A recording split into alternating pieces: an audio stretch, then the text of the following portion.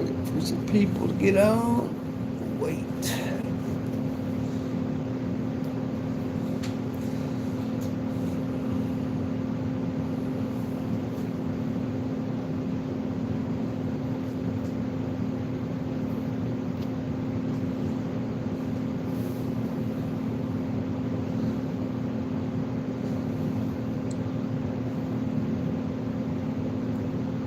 Okay, from the Dallas area, West had deep support in the black community around the state, something the polling is telling us Crockett did too. West was running to the left. So, I got my internet to work finally. I've been trying to do this for the last hour and a half. The last hour and a half. Hello, Josh. And I finally got it to work. Hold on. There's the Brandon Herrera race is coming up next. So we're going to get the numbers from Brandon Herrera. He lost by not a whole lot, 400 votes or something like that on his last attempt. Scott 79 is out there. So Jasmine Crockett is one, and that James Tallarico guy that's been in the news a lot here lately lost. So far he looks like he's not going to beat Jasmine Crockett. And you remember who Jasmine Crockett is, don't you? Shit's been nuts lately, more than usual. I hear that, dude. Let me look in here. Decide to wait until election day to show up. Get more Tallarico voters. Does it look exactly like Yeah, they're having. Nobody wants to go to the polls, man. Nobody wants to go in a big swap of people, man, with what's going on in this world. And I think some people need to understand that. Definitely, these politicians need to understand that. Like, a lot of people don't want to be in big gatherings right now. They just don't. So James is at 55% in one county. So he's leading the county. I worry Brandon is going to go soft once he gets more political. Donut turned to be Brandon. Yeah. Yeah, well, Brandon's been trying. They've been trying to do this a lot, especially with if you look at the NRA, Gun Owners of America, M. Gabriel's out there. All those people, man, they've all been trying to get into some kind of position of power, man. This is a position of power, I'll tell you that. But Brandon Herrera's a one-trick pony, and that's about guns. That's all he's about. I've never heard him have another plan for Texas or his sector in Texas in my life other than to give everybody a gun. So he's going to need more to run on than that, most definitely. Yeah, it's about to shake out here. I think the polls just closed. I wanted to do it when the polls just closed.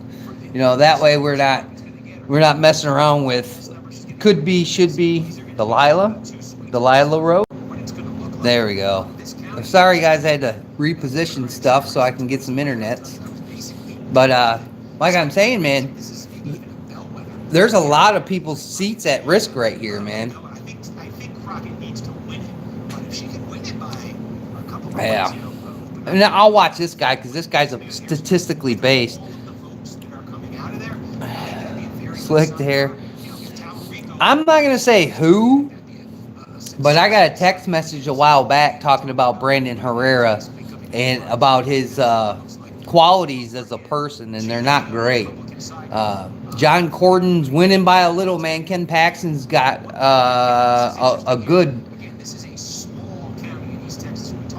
He looks like he's 55% in, man, and Paxton's gaining on Cornyn. Cornyn's in trouble, man. He's the incumbent. Yeah, the AK guy. Yep. Yeah, I'm very famous, SoCal. Very famous. Look at the chat. It's blowing up. You see Burger King CEO trolled McDonald's CEO? No, I did not. I did not see that. But I did try the new Arch Burger today, and it wasn't what people were talking about it online. It's a fucking hoax and a lie. Don't do it. Don't waste your money. Trust me. I think it left my body about 45 minutes ago. So, yeah, dude, don't eat it. It's not worth it. I mean, I'm grateful for it, but, man, whoo, that'd be the last time I eat that shit. No, he's got no substance. That's what the guy that text me told me about him, man. He's got no substance. He's got nothing to run on but guns. Like even watching, I've watched some of his town halls. Like, dude, you have no substance, dude. You don't have anything else to run on. You don't know what you're doing. But I mean, who knows? Who knows? He might pull it out tonight. Like I said, he only lost by a little bit this past election. What was that? 2024, I think it was. East Texas, Paxton in his past primaries, in that runoff I'm telling you about against. Yeah, dude. If these guys don't get 50%, Cornyn, Paxton, and Hunt, if they don't get 50% of the vote, then they have to have a runoff, like what happened with Brandon Herrera, and it's close. Dude, it doesn't look like anybody's going to get 50%. John Cornyn better watch out, dude. And that got replicated throughout East Texas. You know, where's the voting going to go for Wesley Hunt? The people that voted for him, is it going to go to Paxton or Cornyn for the runoff? That's the big question here. Okay, Galveston, this is a big one. When I was a kid, I liked the Big and Tasty. I had got rid of it. I don't mean to shit on him, but he's a fool. No substance. Buddy just drooling. Yeah, I mean, that's basically what the guy that texted me said about him. So, I mean, if I can see it, this guy texts me, and the people out in the chat can see it. Well, what can you say? Look at now. All of a sudden, YouTube's like throttling the section. YouTube's throttling the section. We were up to 40 people, and then now we're down to 1. Look at that. Look how they throttle it. It's fantastic. I love YouTube sometimes, dude. What? 68% in. Oh, hold on. We got to turn that off real quick. We don't want to give homage to the commercials. We're not getting paid by these people, so why run their ads, right? I did see a good ad on one of my videos the other day. I took a gander at it because it kind of took off a little bit, which was surprising. You know what I'm saying? But again, I don't know, man. It's just YouTube. YouTube's like that. It picks some stuff up and then it doesn't. Like, I've been looking at some of my other videos, man, especially one that hit 1 million views, the short, and I think it just hit 1 million views because it was a short. And I think it's got 2 million views now. I see it. Hannah. Because cute guns got money. Yeah. I tell you what, man, it's a lot of affluence, especially in the north. In Galveston County, Ken Paxton's winning. He's winning by a lot, considering with 63% of the vote in that county. And we'll start getting results pretty quick here. We should be anyway about who's going to win. And don't forget, guys, that Texas redistrict. They redistrict their state. Indiana did not do that. We voted against it not only as a populace, but our people in Congress, our Congress critters. They wanted it. They wanted it bad, but they didn't get it. With these early vote numbers. Yeah. The same day vote's going to look like, or is the same day vote going to open up for Paxton? Is he going to open up a big lead here? Yeah, there. Paxton, you start running up double-digit victories in the counties here in and around Houston. You can start running up statewide. See, they're talking. This Paxton dude might run it up on Cornyn.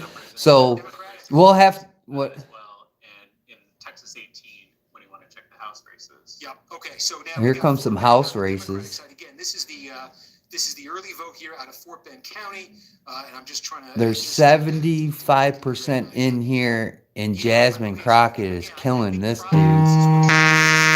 No. Fort Bend. I think she wants to be winning Fort Bend County here. This is a very fast-growing, racially diverse county. This is, again, these are suburbs. Yeah, they're going from county to county now. 2024, they're doing better and better in presidential elections. So we'll have to see how it shakes out, man. County that Crockett wants to win. She wants to win this thing fairly comfortably. Again, same day the question here, but that's that's the only thing you can do, man. You gotta kind of, go through the motions. You know what I'm saying? Go through the motions and kind of. you know, break it down. Look where the information's coming from. First of all, I mean, that's the biggest thing, is where is your information coming from? Is it a reliable source? Can you trust it? And are they just, you know, just pulling shit out of the air? You know what I'm saying? You got to look at that. And I think like today, there's a lot of guys, you know, clapping back on me, and I tagged them in all that shit that Bill Clinton said today. About J.B. Pritzker setting up the trips to go to the island for old William, for Slick Willie. So, I mean, again, what can you do? That came from Bill Clinton's mouth. So I don't want to hear anything from J.B. Pritzker. And then Pritzker came back, oh, no, I never did anything like that. And then why is Bill Clinton naming you? Does he have Biden dementia? Is that what he has? Does he have the Biden dementia? Man. Al Green, remember the guy that got kicked out of the State of the Union back to back? Yeah, he's for Trump's presidency. He's running again too. So far, he looks like he's holding his counties. Christian Menefee is another Democrat guy, but when they split the districts, he got screwed, and they split his district. So technically, he doesn't have a district anymore, so he had to run for Al Green's seat. And Al Green has been there since I was a kid. So I don't see Christian doing anything, and they screwed him too. And then, you know, when the Republicans cut the districts, you know, they made these guys that were running for other seats for these districts now have to run against the incumbent of their own party. That's why, you know, redistricting can get kind of crazy, because then you're pitting incumbents against each other. And the same goes for Republicans when Democrats do it. You can see it in California all the time. Didn't they just redistrict their stuff too? So you'll see a lot of that come in the midterms too. You know, especially when they start taking these districts away from these folks. Because I think that guy, Menefee, I think he was only on the job for like 5 months, if that. So he's behind the 8 ball on that. He may not recover. Statewide, 14% in. Cornyn's at 44.7. Paxton's at 38.7, and then Wesley Hunt's at 13.3. So there's a long way to go to count votes there. But remember, if these guys don't get 50% of the vote, that race is going to be a runoff. So. Race ends on the spot. It ends tonight. We have a nominee on the Republican side. Otherwise, we're talking about. And they got to get a +1 too. So that's gonna be a shot in the dark for John Cornyn to get it. And remember, John Cornyn, that guy wanted to sell off public lands along with the other guy up there in Montana. Don't forget about these guys. These guys, they're nothing. There's nothing good about those guys, the Republicans, either. They want to sell off all your public lands out west and put, I don't know, God knows what they're. Probably more data centers. Yeah, that's how that works, man. You could see it. I'm going to talk a little bit less here for a few seconds because I wanted to check something. You don't have to fit in, brother. For sure. My spreadsheet. I've got. Yeah, this guy's got a spreadsheet. I ain't got no spreadsheet, folks. You're not getting no spreadsheet from me. On the Democratic side. Now. So statewide, 12% is in, and Jasmine Crockett's leading by quite a bit, 53.8 to 44.9. See, that looked like Clover in his setup with the gimbal and everything, big ass gimbal. So one thing I wanted to big ass camera on it.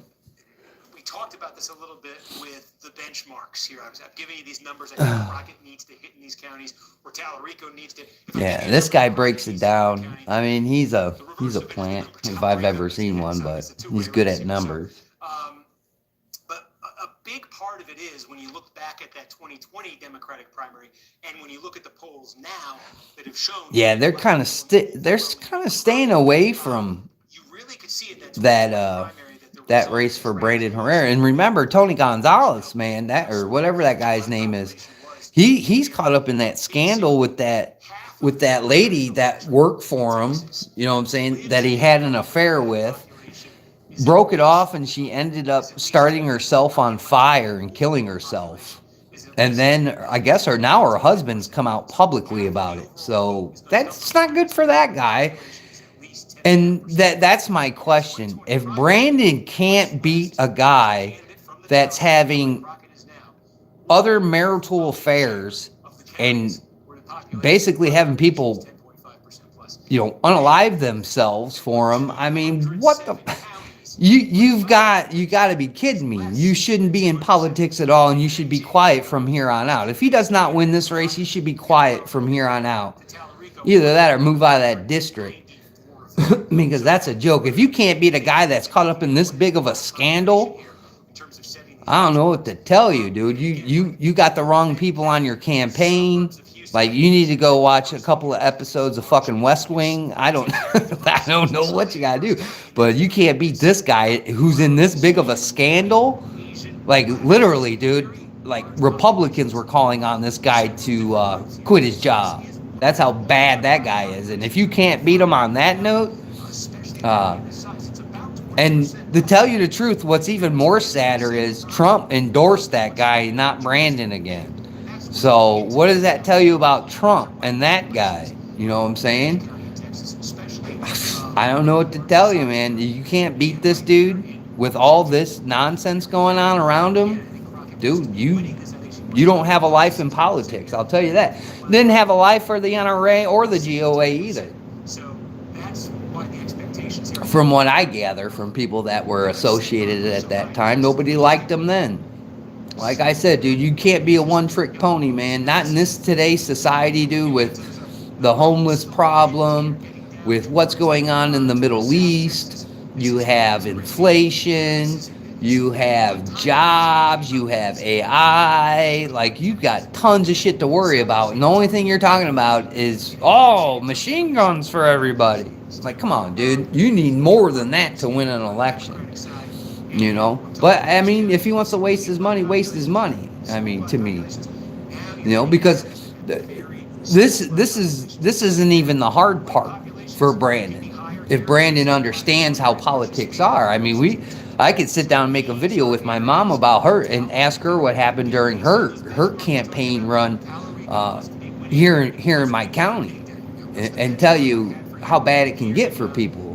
You know what I'm saying? And that was way back in the day. It's not even here. And she got in like Flynn because the guy was a scandal and the dude ended up going to prison anyway. So yeah, dude, if you can't beat people that should be in jail, dude, I don't know what to tell you. I don't wish ill will on the guy. Don't get me wrong. Not by any means, form, or fashion. But again, if you can't beat a guy that's surrounded himself with so much, I don't know, peril, then I don't know what to tell you, man. Hit that like button. Don't forget to subscribe. If you aren't subscribed, hit that bell for more notifications. Do all that good stuff. Another county. Looks like James is starting to gain a little bit of ground on Jasmine Crockett, but not much. Dude, he's going to need more than that county.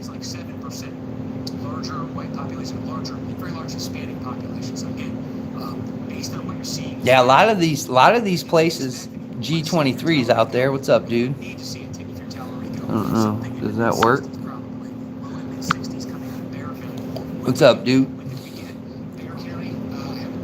Yeah, he's going to need more than that county. The big thing, like what I've heard throughout this whole entire broadcast by watching it, is these people are really counting on the Latino vote. They are really counting on the Latino vote, dude. They're humming about it, dude.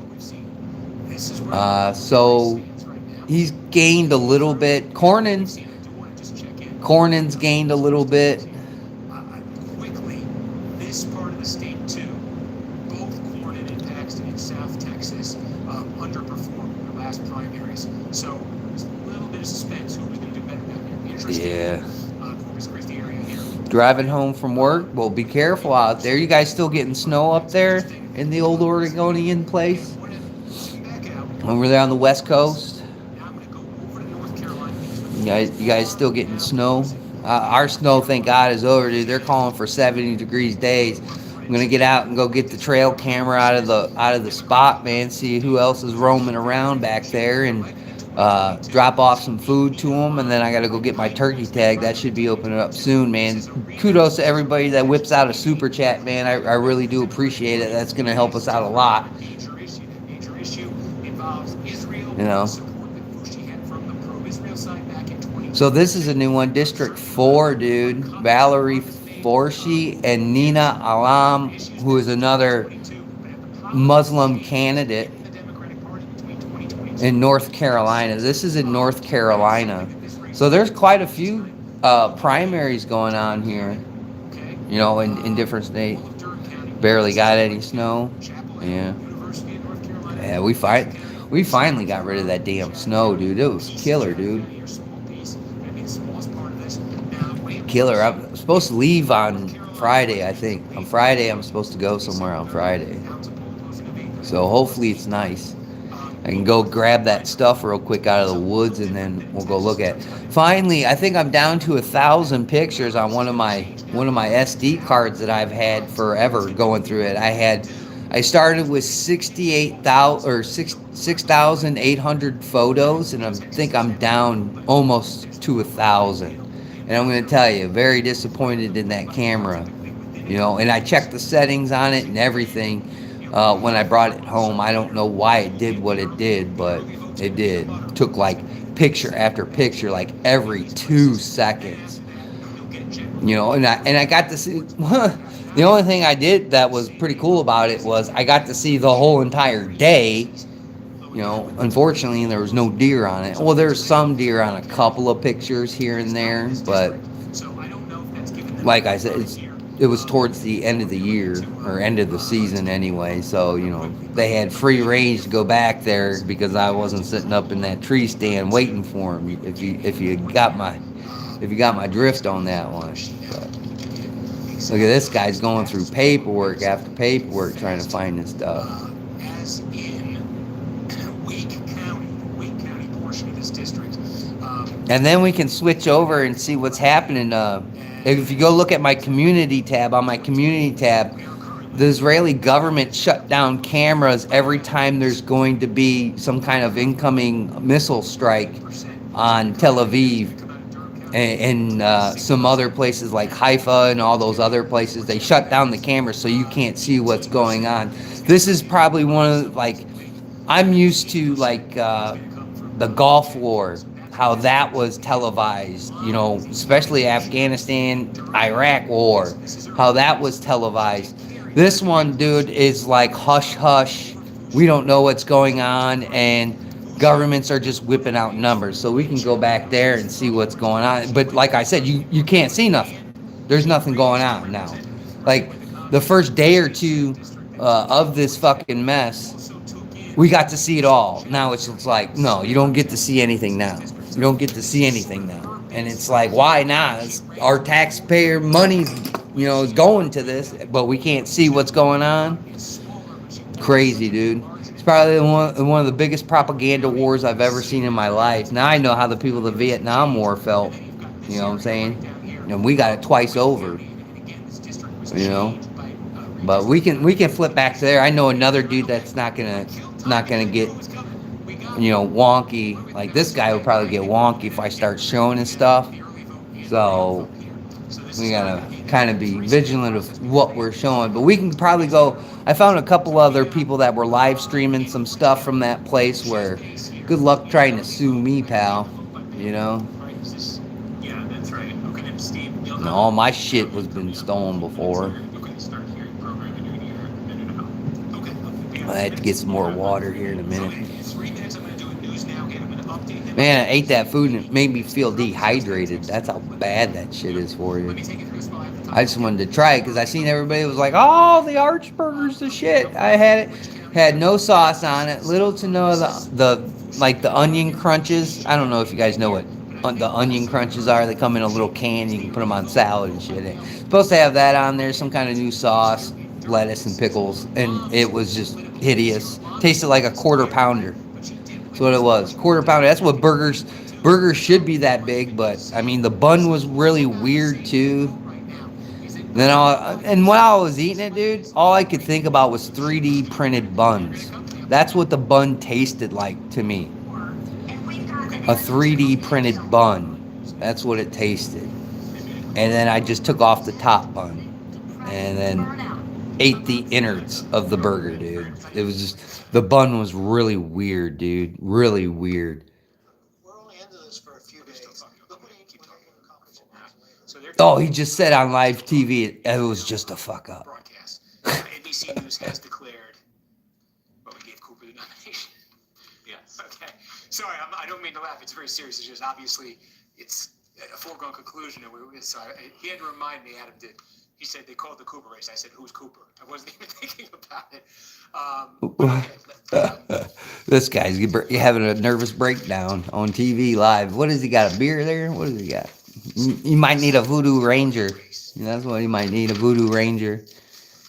You also got some new vote in Hayes. Dude, I'm telling you, he's got a whole... It's Jim Carnacki. Remember that guy that was always on there for the elections? That's who I'm watching, if you're familiar. You can't chat in his chat unless you subscribe to him. So for people that don't know, you don't have to do that here. I had somebody text me the other day and said, hey, man, if you really want to get rid of some of these assholes that come in there, you should just do a subscriber chat only. And I was like, man, that's probably the direction we're heading in, man. It keeps all the people out, man, that we don't want in here. We have 2 minutes till news now. Uh-oh. Hayes County, this is interesting here. Uh-oh. James. This is supposed to be... Tellerico has just... benchmark here set at 74%. Uh-oh. He's getting 74%. He hit a benchmark in one of the counties. Watch out. Like, you never know, dude. This is, remember, this is very early. This shit can turn on a dime. You know what I'm saying? This is like watching paint dry to me, but, I mean, I just wanted to see the Brandon Herrera race. He's got it up here. Look, I'll show you real quick. He's got it up here, right there. I'm waiting for him to come back and give us, you know. I'm going to go get some water. Black population, large white population, large Hispanic population is what I'm trying to say. And the benchmark that I had for Tallarico here in Cameron County is 65%. So again, he's right basically in the neighborhood of where he wants to be here in the early vote. But I mean, you're starting to see that pattern that we talked about. Should hop to the casino and go get me a meal, man. That's what I should do. Go get me a comp meal with a nice Mountain Dew. Rust the pipes. Look at that guy. What are you doing? What are you doing up? It's past your bedtime. Don't you have to go to work? You gotta go to work, don't you? But we got Harris. We got the early vote in Harris. Look at this. Here's an early vote in Harris County. This is a big county right here for these guys. Is Harris County, and boy, he is on her heels here. 65% of the vote is in Harris County, Texas. I sort of view this one as a bit of a yeah, well, we'll have to see how this plays out, man, in the next day or two. That early voting shit, it's such a pain in the ass. Maybe the Hispanic vote materializing as Pat in the bunker. What's going on, Pat in the bunker? I ain't seen you in a while. How's the bunker holding up? I think I watched one of your videos the other day about something about your holster or something with your tit sauce. You got one of them tit sauce guns, don't you? Got a light and shit on it. If she were to hang on to anything like this, why is there very good news for her, but it's all going to depend Japanese writing or Chinese writing coming up? I've never understood that. That's like the 5th time I've seen that somebody's commented. Do I have it on some kind of setting? Is that some new YouTube setting? YouTube? I will say that the benchmark I have 3 of them now, huh? They're good guns, dude. I mean, now, granted, you can get the upgraded version of those guns, or you can just get the the plain Jane one. The plain Jane ones, they always sold at the shop. 60% here in the high You know, end. because they were what? Tallarico, Oh, we can't say prices on here, so area boost here. I think it's they were gonna sit cheap, at least in dirt 30. cheap, cheaper than the other Now, ones. maybe all the supporters will But that see place would never get those. Why would, why would we get something that's better, that would sell better than just to I think a little bit have the same old shit, man? It made no sense to me. I hope that place goes out of business. So I'm going to just zoom back out here and show you where the Democratic Hey. stands overall. Tallarico's taking the lead in the count. What just happened in his own backyard? A big reason for that. Oh, look, he now he's starting to win. After that, I'm going to just take a quick look. This is Texas statewide. Get out of there. Go back. Jim, Cam, whatever your name is, Steve. I don't even know his name.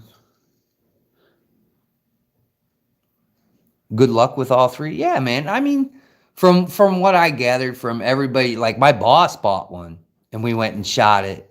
He brought it over to my house and we shot it, man. And I was like, dude, the only thing wrong with this gun is you can't do nothing with it.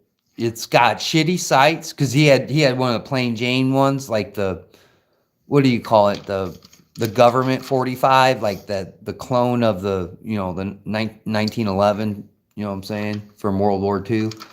And I was like, that's the only bad thing about it. And he's like, yeah, that's the only thing I don't like about it is the sights on it because they're milled into the slide.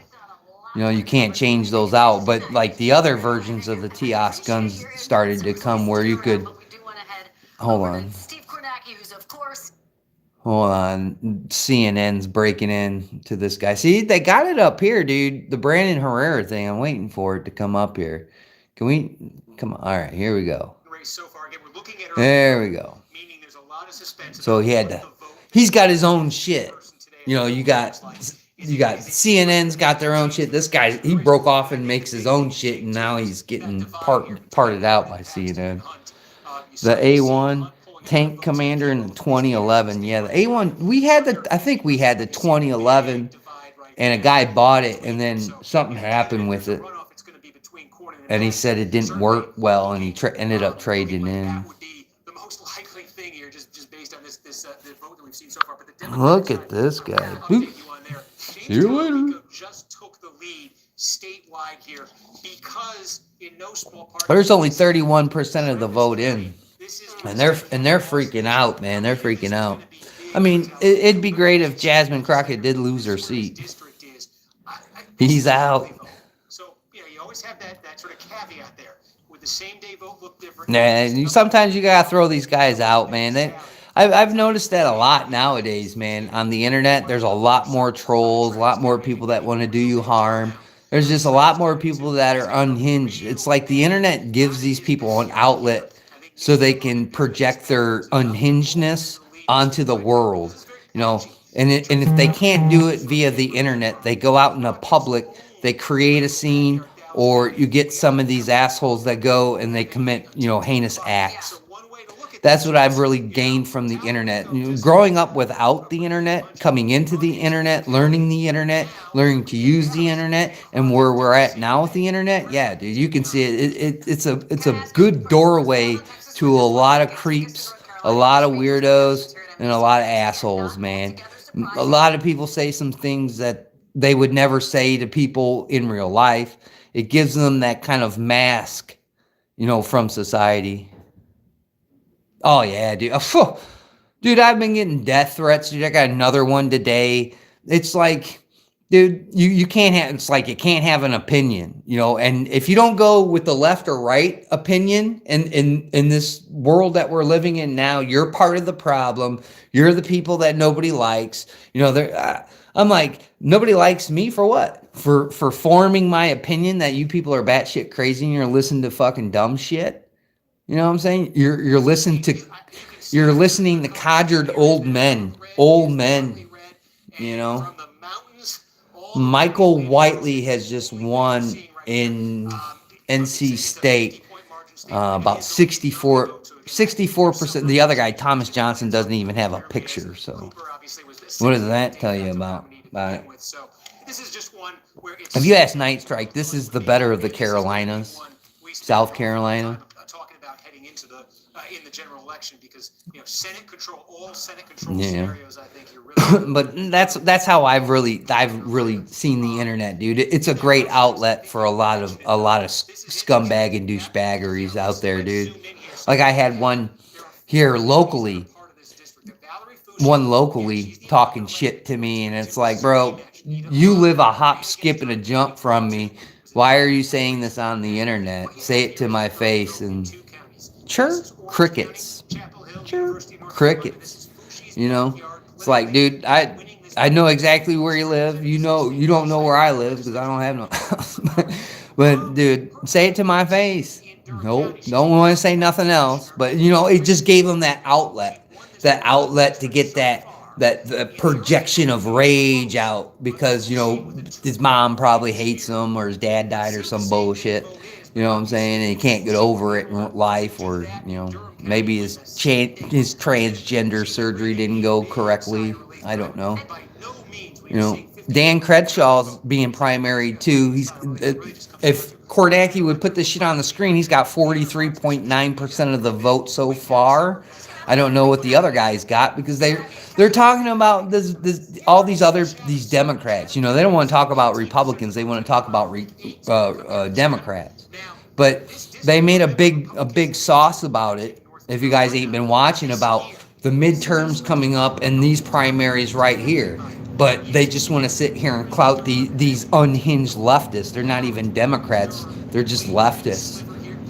They're people that don't like this country. Fushi and this Alam lady, dude. I don't know.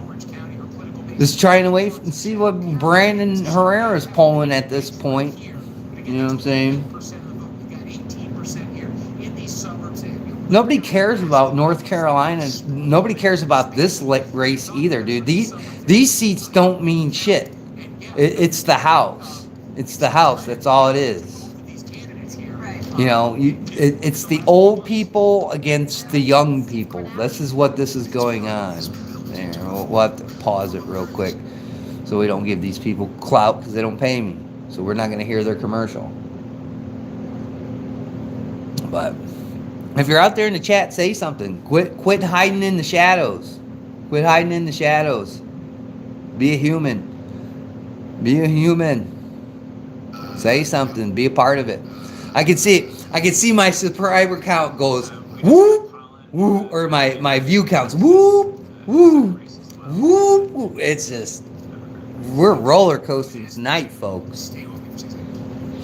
When we first got on here, there's 50-some people. 50-some people, then all of a sudden, dialed down. It was dialing down. See how that goes.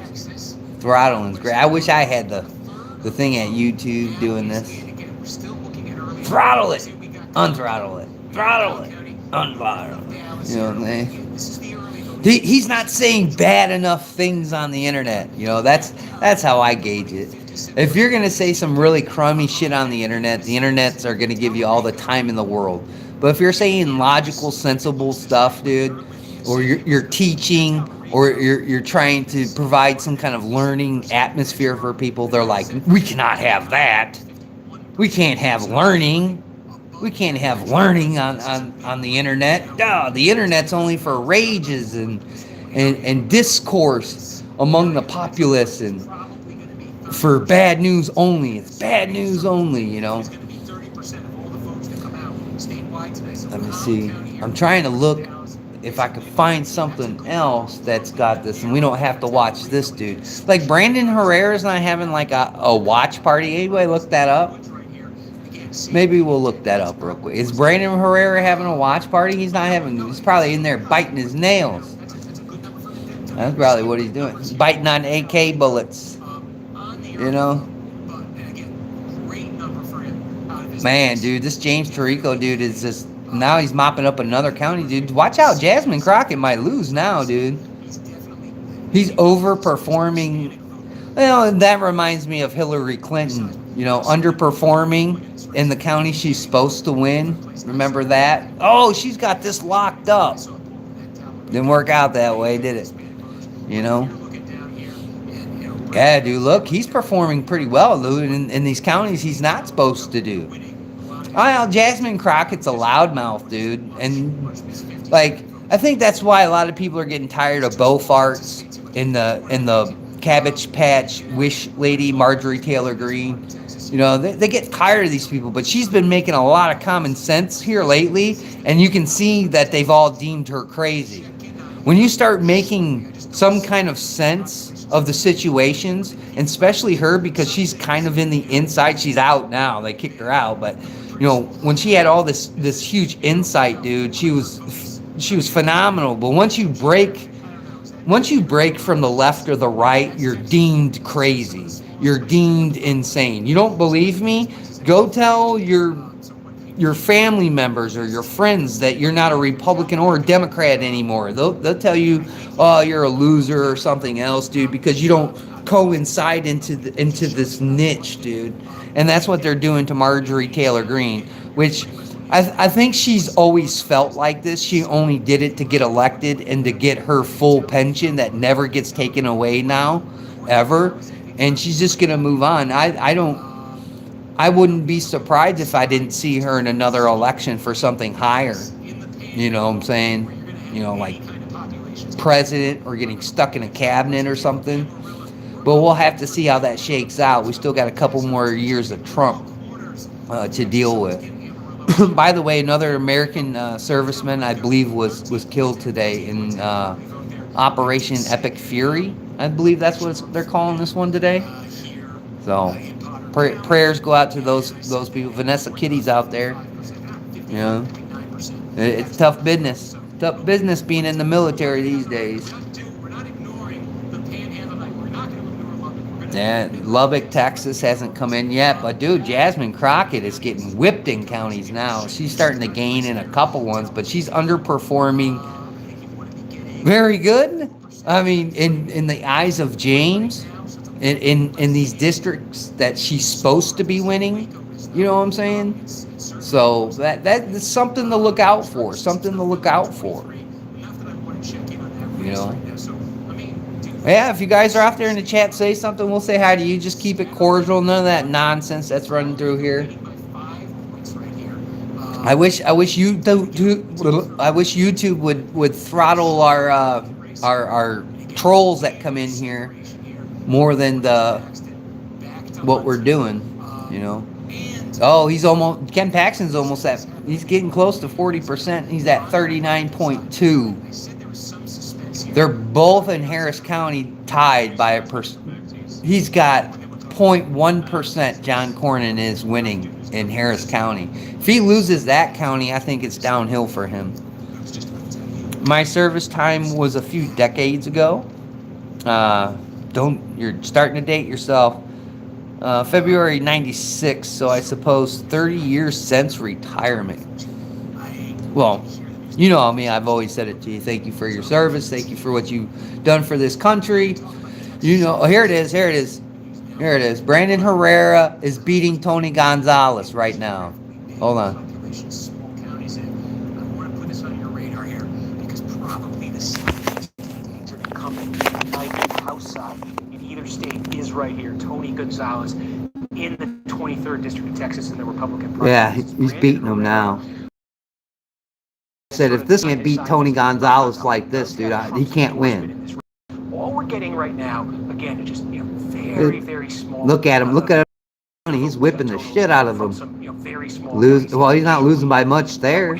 Talk about small. 1-0 in the early vote. Look how early we are into this primary. This district is going to be decided.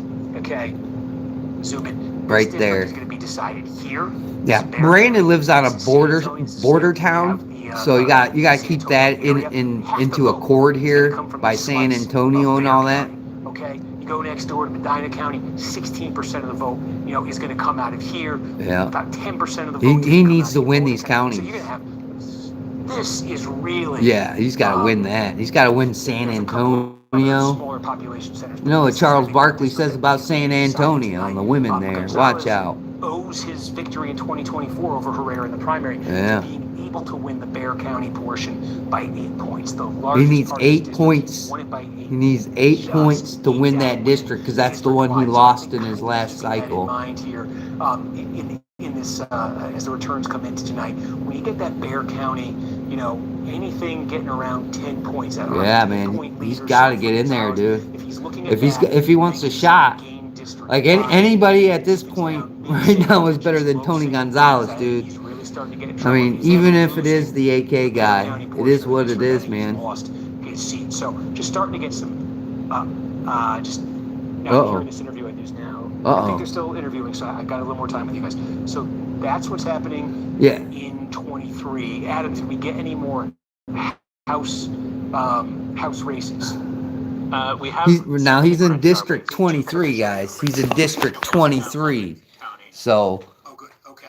Crenshaw's losing to Steve Toth In here. bad in some of his districts. Oh, sorry. Well, which is a good thing because Dan Crenshaw is a turncoat if I've ever seen one. This is interesting. Dan Crenshaw, the butt pirate dude, I can't stand Dan Crenshaw. He's the guy that had to dust up with that famous podcaster, ex-military guy, whatever his name This is. is the Harris County portion of the district. I guess Crenshaw tried to sue him or something because he got caught, like all politicians do, spending taxpayer money for themselves. Imagine that, huh? Nobody really knew what to make of this race. Sean Ryan, that's his name, Sean Ryan. No disrespect to Sean Ryan, but you can think of your name because you're not that important in my life. Race, with Senator Cornyn, Ken Paxton, Oh, Leslie Hunt. man, You heard we're the gonna have to former go. speaker there We're gonna have talk to about turn the that. way- CNN will kill me. CNN will kill me. Yeah, Sean Ryan. I don't have a problem with Sean Ryan. I think he took a route that I never saw him taking, which was the political route. But like he said, he feels duped by Trump. Like a lot of these people that are like that feel duped by Trump, man. And I think there's a guy I watched a video about him predicting, like if Trump went to war against Iran, that would fracture the MAGA party. And dude, it split a lot of people. It split a lot of people. Not so much in Congress because those people are all bought and paid for, but the supporters themselves. If you go look on pieces of social media where people are having debates, dude, there's a lot of people that voted for Donald Trump, dude, that are not excited by his performance right now. Granted, there's nothing you can do at this point about it. He's already in office, but I mean, you knew what you were getting through his first term, which was kind of tainted by leftists. You know what I'm saying? And I won't deny that the leftists were trying to taint it with the fake dossier and all that stuff. Like that's the one thing I've never understood. You have a representative of the United States of America, Eric Swalwell, that gets duped by China, our foreign adversary, people that say it's our biggest adversary in the world, and it gets duped by a foreign spy for years, sitting in his office, sitting in his presence, having relationships with this lady. Fang Fang was her name, wasn't it? Fang Fang. And then you got people like that in office. And Tony Gonzalez, you got all these corrupt, gross individuals, and they're still in office. But if you or I were to do any of this stuff, they would bury us under the jail. They would definitely bury us under the jail. And Dan Crenshaw is one of those people that lied. Not only did he lie to his service members that he served with and that he touted his service record on, he stabbed gun owners in the back. So yeah, dude, and they're still in office. That's the funny thing about it. These people are still in office. But if you were to do anything like that, I guarantee you they would bury you under the jail, or they'd ruin your life, very rapidly. Very rapidly. Yeah, he's losing in a bunch of it. Harris County, he's losing in a lot of his counties. These are supposed to be strong counties for him. 59% of the vote is in for Dan Crenshaw. He looks like he might be moving out if he ain't careful. But again, we're still early. We're still early here. You know, and you look at some of these people that shed light on them, like Sean Ryan, dude. He shed light on Dan Crenshaw, and what they tried to do. They tried to sue him into oblivion and hurt him money wise. Then they tried to ruin him credibility wise. And that's what I'm saying. When you break from the parties, dude, and when you break from these parties nowadays, the Republicans and Democrats, you're labeled crazy. They try and find something crazy about you, or they try and label you, or they make shit up about you, and they spread it until, you know, people start believing it, even though it's a lie. You know, that's one of the biggest things, if you read books, that they tell you, man. When they keep on saying it over and over and over again, through the news cycles, through the politicians, through the paid people, through the mouthpieces, dude, they expect you to believe it at some point in time, and we can't accept it. We can't accept that, dude. You know, and we have to take truth at face value, dude, and call people out when it's truthful. There we go. Uvalde, Texas. Remember, Brandon Herrera said a lot about Uvalde. There we go. So he's got to win down up in here. This is where he's got to win. He's got to. There you see Cornyn. Remember, those guys have to get 50% of the vote. Cornyn and all these guys have to get 50% of the vote. Bra X627, what's going on? Thanks for joining. I appreciate it. Tell your friends. You know what I'm saying? If you're interested in this kind of stuff. Or Chad, you got a question. Anybody got questions out there in the chat? Shoot them via either super chat, or you can just do them regularly. Just put at Roll Call Outdoors so I can see it and it lights up on the screen and I don't miss it. I won't miss the super chats, but if you do it regularly, sometimes it'll scroll up. Sometimes I can't get back to the phone. You know what I'm saying? Like, to go look back at the chat, I got to keep on messing with it. On my phone anyway, it won't stay like it's supposed to.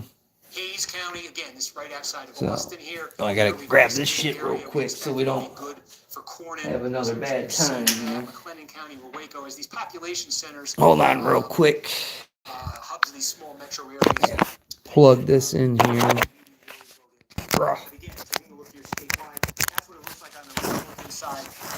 There we go.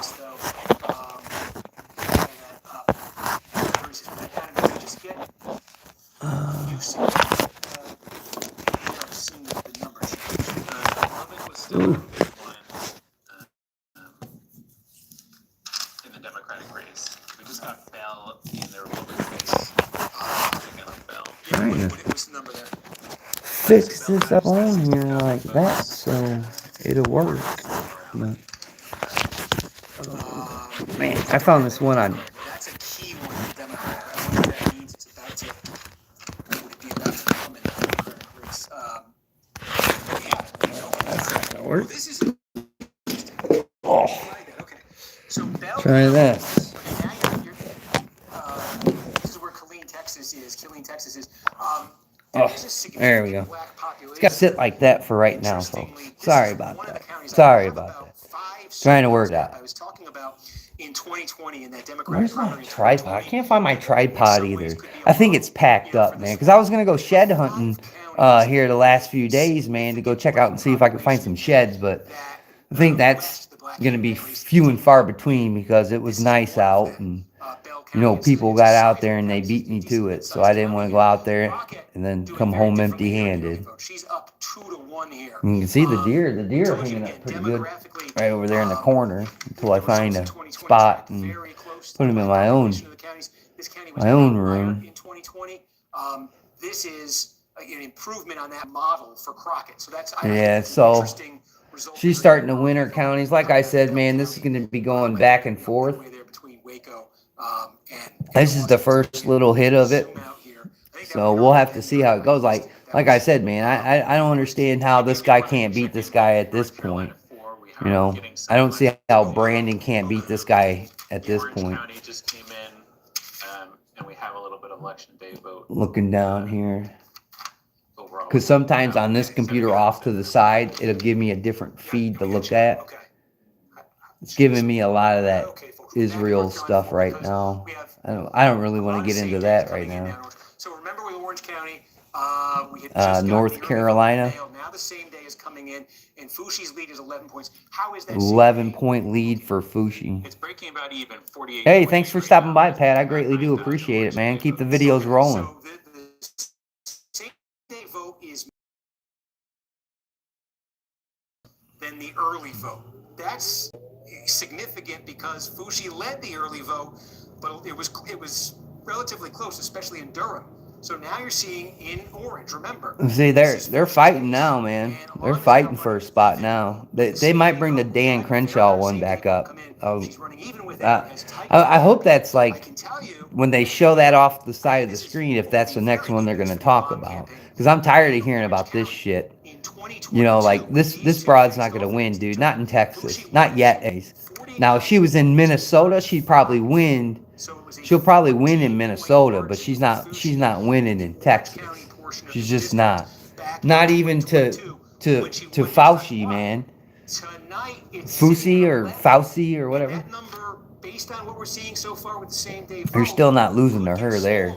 Could come into single digits if it continues on the trajectory. So then your next surge of immigrants will be down there in Texas. 9 points Of that nationality watch. Some slippage from how she did in 2022. But it's always interesting to see how different states are voting. You know. Yeah, look, she's still holding on. She's still holding on, man. I'm telling you, these are incumbents fighting each other. You know, because like I said in the beginning of the video, Texas redistrict, and some of these guys' districts don't exist anymore. So now they're forced to run against the incumbent, the person that's been in the other district for ages, for like Al Green and those guys. Now they're forced to run against those guys, just due to redrawing the line. You know, that's just the way it goes. I'm banned from Michigan? For what? What did I do? Dude, I've spent a lot of money in Michigan. I've helped a lot of people deer hunting up in Michigan, man. Come on. What is Michigan gonna ban me for? Why? Because I said something bad about Grand Rapids and their shitty mayor? That's the only thing I've said bad about Michigan right now anyways. Come on. Get out of here. I was just in Michigan the other day.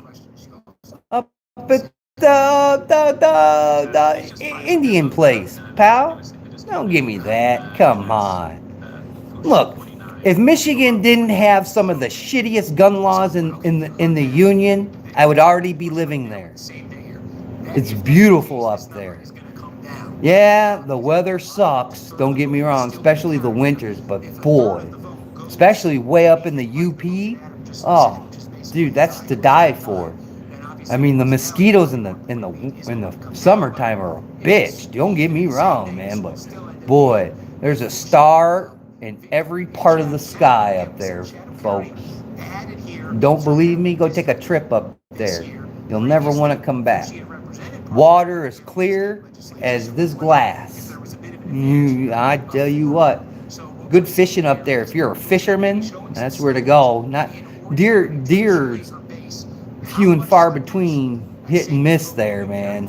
They're having a lot of problems with the Michigan DNR up there. I support hunters, you know what I'm saying? Wherever you're at, I'll support you as long as it's logical and feasible. And right now it's logical and feasible to support the people up in Michigan that you keep your public lands. They try to sell off your guys' public lands, man. You know, you can't be letting them politicians do that shit. You got to rein them in, dude. You got to rein them in or get rid of them. One of the two. Rein them in or get rid of them. Fire them and put somebody else in their spot, man. You know what I'm saying? But dude, they were talking at one point that they didn't even have enough money to fund the DNR and the programs that if you wanted to deer hunt this past year, you better hurry up and buy your deer license because they can't afford to issue them or some bullshit. You got to control that stuff up there. But yeah, Michigan's a cool place, man. It is. It really is. It's really dynamic. in some parts that you go, especially when you go further north, Benton Harbor, get past that place, further north up there, Kalamazoo. I've been all up in there. Man, I can't believe it. Those numbers that it's telling me are pretty encouraging. I think if you Well, maybe I shouldn't have outed myself that I was up there the other day. Damn it. Now, so we'll have another hit with them coming up in 4 minutes. What can you do? What can you do? But thanks for joining the stream. I 4 or 5 minutes. appreciate it. Talk about the Hispanic, majority Hispanic county. Yeah, they're talking about the Hispanic vote, huge down there in Texas, boy. So just Basically, look at there's some. Let's go Herrera. That's videos from the future. That's who that guy is down there in the comment section. Let's go Herrera. Videos from the future's rooting for him. There's a couple of people up in this chat rooting for old Brandon Herrera. have a little There's another one. Let's go Herrera. Republican side. Okay, let's go. Overachiever. Okay. That's his name, Overachiever. So, okay. See what else is going on. You look through these chats, man. You can see some people rooting. He's 45. It's 39% in Uvalde County. He's winning 45.2% to 36.3%. He's got 813 votes, and Tony's got 652. Scrambling to find. Kornacki doesn't know what to do. He's throwing papers everywhere. He doesn't know what to do. I think he's got ADHD or something. Kornacki. He's one of those. Yes. What is it? Asperger's? He's got Asperger's or something. Can't pay attention. This is interesting. About 10% of the vote in this House primary. 10% of the vote. Uvalde County. In the early Remember Uvalde, don't you? It's a 9. Didn't work out well for those folks, dude. That guy got off. That cop got off, man. Can't believe it. 2024. Bungled that operation so bad. Got so many people killed, and he got off. Jury of his peers. That's what they said. Jury of his peers. This is probably close to 10% of the vote. When all is said and done, probably close to 10% of the vote in the district is going to come out of here. So out of Uvalde County, 10% of the vote comes out of that, dude. He's got to win that, dude. If he wins that, Challenge from Herrera. yeah. Again, the lion's share of the vote. We're going to show you a few more counties here. Webb came in for Tallarico. Oh, we got Webb. Okay. Laredo. This is one of the big counties. Yeah, this is the biggest county on there, isn't it? One of them. Deep South Texas. Let's take a look at the Democratic primary for Senate because we've got, here it is, Webb County. Oh, dude, Jasmine Crockett's losing Webb County. 65, Crockett 31. That's bad. That's bad for Jasmine. Like I said, dude, And yeah, it's the young people against the old people for the Democrats. And then you have the scumbags against the people that we don't know if they're scumbags yet for the other side of the aisle. really consistent. We won't know. You got to let them marinate for a couple of years, and then you figure out if they're skullduggery or not. I mean, by a substantial margin. what's that libertarian in Congress? What Rand Paul? He's another one. Everybody thinks he's great, man, but Rand Paul's been on the end of some bullshit as well, dude. But I mean, at least he says it how it is. I mean, he's not gonna run you around. So that's something that I guess you can count on. This is Trump's biggest county in America. Let's take a look here. This is Trump's biggest county in America. Ken Paxton's beating John Cronin, dude. Bad, dude. Montgomery County. Monster county here, just in terms of its size. Yeah, dude. Dude, John Cornyn better watch out, dude. He's gonna lose. Plus, he's on it. What committee is he on? Wasn't he on the committee that just did the Clintons? Wasn't he on that one? No, I think he's on the hush hush committee, dude, for the military. I think he is, John Cornyn. I don't think he's part of the Gang of Eight.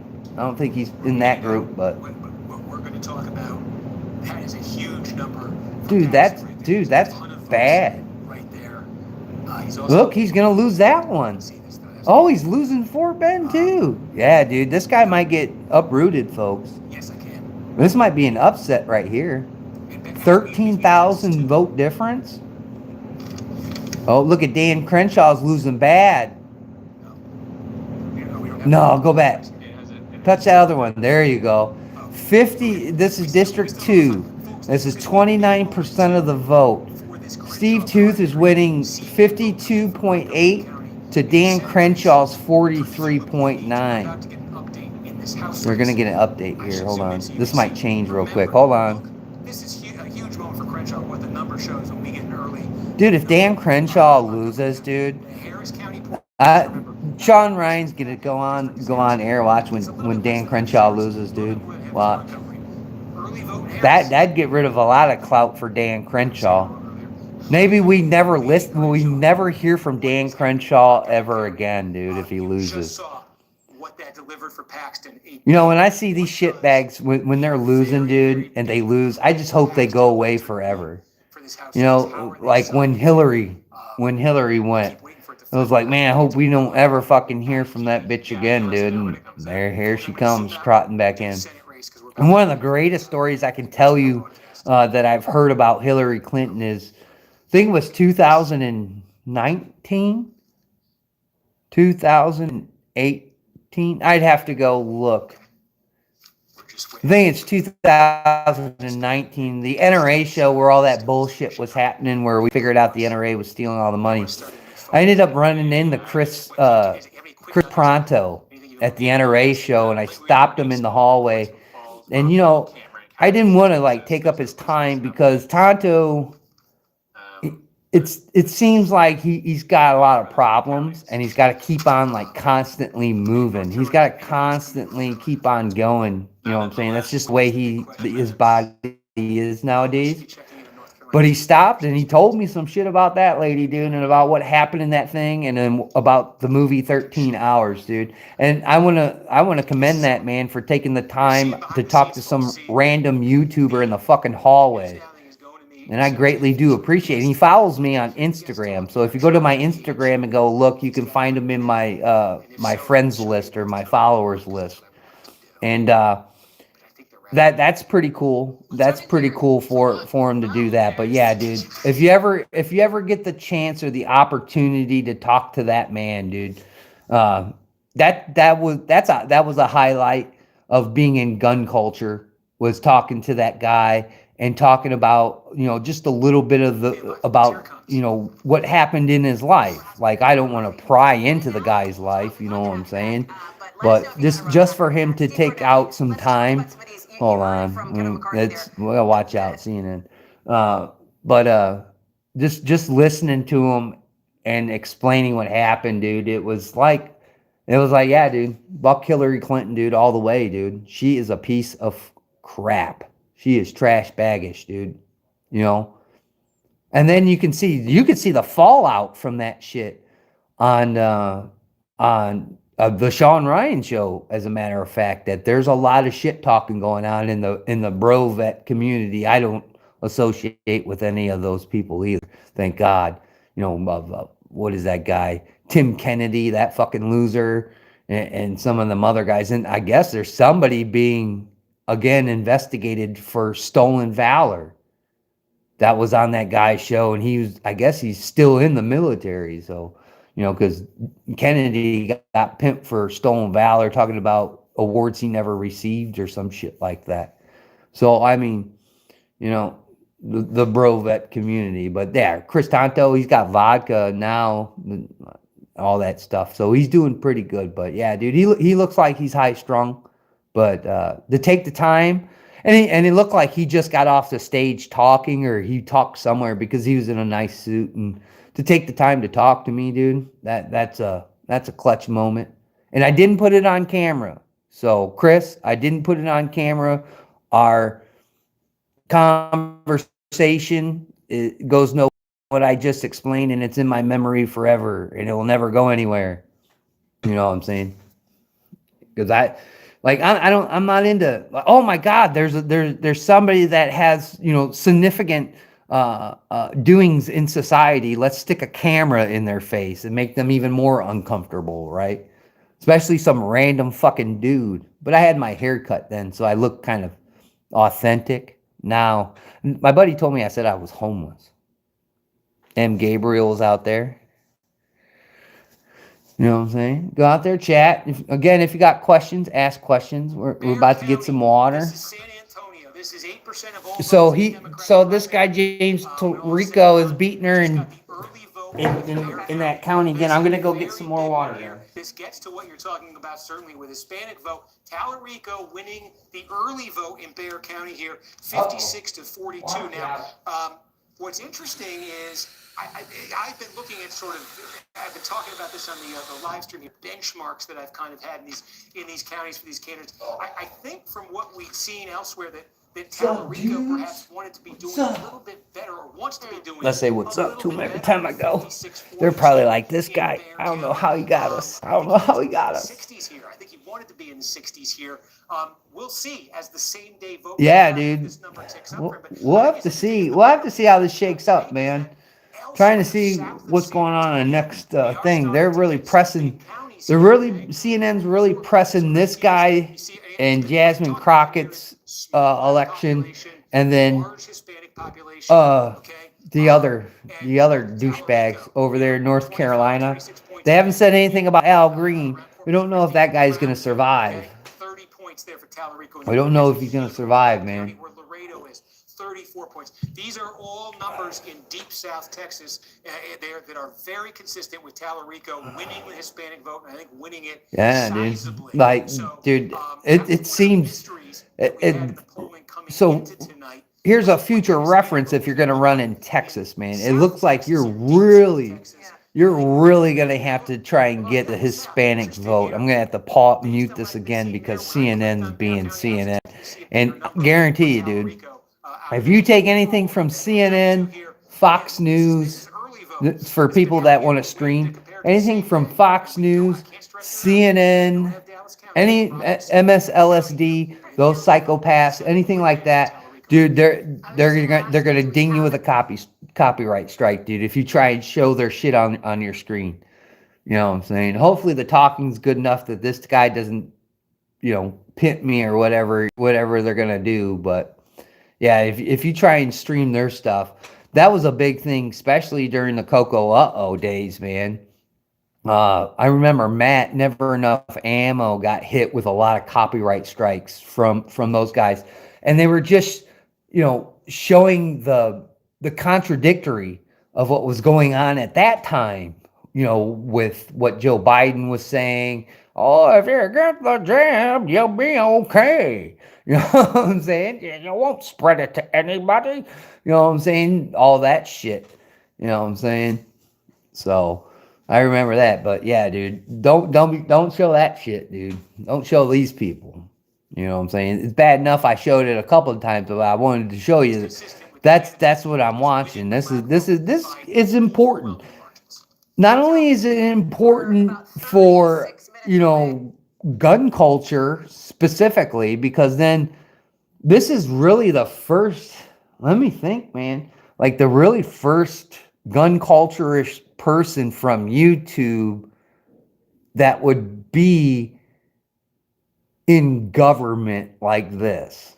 If I can remember, correct me if I'm wrong, I'll stand corrected, but somebody like that, dude, like that'd be like Hickok 45 running for something, because people are dumb enough to believe anything that man says.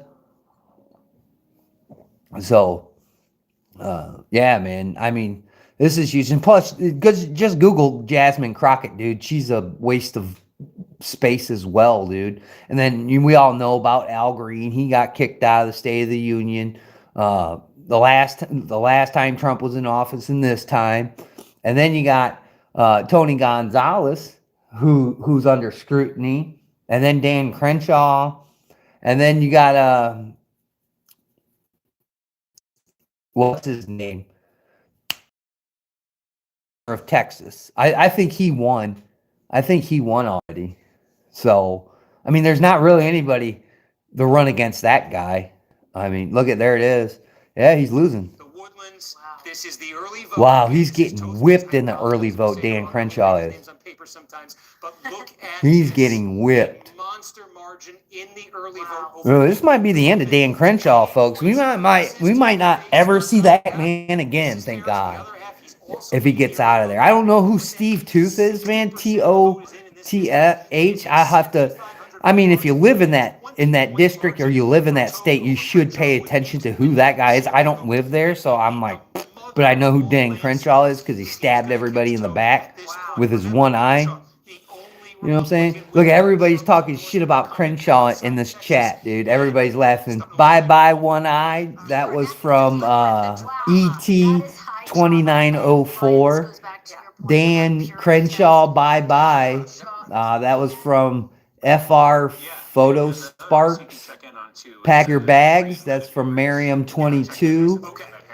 Guys, I mean, People are predicting Al Green to lose. Like these have been prominent members of Congress who have been in some kind of flurry at some point, whether it be Dan Crenshaw, Jasmine Crockett, or Al Green, or these people, man. So, dude, he is getting absolutely throttled. Bad. Like, dude, this dude's gonna cry. He's gonna cry with his one. Oh my God. One in his beer. That's what they're saying. This is all of their shit, dude. This is what they're saying on their YouTube channel, dude. Dan Crenshaw looks like he lost. Why is he so unpopular, though? Fuck, that guy's a scumbag. Decision Desk obviously needs to do right now and is waiting to do is to make sure. Yeah, dude, there's still at least 16,000 votes or some shit in that county. Doesn't look totally different than what you're seeing. Yeah. People better show up.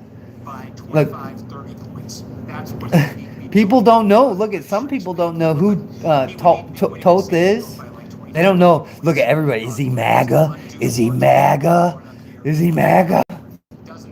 This is what they're. Are they MAGA? Nobody knows.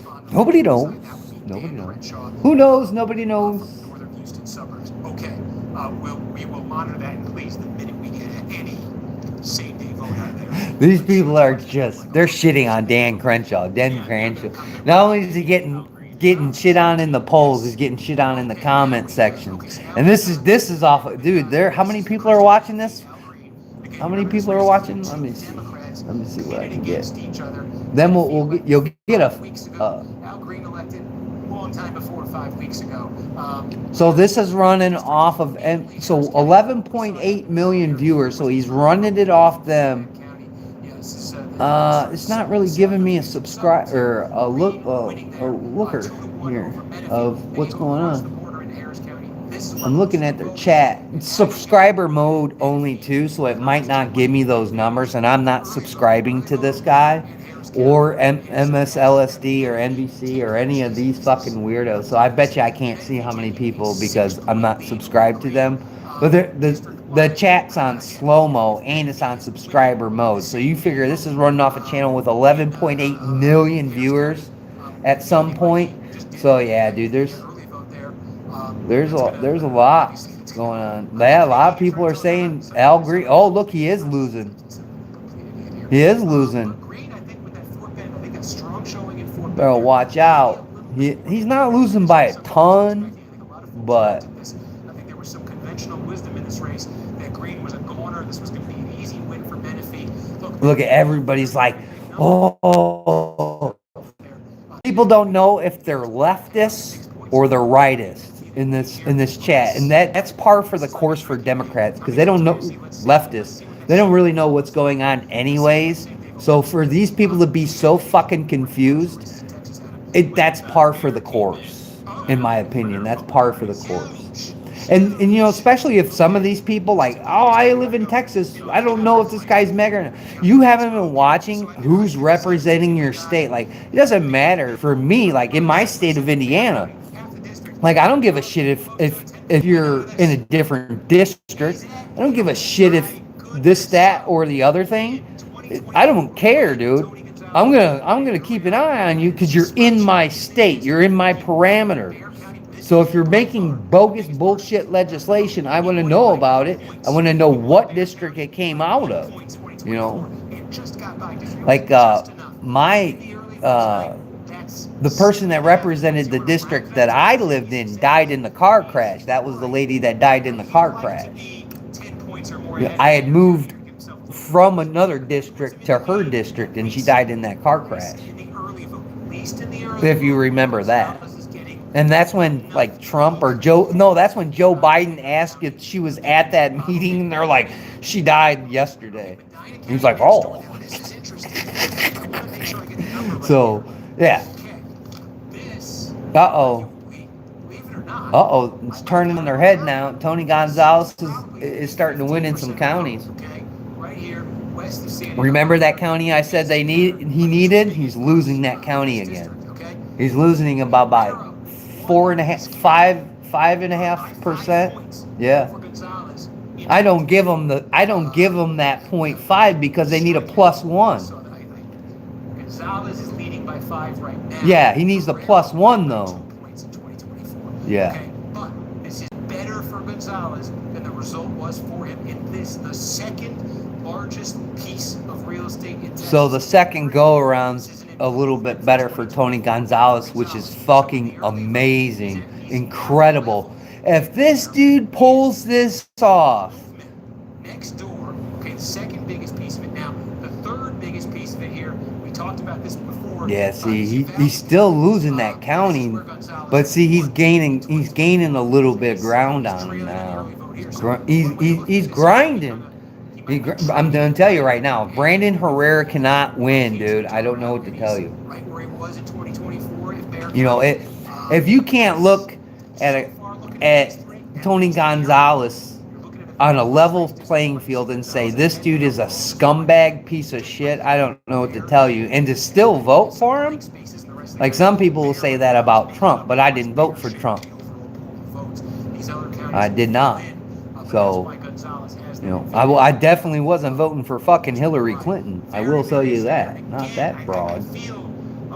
And I didn't vote for Joe Biden either. Like people say, you threw your vote away. Oh, did I? It's not going to be much of a race. He's going to get run out. Yeah, dude, I'm going to tell you, dude. And I think Gonzalez clearly putting up a fight here in Texas 23, despite I think there was a lot of expectation. I don't know, dude. I don't know, dude. Something's gonna have to happen, dude. He's gonna have to win Uvalde, and then he's gonna have to win the other 3 districts. He's gonna have to, or the counties or whatever that is they call them down there. He's got no chance, dude, if he doesn't pull that off. Go back to the Senate race. Okay, let's go back to the Senate race here. That 46% of the vote is in for that guy. You better watch out, dude. Since we last checked in. Cornyn's got about a 2% lead over him. I mean, that's really up and down, dude. That's really close. That's like 4,000 votes, dude. A little less than 4,000 votes. Again, like I think one thing that we're seeing here, Waco, Dallas, Lubbock, Amarillo, look over here, Midland. Yeah, he's starting to gain a lot of ground. Yeah, I'm telling you guys, this will be. Then you'll see the lines drawn for the Republican Party when this all shakes out. But like I said, somebody's got to get 50% of the vote, and Cornyn's not going to get. He's not even close to 50% of the vote statewide for the runoff. So, yeah, dude, that's going to be a runoff, dude. It's going to be Ken Paxton and John Cornyn in a runoff. So if you're somewhere in the counties of like Coleman or something like that, dude, for the runoff election, man, you guys are going to have to really put up or shut up, dude. Do you want John bullshit Cornyn in there, or try your luck in Paxton, dude? You've got no. Look, it's too early to call. Yeah, dude, you gotta watch out, dude. I don't think any of these. That's gonna be a runoff, dude. I think you should stop watching that. That's gonna be a runoff. And this is the area of Let's look at the Al Green. Let's see how he's doing, dude. He doesn't look too healthy. Al Green doesn't look too healthy. Here in deep South Texas along the border. Look He's at become this. competitive. He's won some of these counties. He's won some of these counties big. One of the things to keep in Yeah. mind is these counties are traditionally Well, Democratic. what can you do? Not registration, but the loyalty to the There we Democratic go. Party, even though they voted for Trump, there's still a ton of built-in identity with the Democratic Party, and I think Yeah. seeing that tonight. Yeah, dude, this is gonna be kind of wild, man. You're in the, at least in the early vote, add that up. It's just a little bit over 2,000 right there. Let's flip over to the Democratic dude. side. Oh. What are they looking at there in Webb County? You're looking at 17,000 votes. That's on a the huge Democratic margin. side.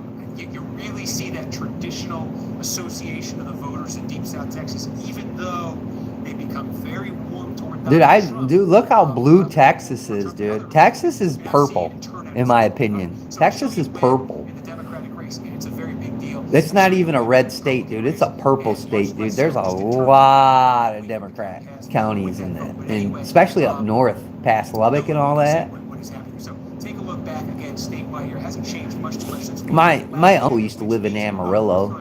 That's way up to the top of the state of Texas. I can talk a little bit about the Republican Senate race.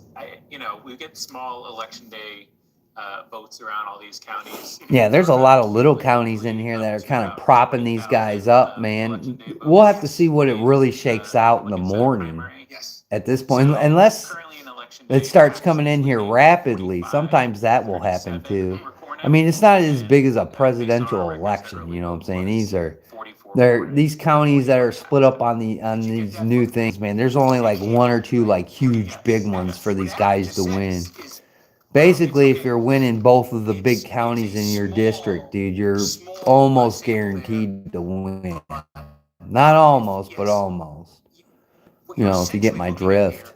This is essentially all, or it's not all early vote, as Adam just told you, but I think you're seeing, Cornyn obviously with a slight advantage now. I think if you filled everything in with all the early vote, there's more opportunities. Yeah, for Democrats dude. in these small counties to shake things up. But you're not going to get 50%. You're not going to get 50%. Is that as this same day comes in, this is going to change. Yeah, that's all going to Be change. able to leapfrog Cornyn, if that is the trend. And we get Now they're talking about trends. Trends. This is like, what is it, like bell bottoms? Is that what it is? Like trends, bell bottoms? I think that really is the game here on the Republican Isn't that? side. Our decision desk has not called this race. And what time is it right now? It's 9:30. Our decision desk, has not called this 8:30 race, my but we can time. clearly see here the likelihood of a runoff between Cornyn Yeah, and dude, Paxton. it's going to be a runoff in there. Let's stop talking about that race. I've been saying this for the past 25, 30 minutes, dude. That's because I think it's because they have a third candidate in this race. If they didn't have a third candidate, if Wesley Hunt wasn't in this race, I think it'd be a lot different, and we wouldn't have to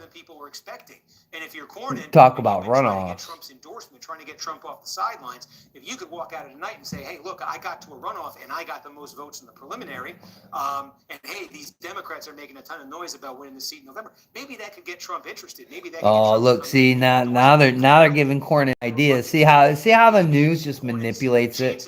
You know Trump's watching this. He's probably gonna say something about it tomorrow. Mark my words, tomorrow and next day coming up. By performing You know. significantly better in the same day Yeah. vote, Paxton Come won on. Burrs today with a sizable advantage over Cornyn. The case that Yeah. Cornyn is trying to make to Trump that hey, it's worth investing. See now everybody's talking all this. No, we need Trump. We need Trump. Come on. This is great. In a primary. To do that in a runoff, that's a much tougher sell to make. So what Adam said is very I think it's all a tough sell there, Steve. This whole fucking system's a tough sell. When you see some of the nonsense going on around these parts, you know. Since I've been talking. No. Yeah, it's a little bit here and there. It's tough to say because they don't get categorized. Let's see the comment sections up in there. Area, so it's tough to keep a cumulative total. These guys are shitting on Dan Crenshaw so bad, dude. It's pure comedy. Pure comedy, dude. point shift is what Adam's describing in that Senate Yeah, race. dude, this will be big, dude. This will like really realign. Oh, Texas 23. damn, he's losing bad now. And Brandon Herrera's numbers are up. Okay. We got the early vote. Here they are, 37% in Frio County, and he's losing bad. So we got 199 votes total. A difference of 15 between Gonzalez and Herrera. I told you this. There's a couple Yeah, dude, there's a couple of districts over here, dude, that like I said, he had to win that one big one, and he's losing it. Brewster County. We got the early vote here. There's a good one for him right there in Brewster County, 55.9 to Gonzalez's 36.4. But remember, guys, this is early voting numbers. So when the big numbers come in, we'll have to really see how this flips on its head.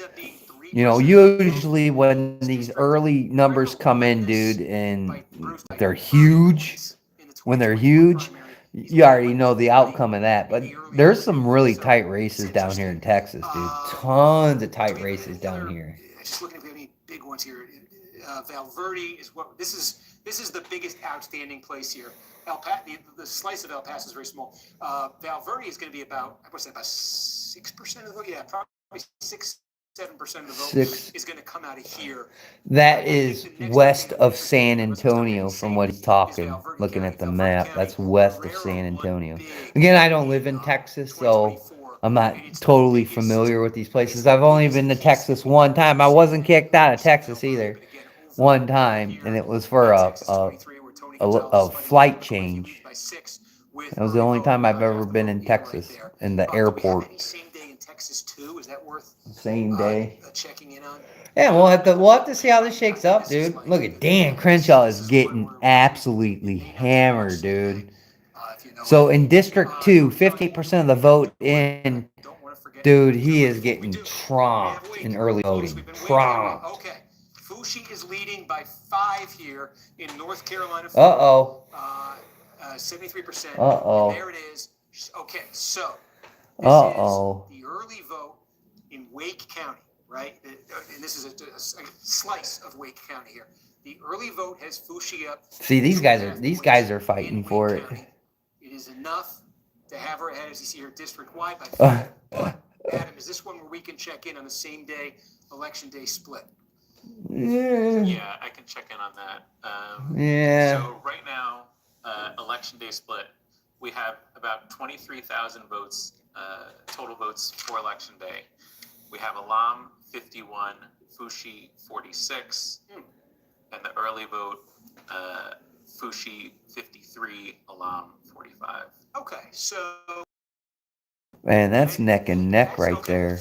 That's neck and neck. Advantage for Fushi in the early vote across this district. We have the early vote from That's what really that piece of close. Wake In means. Man, if she loses that seat, dude, I wonder how that would The early vote we be. think is bigger than the same day vote. There's Yeah. more in this bucket than there is in this bucket. Okay, so an 8-point advantage for Fushi from the bigger bucket, and currently a 5-point advantage for Alam In the smaller early, bucket. yeah. And that's why that nets out with what did I do to lose the vote there? There you go. Okay, and that nets out district-wide with about Yeah. 3/4 of the vote in to a 3/4 of the vote over Alam. is in I don't right think now I for this Adam, one. My beloved producer on the spot, but do we have that broken out by county at all? Is that possible? Yeah, what county are you looking for? Okay, I would like Durham.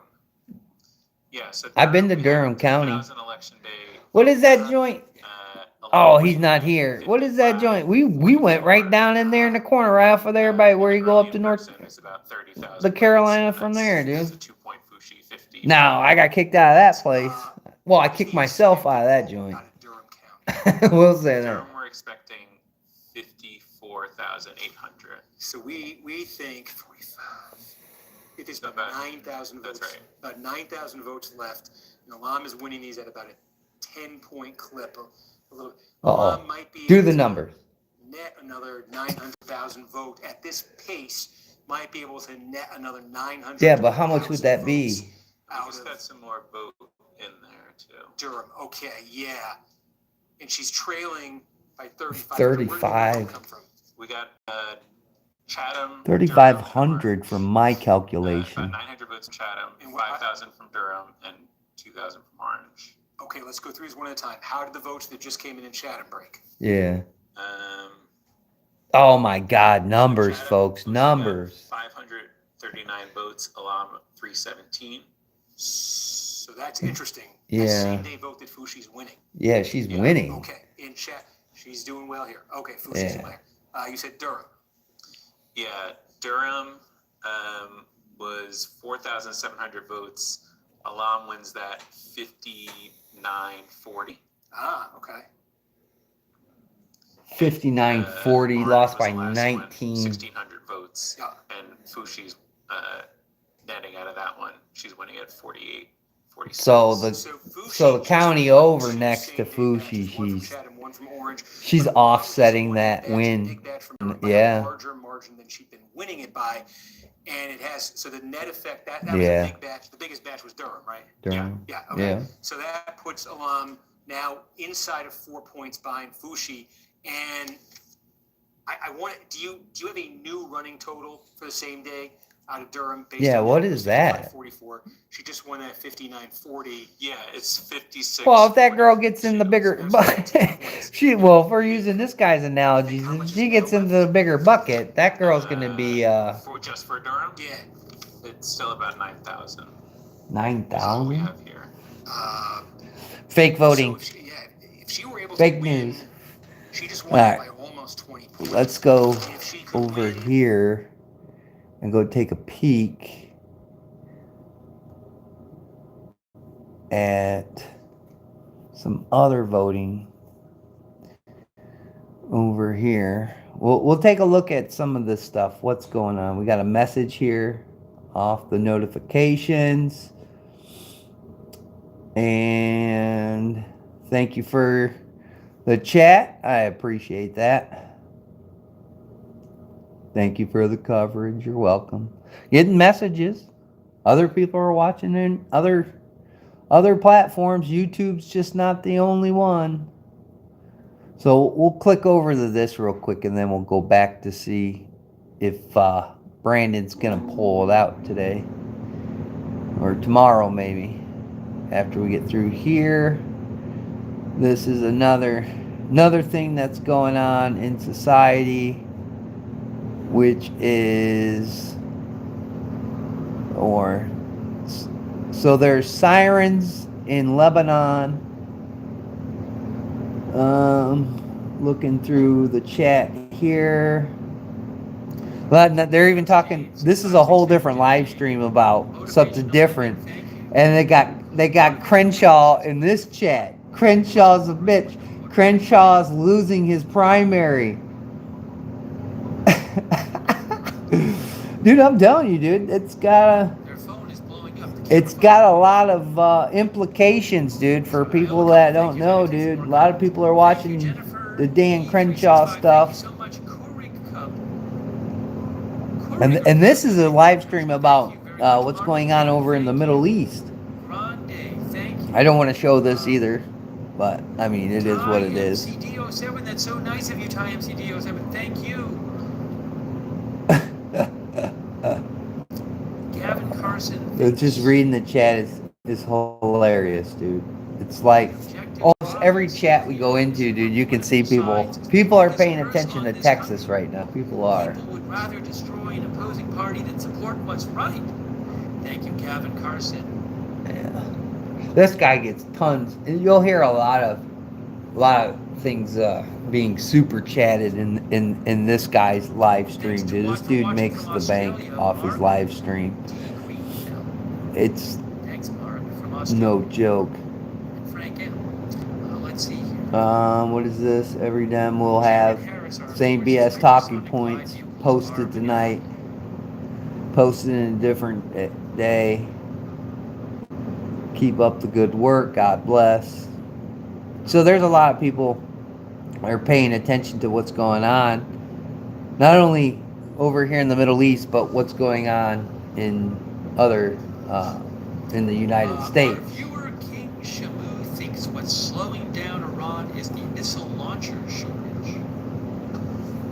Yeah, they just I think the Pentagon just released a bunch of footage of them blowing up the launchers that shoot those hypersonic missiles. Like I guess they've basically got air superiority out of Iran, and they're just hunting, man. It's like shooting fish in a barrel, as they say. You know, it's only a short time. And I seen some earlier reports, like way early today, that the Trump administration reached out to the Iranians about talking about a ceasefire, and the Iranians came back with like, "Go fuck yourself." So I mean, that's the worst thing you could say to this guy sitting in the Oval Office. U.S. Southern Command. Now they say, is there an active killer in Michigan off of here? So we'll go look up that and see where. We'll go see if we can find that. That's right now.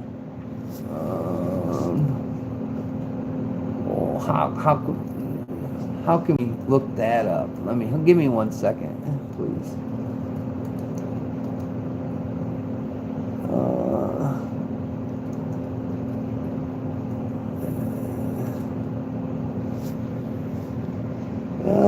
We're going to take a look at this.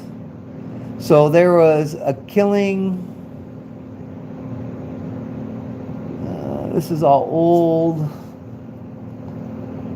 No reports yet. Whatever they're saying in that other chat. This is from the church stuff. More church stuff. So I don't know what they're talking about in that guy's chat. Now I know there was one in Cincinnati. We'll go back there, take a peek. It's probably gonna whip me another ad, so we're gonna have to turn that off real quick. We got to turn off that ad real quick. FanDuel don't pay us. Definitely when we don't make our bets. FanDuel does not pay us. Now let me look in this guy's chat. Nah, dude, I that's just somebody just talking out of their ass, or they're not informed. You gotta watch it. Who says if there is such an imminent threat, why does Congress vote on this for the record? Republicans hold the majority. They did have a poll. I seen on one senator's Facebook page that I follow that they had a poll, and I think it was Thomas Massey's poll, and it was like, trust Trump, should Congress convene and talk about it, and something else, and everybody, and like nobody wants Congress to vote on anything, basically. You know. I don't really know all the details on all that. So, yeah, for the war powers, that's what it was. The war powers resolution. That's what they wanted to do, and I guess he put a poll up on his Facebook page or some shit, and a lot of people were like, no. So, I mean, what does that tell you? The state of the country. You know, if we're not going to listen to Congress and listen to what Congress has to propose, or some of the things that they want to talk about, why even have Congress at this point? Then we would be living under a king, in my opinion. If we're not going to listen to Congress and just let the president willy-nilly himself in office, dude, then why do we have Congress? Why do we have a Congress? I gotta look that up. I think people should rethink that. I don't honestly believe there's any kind of risk of the military action being stopped by a Senate vote. Put it that way. They're reporting that these strikes have taken out pretty much anybody that they put in power. So maybe they're whacking people until they get somebody in there that they can control. That's the word I'm looking for. That's the only thing I can think of, because I guess they just put somebody else in power in this country, and they whacked him yesterday morning. The Hill points out Trump And then would veto it. and then they were talking about putting that Ayatollah's son in power, and I guess his son is having second thoughts, which, I mean, everybody that they're putting in that position, Israel and the United States are taking out, so why would you want to take that job? It's the worst job in that country right now. And it was funny too, because I seen Trump's comments about him creating jobs in Iran, which was like, everybody loves me. I'm even creating jobs in Iran. It's horrible, dude. But I mean, what do you expect? There has been reporting for like. And then you had today in let me see here. Yeah, Hillary Clinton gave him that. But then you had the Shaw will go back and get rid of the bad stuff. I don't know, G-Webs. I couldn't tell you, dude. That there's reports. CNN reported earlier today, I think around 3 o'clock my time, Central Standard Time, that the CIA is in negotiation with the Kurds in Iraq, and they're talking about having the Kurds cross the border into Iran and arming the Kurds for a ground invasion. Whether CNN is lying or not, which they probably are, that would be basically just setting them up as cannon fodder to see what the Iranian ground forces are all about. We already know what their systems are about. Their systems suck. Let's just be honest here. Their systems aren't the greatest systems in the world. You know, it kind of reminds me of China. How much, you know, China is propped up to be this huge superpower, you know what I'm saying? And boy, you know, watching Russia, you know, they were a paper bear if I've ever seen one. When I watch the international news, the people in Iran say they want the Shah back. I've seen reports of that too. Like, the people that were protesting, dude, were like small groups, like small numbers of people, like 50 or fewer. I don't know if that's out of fear, which, dude, remember back a couple months ago, they were running people over in SUVs like yours, dude, that you just got. Like, dude, I don't know, dude. There's a lot of mixed reports there, but there ain't shit they can do now, dude. This is going on now. It's 6:27 over there right now in Beirut. So 6 in the morning. So the sun will be coming up here in a short matter of time. But like I said, they're cutting off feeds. They're cutting off feeds for all this. So if you're trying to watch like the interception of missiles or what's going, they're cutting off all the cameras that are in Tel Aviv, that are in all these areas, man. They're cutting all the cameras and you can't see it. And then when they cut the cameras back on, that's when it's all over. And I don't know what that's about, because, boy, they were pushing that shit down our throats just a day or two ago. You know, that was, I don't know about you guys, but shit, that was coming up on every piece of other social media besides YouTube, where, oh, there's another alarm, and they would show the interceptors go up there and taking out these missiles and stuff. Now they're like, no, we can't do anything like that. Some people are saying it's a risk, a security risk, that, you know, Iran will figure out where these interceptor munitions are at, dude. These units are at, you know, which I don't buy. Then why the fuck did you show it for 2 days straight? And why did you show it just months earlier? You know what I'm saying? What did you move these things since they're mobile? You know what I'm saying? Like, why aren't they always going to be in the same spot? So I didn't understand that today. And that's got a lot of people wondering, like, what are the governments hiding? What is this person hiding? So on and so forth. So that's something to look out for.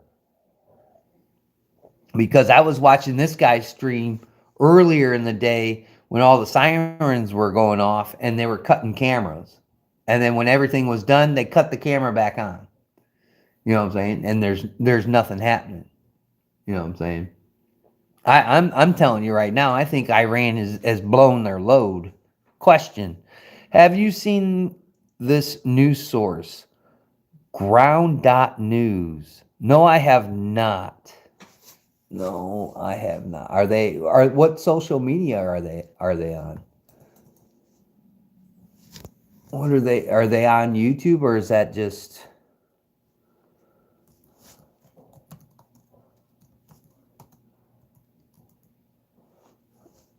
Let's see. Ground News, the world's first news source comparison platform. Is that it? Is that who it is? Ground News? Am I right? Oh, so this is this guy. He's got 73,000.4 subscribers. He's only got 183 videos. I wish I had 74,000 subscribers and I only had to make 100 videos. That'd be fantastic. I'm looking at him now. What has he got on his things? About media bias? Yeah, I might watch this guy. There's a lot of media bias. Oh, he's got a lot of things about. Yeah, dude, he doesn't have like a shitload of videos, dude. If this is the guy, dude. Is it a dude?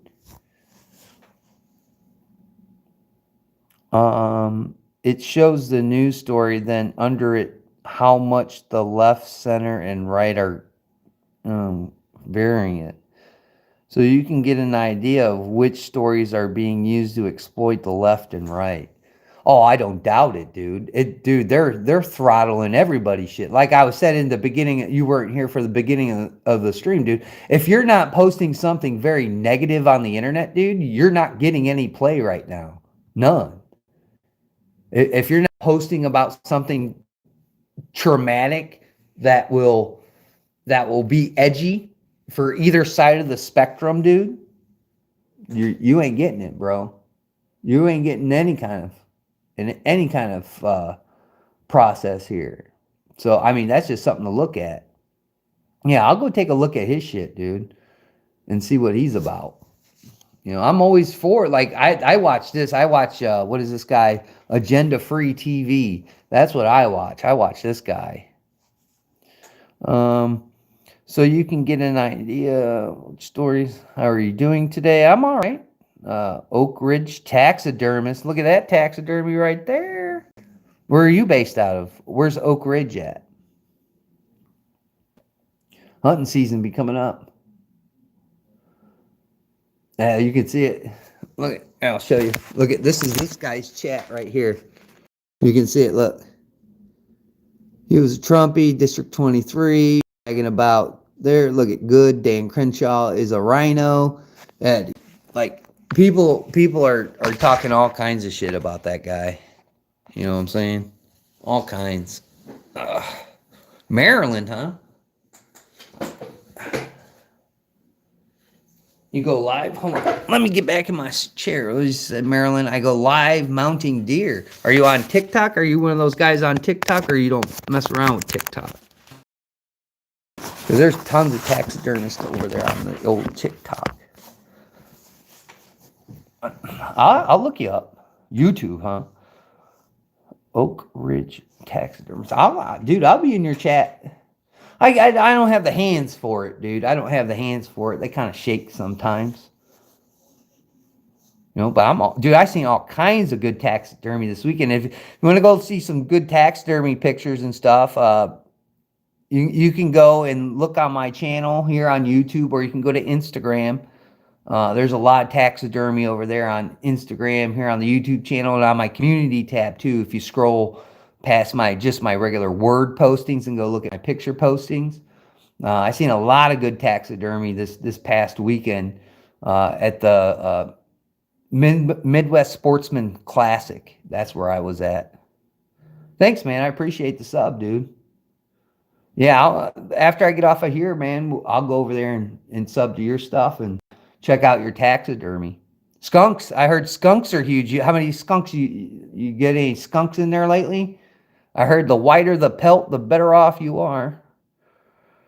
Raphael's out there saying fire. Thank you. I appreciate it, bro. I appreciate it.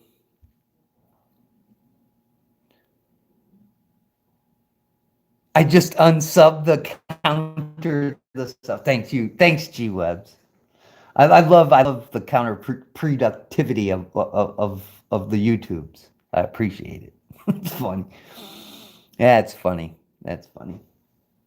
But yeah, I should have got that little guy mounted, that little goofy guy that I shot this past year, but I did.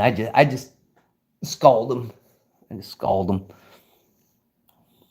You know, but yeah, dude, I want to do my turkey. I got my turkey spread out here, so it's gonna be the turkey fan, and then the legs coming down with the beard off draped. I gotta get that done. I'm gonna frame it. I finally got on the board with my first turkey this past year, man. Boy, it was a long time coming. What did it take me? 7 years? 7 years to shoot turkey? I come close like a billion times. A lot of people don't understand, man. Turkey are pretty smart, man. There's a reason why it was about to be chosen for our national bird instead of the eagle. They're tricky, man, especially when they get hung up. Like I remember one year, dude, at my old place, and I sat behind that damn tree for so long, man, and he just got hung up, and then you could see some hens skating off in the back, and guess where he went? You know what I'm saying? I was like, damn. I think I had that on my video, or on my channel, the video of that. Sitting out there in the rain, back behind there, just waiting, and he just got hung up, man. Calling to him, and it was raining too, and I suck at a mouth call, so I couldn't use the mouth call to save my life. So I was using the slate call, and it wasn't waterproof. And you know how that is when you get a slate call wet, dude. It's the end of it. Turkeys are hard to get. I never seen a turkey on a turkey hunt. On a deer hunt, see turkey all the time. That's usually how it is. That's usually how it is, man. Like, what is it, year? I think it was a year I shot this big one. When was that? I think it was that year, dude. And I didn't buy a turkey. That was the first year since I ever started hunting turkeys that I did not buy a turkey tag, and I saw a turkey every day of my deer hunts. Every day. They were from here to that wall. You know what I'm saying? That's how close they were. You know, I was like, damn. And you can hear me in the video. I think that's on video too. You can hear me in the video saying, damn, I should have bought a turkey tag. Because I didn't buy a turkey tag that year. That was the only year I didn't buy it.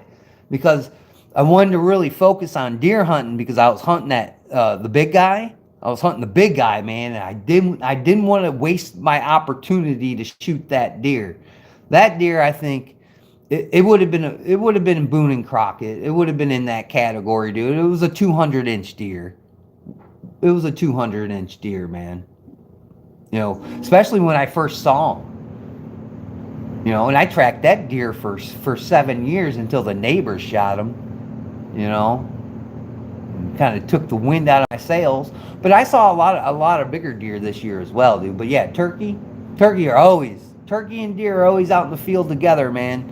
Usually when you see a turkey, man, a deer will come. Like G Webb says, dude. Some other times you won't. You won't see him. You won't see him. Yeah. I saw a ton of good taxidermy. Talked to some people. Another person I watch is Death by Bungie, because he does a lot of crossbowing stuff, and that's what I use nowadays because I'm old. And yeah, man, been watching a lot of his stuff, and his daughter does taxidermy. Like I said, man, my hands can't do it, man. Can't do it. But those turned out well. I really like the Beanfield buck, man, and the way he did that one. You know what I'm saying? And believe it or not, that deer was bigger than the Beanfield buck, and they have like really different antlers. If you can see it, you know what I'm saying? I'll go over it one day, dude. You can see the real difference in age class of deers. Like I'm telling you, I believe the Beanfield buck is older than the wide one, not the big guy. You know what I'm saying? Technically, they're both 11 points. You know what I'm saying? They're both 11 points. You know? But just body-wise, dude, the Beanfield buck looked older. He just looked older. You know what I'm saying? That swayed back, that little belly that he had on him. You know what I'm saying? This other one, not that big, man. Not that big. But, I mean, that's what I like about hunting. You know what I'm saying? And it's what really draws me to it. is like when I go to a show, like it doesn't even have to be SHOT Show, but if I like go to the NRA shows or a local gun show, like every gun is the same. Every gun is the same. But, you know, every deer's not the same. Like those are two different deer. Different styles, different attitudes, different antler base, just different. Different in every capacity of deer. You know, the Beanfield buck was really aggressive. You know what I'm saying? He really wanted to take on somebody in his territory. The other guy was hanging out. You know what I'm saying? Trying to find himself a date. You know, and then I've seen other deer that I've shot that are just, you know, they're just a different, like the Goofy guy up there. That guy that's hanging up there on top, Goofy dude. Seen him 4 or 5 other times, dude. 4 or 5 other times. He was just a goofy dude, and I knew he was betting on that property.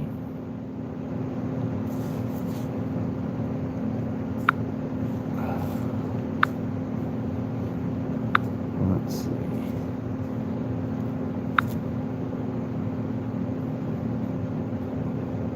Oh. Bam. There you go. Bam. So, Thailand 14 just got reported, so have fun recovering your YouTube channel, buddy. So, there you go. And just like that, folks, that's how you get banned. That's how you get banned. Just like that. And plus, I reported your comment, brother. So, I mean, have fun, dude. Like, there's so many people. I had one guy find my social media somewhere else. Oh, you got me banned. I didn't get you banned. It wasn't me in the chat typing something fucking ridiculous like that. You know what I'm saying? You got yourself banned. Don't say it. I just say it. Don't say it. Don't say it, and you'll skate through life without problems. And guess what?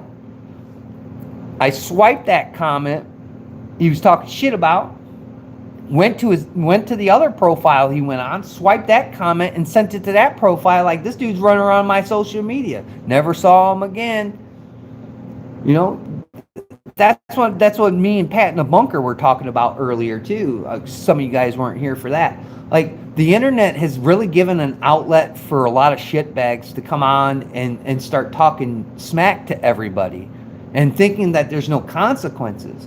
Like, I think I talked about this. If you're a channel member, you can go back and watch the videos. Usually my live videos are live right now, but if you want to go back and watch them, dude, you have to become a member.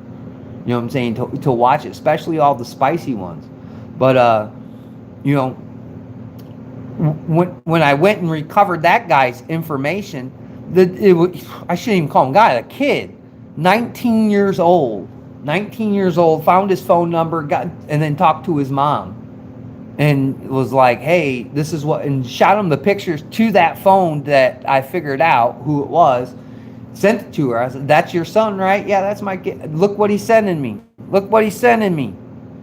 All of a sudden, that phone hung up quick. That kid probably got slapped in the head. Like, if you don't think I can find out who you are, where you live, and what you're doing, you're insane. Just like you can figure it out for me. But there's a reason why my profiles are public on social media. Because I want to teach, learn myself, have other people learn and teach, and use it for good. But the internet is filled with horrible people. 99% of the stuff is little kids. It's the internet version of prank call. Yeah, like remember the Jerky Boys? Remember those guys? Ding dong, you ditch ding dongs, yeah. You know, but you know, you start crossing the line when you start taking pictures off of other people's social media and start threatening their lives of their family and their kids. You know, that becomes a whole different situation. Like I said, there's a reason why my profile is public, you know, to get the word out, you know, to interact with you know, people on social media, to interact with other content creators or other people and teach them what I've been learning through my journey through life, you know. But yeah, and lot of these kids nowadays think they're cloaked in mischievous wonders that you can't figure out that, yes, you do have an IP address. Yes, I know people that know how to figure that stuff out. Yes, I know people that can do it for me and then, shoot me the information and I can figure out who you are. Like there was this guy on my local, the local Facebook page that takes pictures of people when they get arrested for their mugshots and tells you what their crimes are. Well, this guy thought he was a tough dude, and I figured out he just lived north of the border right across the way from me. Like, bro, you're a hop, skip, and a jump away. You want me to talk shit to you? I'll go to your house, you know what I'm saying? But I don't want to get shot. You know what I'm saying? That's the thing. They figure out, they think they have some kind of masking ability with the internet, dude, and it's horrible. It's horrible. And it gets even worse the younger the viewage is of social media. You know what I'm saying? You got all these weirdos and predators out there. The internet spawned something out of Pandora's box that will never be put back in. You know what I'm saying? And that's the scumbags, dude. That's the scumbags that ride around the internet, dude, doing what they're doing. I don't take credence in it. You know what I'm saying? Unless this person's like predominantly known. One guy owned a business that I tagged him in, and all of a sudden he straightened up. Like, yeah, dude. Like, don't threaten my life. You have a business. The guy had like 2 kids, 3 grandkids, and an ugly wife. It's like, dude, your life is already ruined. Your wife is ugly. You got grandkids because your kids are popping them out and they don't look no older than my kids. So your fucking life is rough. And now you want to talk shit, and I just tagged you and your business in the shit talking that you do on the internet. Like, I don't have a problem. Some people like, that's bad, doxing people. Well, it's bad too when you say you're going to murder me. It's bad too when you take pictures off the internet of my kids and say you're going to murder them. All because I had an opinion. And none of it was malice. None of it was mean. It was just like, you give them facts, you tell them this, that, and the other thing, and then they throw you in the group. The greatest thing is the people that throw you in the groups. You're a MAGA, you're a Trumper, then you're a liberal, from the other side, or you're a leftist and you're like, you have no fucking idea who I am. You have no idea what my politics are and all that jazz. And then when they find out, they stop chirping, and it's like, what? Now you're going to stop talking shit because you figured out that I'm not part of those 2 crazy cultures. And now it's like, and then the biggest one that, you throw your vote away. That's the next thing. You throw your vote away. And it's like, oh my God, give me a break. Give me a break. Uh-oh, we got some sirens going off. Uh-oh. Oh, he's freezing. Or is that me? No, that's him.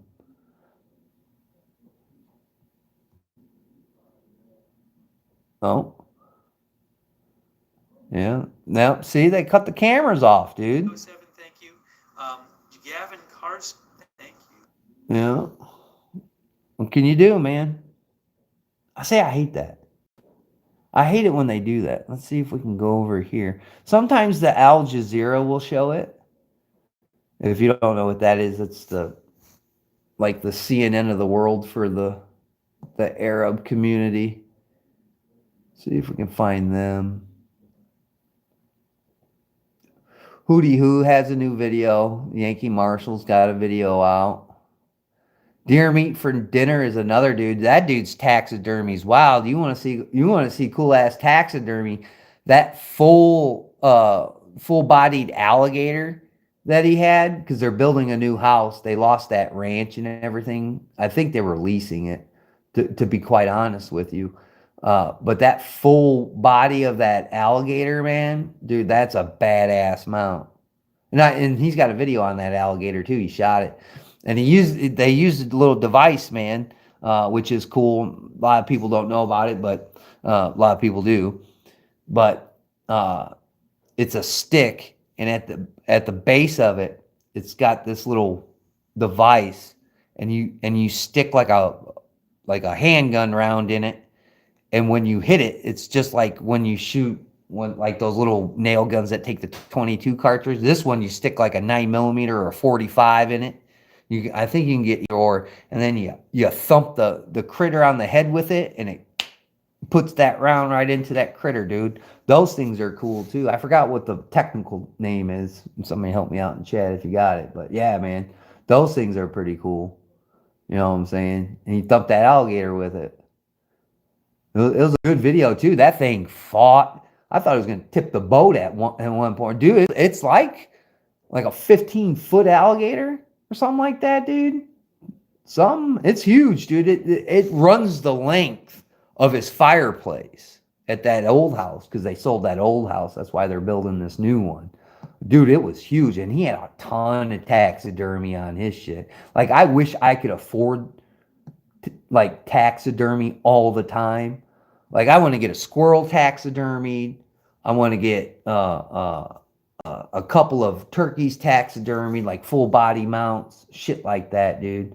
But that costs an arm and a leg. That taxidermist guy that came in here, what was it, Oak Ridge or something? What was it? Let me go back up so I don't fuck it up. Yeah, Oak Ridge taxidermist. He could probably tell you about it on his shit. Dude, takes a lot of skill to do it, man.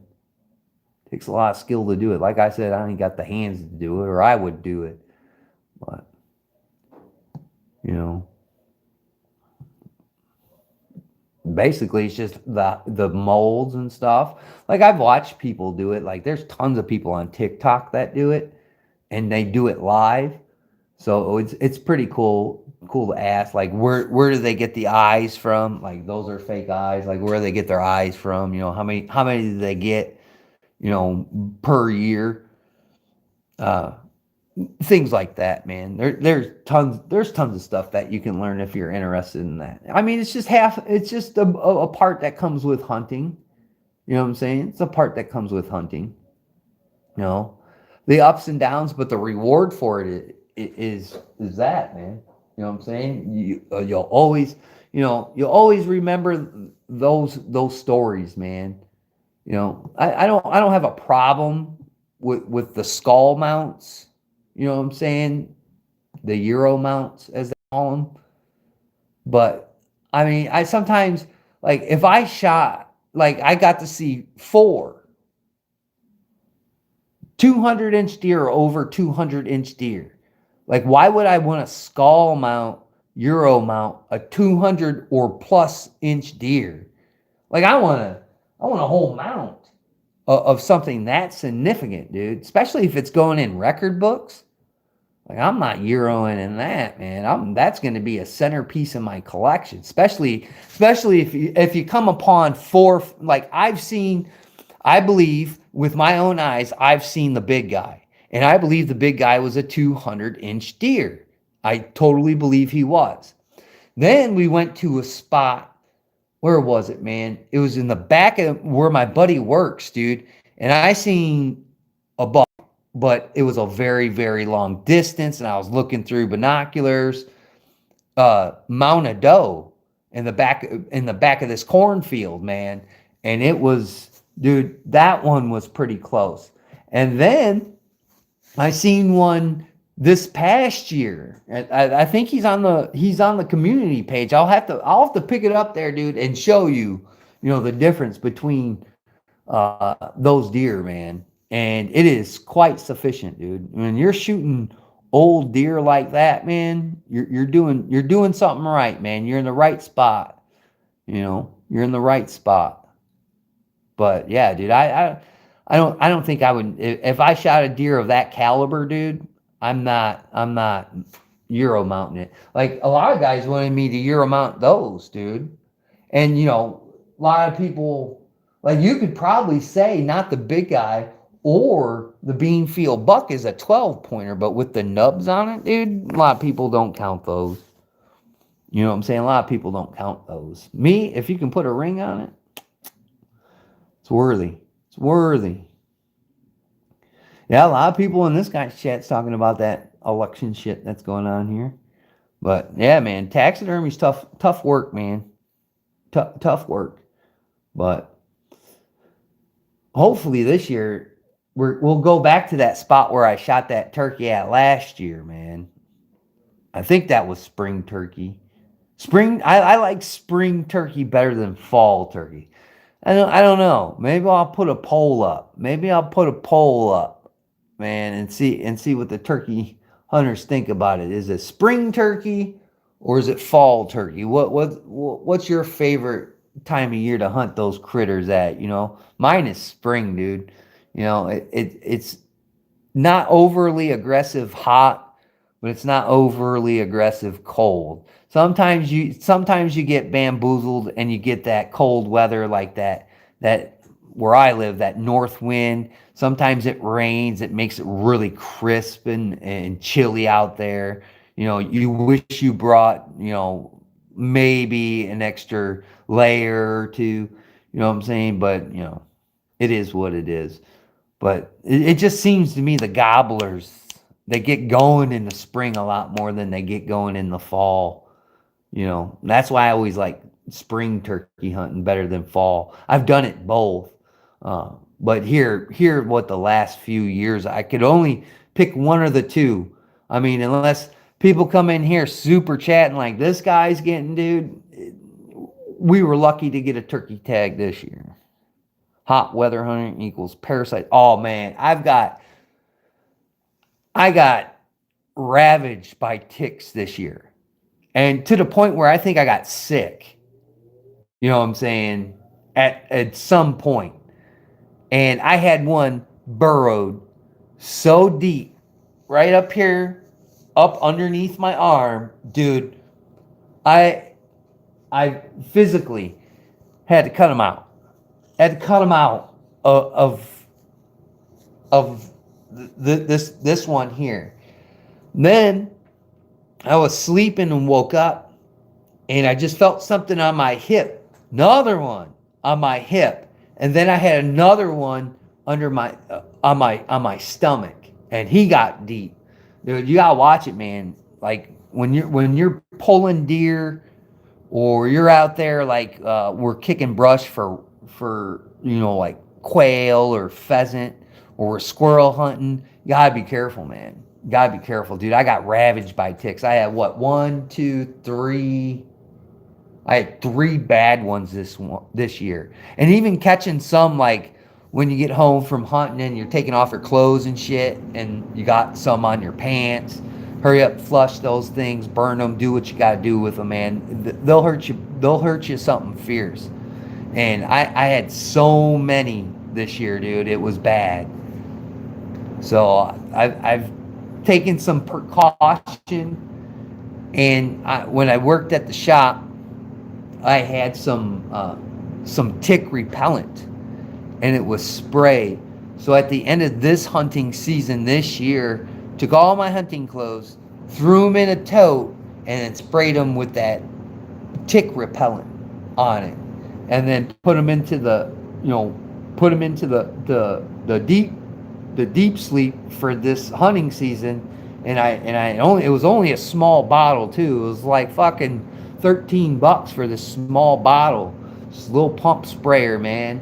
And I saved a little bit of it, so I'm gonna use it on them very, very early season deer hunts, unless, you know, winter this coming up, fall takes a different shape.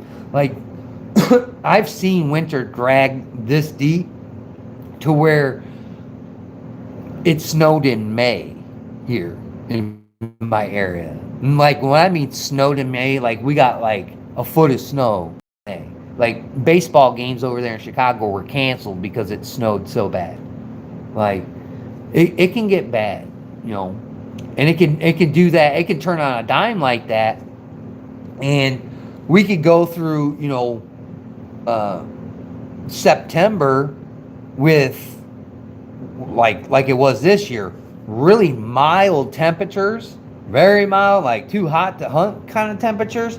To go look at my video, I went through rain, freezing rain, snow, freezing rain and snow. Go look at the transitions from that video, dude. I went through every weather pattern somebody could imagine.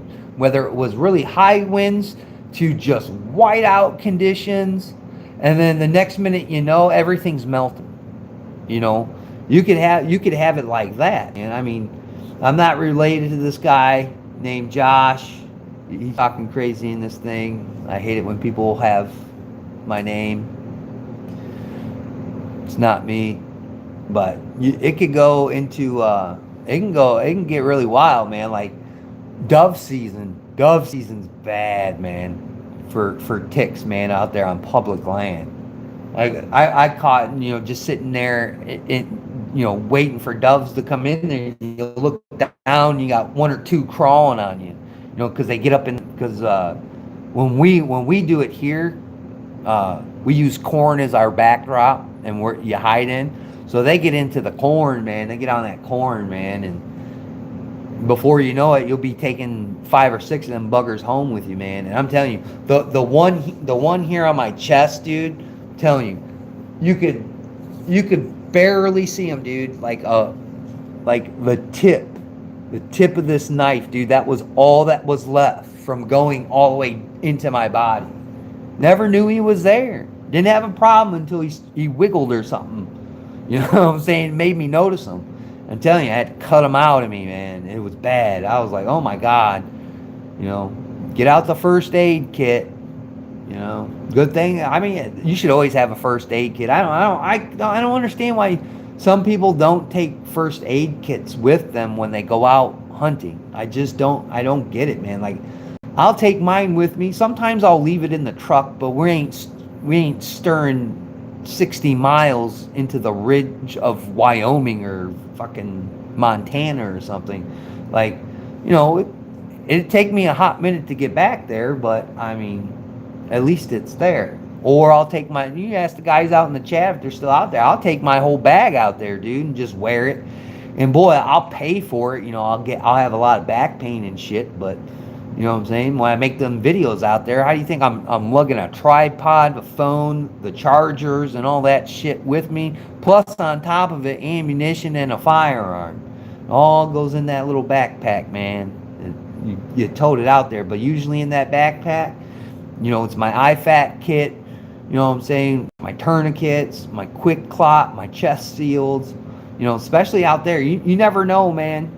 You never know. Somebody can point that shit in the wrong direction and your life could be changed forever. You just don't know. You know, especially out on public land. Fuck, if anybody's ever hunted public land, you know about that. You know about that on the first degree. Some people out there in public land, you question. You question. You know what I'm saying? What they do. Let's see what he's talking about. Yeah, they're talking about Texas still in this guy's chat, dude. Apparently, it's going very bad for Dan Crenshaw. We'll go back there and take a peek. We'll go back there and take a peek. See what's going on there. Oh, the Burnt Peanut's on. If you guys haven't seen the Burnt Peanut and you like video games, thank me later. That guy is a wild dude. Dude has had a YouTube channel. Check this out, G-Webs, if you're still out there. G, are you still there? Anyways, if not, watch it on replay, brother. This dude started his YouTube channel in 2009. 2009. Got no play whatsoever. No play whatsoever streaming video games, right? All those years. So he goes on YouTube, erases all his shit that he made those years prior, gets this application that's pretty much like green screen shit. You probably know more about it, but it's this application where you can make yourself into a peanut or a potato, and your face is in the potato or in the peanut. This is basically like green screen. You're wearing a green screen. Dude, as soon as he does this dude, how many, let me see how many he's got now at this point. Let me see how many he's got. There's 84,000 people watching him right now. Last night when I watched him, he had 164,000 people playing a video game. And now he's got, let me see, how many subs does he have now? I'm not subbed to him. 1.67 million. 1.67 million. All for putting that green screen of him being a peanut playing video games. 1.67 million. And that's just his YouTube account. That's just his YouTube account. That's not his other pieces of social media, his merch, and then, dude, the super chats are off the hook for him, dude. Like, I wish I would have thought of it. But, you know, we have a life. You know, we have a life. You know, we care about the world. But yeah, dude, crazy. Crazy how you could just ditch all your shit, start over, and be that successful. And, you know, of course, everybody's hating on the guy. You know what I'm saying? A lot of people kind of accused him of view botting, if you know what that is. Me, I'm like, dude, that's organic. You go look at that dude's chat, dude. How he reads it, he's gotta stop it at some point and go through it, and then hurry up. And you know how you scroll on, dude. It goes so fast. So fast. But yeah, dude, just wiped his entire shit of his content. 1.67 million followers. Like, dude, that's bigger than a lot of people on YouTube. Like Mr. Beast. I wonder how many Mr. Beast got. Let's go look, dude. Because Mr. Beast was really hip back then. Let's see where Mr. Beast still shows up as #1 on the YouTube search. He's got 469 million, so that's a lot. That's a lot. That's Mr. Beast. But yeah, dude, like these dudes, man, how they do it, I don't know, man. I mean, he's vulgar. I will say that, dude. He's vulgar, but I mean, it's, you know, what's not vulgar in this life? Like I said, dude, they're vulgar stuff, political stuff. You know what I'm saying? When you get that big of a fan base, dude, you could pretty much go anywhere. I mean, sometimes it'll hurt you, sometimes it won't. But boy, man, like watching his story, because he did an interview, and he even did the interview dressed up as the Peanut, dude. Dude, he was selling waxes for women. That's what he was doing with his life before this. He was selling waxes for women. And he went from quitting that job to, dude, he's rich. Like, he is drastically wealthy at this point. Like, it's probably one of the biggest stories I've ever seen, where, you know, I've looked at some people, like I've gotten some new recommendations on YouTube. You know what I'm saying? I've gotten some new recommendations on YouTube. And looking at some of these guys, man, it makes you wonder, like, how did this guy get to, you know, 52,000 subs, only having like 60 videos? And then, like, even going through the context of some videos, it was like, that was a pretty boring fucking video. How did you manage to get that? But I mean, people will watch what they want to watch, man. But I've seen that a lot. That's another big thing that I've been kind of watching on the tubes and other pieces of social media, especially TikTok. Is like, how do these people have, you know, 100,000 viewers or 100,000 people subscribe to them, and they got like 8, 10, 20 people at the most in their chat? Like, we talked about that with Hank Strange back in the day. But man, this guy, dude, I think it's organic to a certain extent, dude. He might have done some of that shit back, you know what I'm saying, starting out to get that notoriety. But now, dude, I think that's all, you know, just like rolling the snowball down the hill, dude. But yeah, the burnt peanut, dude. If you like video games and stuff, a lot of people don't like them. Me, I think it's hilarious. I think it's funny. And, you know, lot of those guys in that realm. You think it's bad for gun culture and hunting culture and all this shit? The niches around YouTube, if you go and be a part of them, like I play some video games, dude. There's some video games that I like to play, dude. I grew up in that era, but then there's other dudes, man, where you shake your head, but yeah, dude, that it looks organic to me. It looks organic to me. Am I saying in the beginning it wasn't? Quite possibly no, but now, dude, he's huge, dude. He's bigger than most of the biggest, streamers for video games. Let me see here. Let me see. I think Dr. Disrespect is another one, but he got caught up. Yeah, see, he's number one in the search bar too. How many does he have? He's got a lot too. Not as much as Mr. Beast. Ooh, he doesn't give his shit. I don't think he gives his account. I don't want to. No, he's got 4.39 million. But he's got 1.8 videos, dude. He's got over 1,000 videos. Look at the analytics here, folks. We're talking about a guy who wiped his entire shit from back in the day. He's got 1.67 million. And he's gaining on Dr. Disrespect. You know what I'm saying? For video gaming. And it goes for, like, if you look at the niches throughout YouTube and the analytics, like, I've been really looking at the numbers and stuff like that. I'm not going to lie, dude. I look at my analytics on a daily basis, to see what's performing, what's not, what I should do, what I should not do, things like that. Like, that's why there's not a ton of political videos, dude. Political videos, dude, with my opinion, do not get my views, so why make them? Why? Just to throw them out there for shits and giggles? I think we shit and giggle a lot more.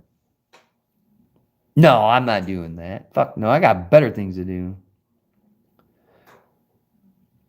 357 ED's out there. What's up, brother? How are you? I'm not going to start a game. I seen a lot of guys starting new channels. Like, they're not even dealing with that shit anymore. It's weird, man. Like, I don't think I'll ever start. Like, once this, if YouTube lords came down and are like, well, we're gonna zap Roll Call Outdoors channel, whatever he wants to call it, Roll Call 209 or anything else, we're gonna zap his channel. I don't think I'll ever make another YouTube channel ever again. I just don't think. I think a lot of us missed the boat years and years ago, dude, when all the other guys do it for gun culture niche. For the other things, you might make it. Question: why delete all your shit and start over versus just starting a new channel? I don't know. If it makes a ton of cash, I don't know. Yeah, it's not a waste of time. Like, he's got sponsors too. That's another huge thing that I've looked at sponsors. Doing good. I'm glad you up and running. Yeah, thank you, man. We're getting there, man. We got we got a long way to go. But yeah, man, I appreciate it. But yeah, dude, I get what you're saying, dude. I don't know, dude. But that just seemed to work for him. I wouldn't do that. Like I said, dude, like I seen like Trey's got a new channel. What is it? The guitar stuff. Gun Snob's got a new channel. All his stuff. But again, when you start getting sponsorships, that's what's huge. Like, in the gaming industry, from what I gather, dude, that's the cat's meow. Once the video game makers start sponsoring you, dude, then, it's like NRA money. Let's just put it that way. You know what I'm saying? But yeah, dude, I don't know. He may have not. He just took them off. I don't know if he deleted them square off because nobody knew who the guy was. Nobody knew who the guy was, and somebody wrote an article, and they had a small picture of him, like, years ago. And it was leaked online that's what he looked like. Because that's all he would do is wear that green screen peanut outfit, dude. And you can go see him, dude. There's tons of people that are doing it now, trying to replicate what he's doing. And I look at it like, man, those people may fail, because how many times in gun culture have we seen a Demolition Ranch? Like, some people will be like, oh, I watched Demolition Ranch. Then you probably watched Top Shot guy or what is that guy that lives over here by me, One Shot or whatever he is, that guy from Illinois. You know what I'm saying? What do you think he started doing? He started using very expensive firearms to shoot a lot of expensive items, trying to replicate that. And he's done a good job. I think he's got like 60, 70,000 subscribers, thousands of views on his videos. But again, is he going to get to that level Demolition Ranch was at? Probably not. Probably not. And I think that's a lot of things that I didn't want to do with my channel, is replicate what everybody else is doing. You guys know when I make a video, you don't know what you're going to get. You don't know if I'm going to be successful in hunting, or, you know, buying all the lemons that I used to buy back from the gun shop. You know what I'm saying? You never knew. You know what I'm saying? And I think that's one of the things that I encourage people to do when they ask me about, like, I had a guy yesterday, one of my friends that used to come in the shop asking me, you know, about how to get into it. And I told him, like, dude, it all depends what you want to do. Like, if you think you're just going to come into the firearms world, dude, and just drop a video and make millions of views, no, you're going to have to fight YouTube first, then try and fight to get your 1,000 views for your channel not kind of getting crapped on because of the content that's in said videos. Like, this has to, you know, you're going to have to really work at it. Like, you know, I don't think my channel's organic. I think it comes from a lot of other viewers from other people's channels that I watch, you know, and you get the crossover from it. But here, this latest one, I went from having 1,000 followers to what I got almost now, 3,000, 2,500. You know, close. We're getting close to 3,000 at some point. Probably by the end of the year, if everything goes well. I think it's more organic now than it was, what, even 5 years ago, 6 years ago. And I think what a lot of it that hurts us is, like, you know, I'm not trying to knock people, but I think it's the same shit over and over again.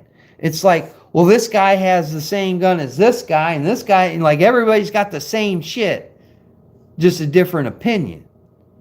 Or sometimes the same opinion, which then you start questioning things.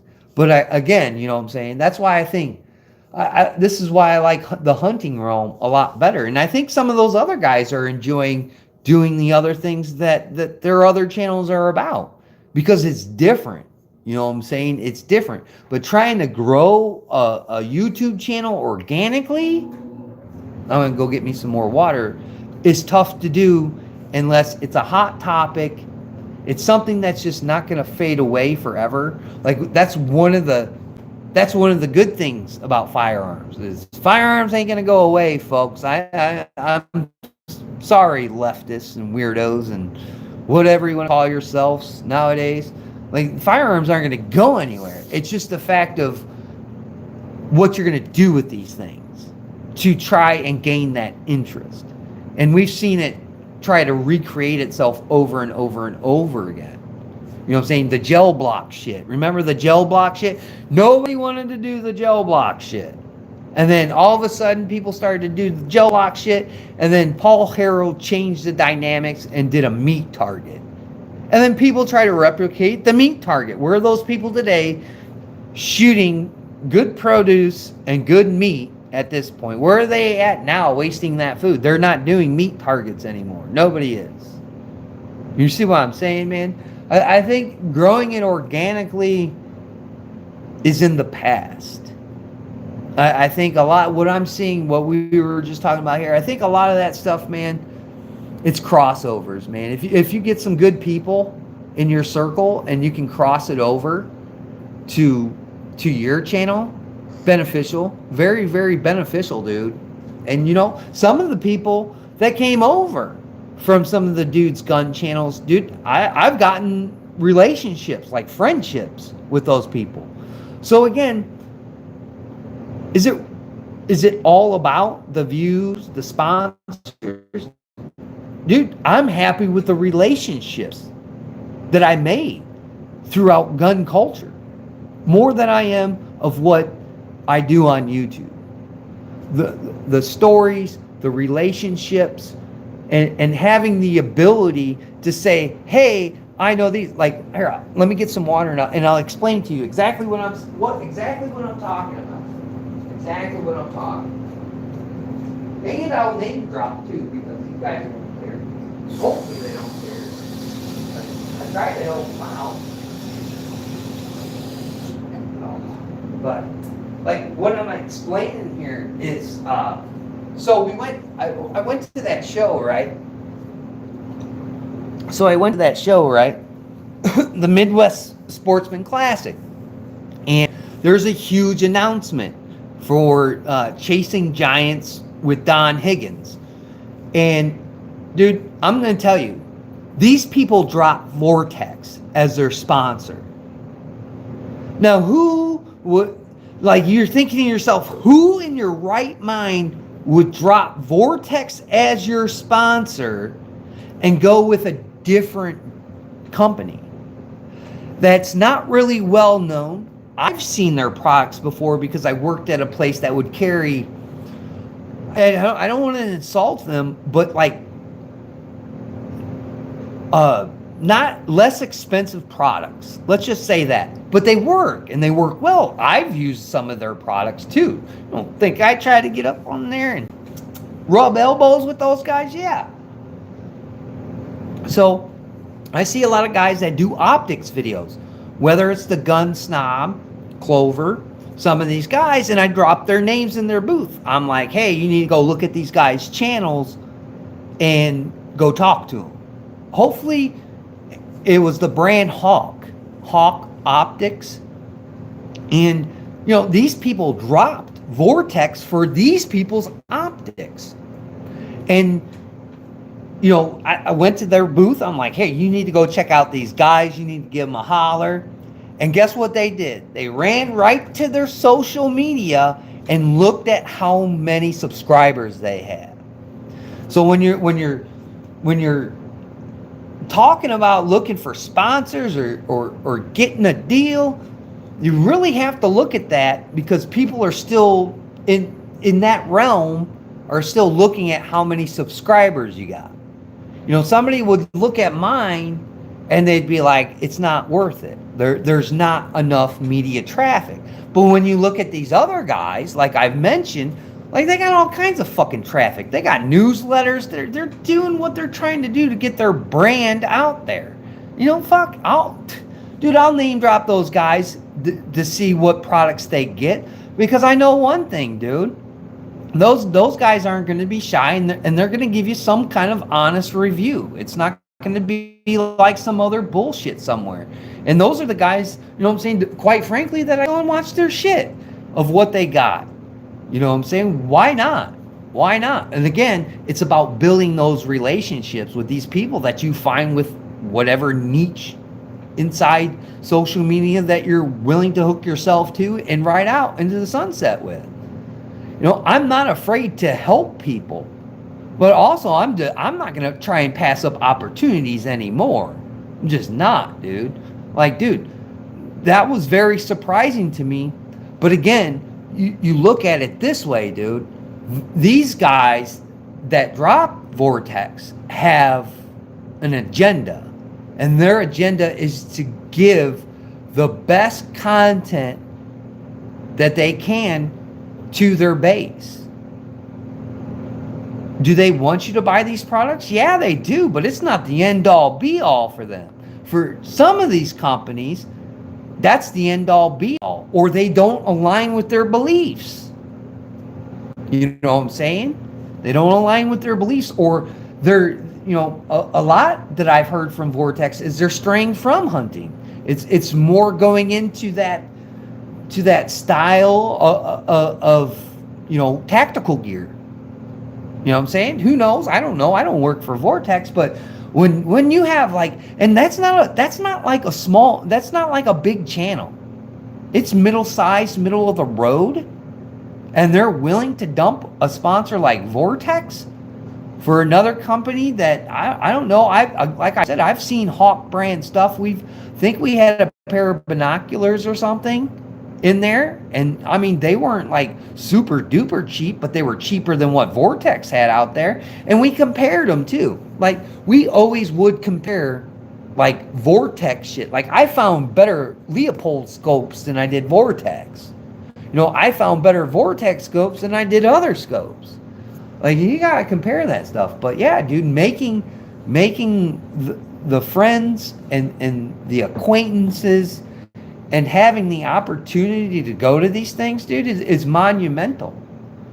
I'm just not geared to like, oh, I need 15 sponsors, you know. I need, like, I watched this guy's YouTube channel, and the first intro was his intro, and then it was 2 commercials, then it was inside the video commercials, and then it was like, then we got to the video, and like 5 minutes into the video is another commercial, and then you went through like a quarter of the video and it was another commercial. Like, why the fuck do I want to watch that?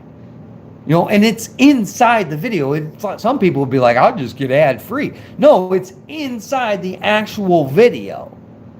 Like, that's another turnoff for me. If I have to keep on talking about the same fucking people that are, you know, I'm sponsoring their equipment in the video time and time again. Like, once isn't enough. So I got to do it 4 or 5 times. And then I heard all the stories about, you know, certain companies, they wouldn't let you release the video unless they took a look at it. Yeah. And it's like, okay, no honest opinions there. So, I mean, dude, you can, you know, have it 6, 7, you know, any way that you want to, man. But I'm telling you, it can be worth it at times, and then it cannot be worth it at times. Like I've said a billion times in media rooms, dude, and heard some shit come out of YouTubers' mouth, man. Like that's horrible, dude. Some shit about their fucking sponsors. Like, huh. You know, but again, it's just you got to find your niche. You got to find what propels you to put videos out. What is your passion? What is it that you are totally engulfed into, and that's what you want to do? Like, I haven't heard like tons of shit. I haven't heard tons of shit from a lot of YouTubers from back in the day. Like, I was playing a video game the other day. Guess who I ran into? Outlaw Hatfield. Remember Hatfield, the Outlaw Hatfield guy? Remember him? Ran into him playing a video game out of nowhere. Playing a video game. All of a sudden I hear him say, you know, nobody was waiting up for him or something in the game that we were playing. So I waited for him. So I'll run with this dude because it was a war game. And guess who it is? It's Ellis. It's the Outlaw, dude. Like, what the fuck is this guy doing? Dude, it was late at night. You know, late at night. You know, playing games. Like, dude, there's people that do other things in life, dude. We just don't always shoot guns. But again, forming those relationships, like we're talking in the chat, dude, of playing these video games. These guys are like, you know each other? I'm like, dude, I haven't talked to this guy in like 10 years. And all of a sudden, dude, we're in a lobby together. Crazy how it is. But again, you make those connections, dude. You make those connections and you form relationships. Some work out, some don't. You know what I'm saying? We've seen that happen a ton of times. Go ask T-Rex. Go ask the T-Rex Arms guys, you know. Relationships come and go, man. You just hopefully when they go, they split off better than what we've seen it end in other cases. You know what I'm saying? I know, man, that there's a lot of gobbledygook that can go on the internet, but find your passion, find that thing that drives you. Like, this drives me. You know what I'm saying? Don't get me wrong, dude. I like going to shows. I like going to that, but dude, it's the same shit over and over. It's not getting innovated. You know, from the number one thing that I heard this year is the gadgets and gizmos you were there, G-Webs, at SHOT Show. That was the driving force this year. Not so much firearms. There was a lot of different firearms in there, but it was the gadgets, the gizmos, the drones. Like, there was drones at the show that I went to here this past week. You know what I'm saying? I'll post it on Instagram and on the community tab, dude. This is big drone, dude. Drones are huge. Drones are huge in every part of society right now. You know what I'm saying? You just got to find that niche. You got to find that angle and that driving. Like, I don't want to do anything that I hate, dude. You know, and be miserable. Like, damn, I have to make this video, and that's all you're known for. Like, there's got to be a little more substance to who you are as a person for me to watch you. Like, we got to have a couple of different interests here, you know what I'm saying, on the same level, whether it's politicking, video games, sports teams, political ideologies, or just the same thought process. You know what I'm saying? The same momentum that you're jiving with in your life. I'm checking this. They're still shitting on Crenshaw, dude. And he's losing bad. But yeah, dude, like the whole thing that started this, yeah, like that guy asked me, you know what I'm saying, how easy or how hard it is. I'm like, fuck, you don't want me you got 15 hours to talk about how easy and how hard it is to do content on social media. You know, the number one thing I tell people, man, especially guys that came to the gun counter, man, is, you know, you got to have thick skin. You got to have thick skin, man. People are going to poke and prod.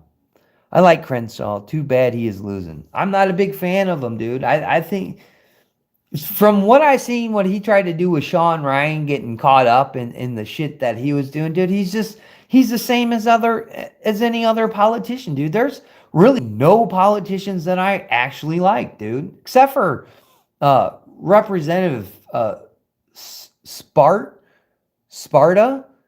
the representative from Indiana. I haven't heard much from her here lately, especially with the Ukraine war going on. But like, she's okay. She's all right. You know what I'm saying? But again, I don't know about her bad side and her bad tendencies that she's done. He did nothing with Ryan. Ryan is clickbaiting off him. I don't know, dude. When they start sending you letters of cease and desist, you know, you've struck a nerve somewhere, dude. Unless they were just doing, it could be very well those guys were in cahoots, because you don't hear about it now, do you? It's not even a fucking story now. You see what I'm saying? So you never know. It could be for clicks, dude. Like I said, it could be for clicks. The majority of shit that we do in life, you know what I'm saying? When you're a social media person, dude, is for clicks. It's for the likes, the comments, and the subs, dude. Me, it don't matter, dude. I remember how long I sat at, 10 subs forever. You know what I'm saying? 10 subs forever. And then you start growing, dude. You start meeting new people. You start learning. Like, what do you think when we all started to shoot firearms, dude, that we all came out of the womb? Pew-pewing out of the womb? No. We had to learn our way through firearms, whether that was through our parents, our grandparents, our friends, our acquaintances, or you go and take classes. You get better, or you try to get better anyway. You know what I'm saying? You just got to find that drive to do it, and that's another big thing. You got to do it. I seen his interview like 5 days ago. Dude, I watched like a short. I watched the shorts of he made, and it was all over TikTok. Like the whole fucking thing was over TikTok. That's when I was experimenting over. Not that channel's dead. My channel on TikTok is dead. It's dead. It's gone. I'm not selling anything. I'm not like creating division. I'm not aligned with one side or the other. And dude, like I post a video on there and it gets like 1 view, and I've had 1 view on a video for the past month. Like, I mean, that's the only time I saw his shit, and then I didn't even watch the fucking interview. Like, why do I want to watch the interview? But again, that's that bro vet shit, dude. I don't get down with it, dude. I just don't get down with it. I think that's a slap in the face to military with what the bro vets do anyway. But I mean, that's just my opinion. And you know, James Yeager told me about my opinion. He didn't like that one bit. He actually told me to go fuck myself, if you want to be honest. So, I mean, that's par for the course for James. Rest in peace. But yeah, man. I mean, there's a ton of shit, man, that you can do on social media, man. But you know, I just tell people to stay positive. You know, stay positive on what you do, man. Make a clear and concise message. And try not to put a bunch of bullshit out there, dude. Try not to be putting the fake news and getting sucked into the paradigms in life, man. You know, and keep on doing it on a consistent basis, so on and so forth. Dude, there was somebody, I forgot, I think it was an Instagram, dude, on somebody's post, some famous YouTuber's post, bitching about, oh, my channel's not doing shit on gun content. I said, well, did you see the little shindig that they had? And I shot him the link to Clover's video explaining that shit. Like, go. If you're doing anything that guy just said in this video, that's why you're getting shit on by YouTube. And I look at my gun videos. My gun videos are doing fine. I don't have links in them. I don't have this. I don't have that. I mean, you play by the rules, you're not going to get burnt. I mean, YouTube knows I be bending that line. I'll put a foot over it and then put it back. You know how you were a little kid? You know, if you had siblings or whatever, dude, you'd poke your brother and then he'd get in trouble for bitching and whining. You know what I'm saying? You know, you gotta play the game. These guys aren't playing the game. They just think they can just whip links out to everything. And it's like, dude, it's not like that anymore. YouTube's changed. God, G-Webs would know. Like, huge over the course of just a few, handfuls of years, dude. Like, we saw the purges, we saw this, we saw that. But, dude, like, you just got to play the game, man. You got to play the game. And if you don't, dude, then expect for these people to say something to you about it. Like, a lot of these guys are like, it's all YouTube's fault. I'm like, no, it's not. It's not. It's your fault because you're not abiding by what they say. You know what I'm saying? I just wish they would read the rules. If they read the rules, then they have no more excuses.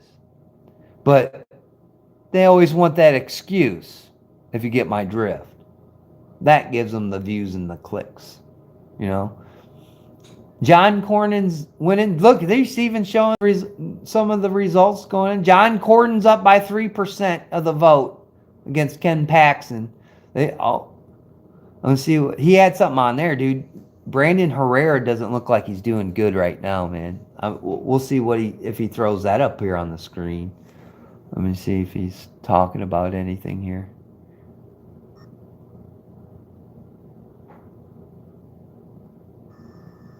No, he just took it off.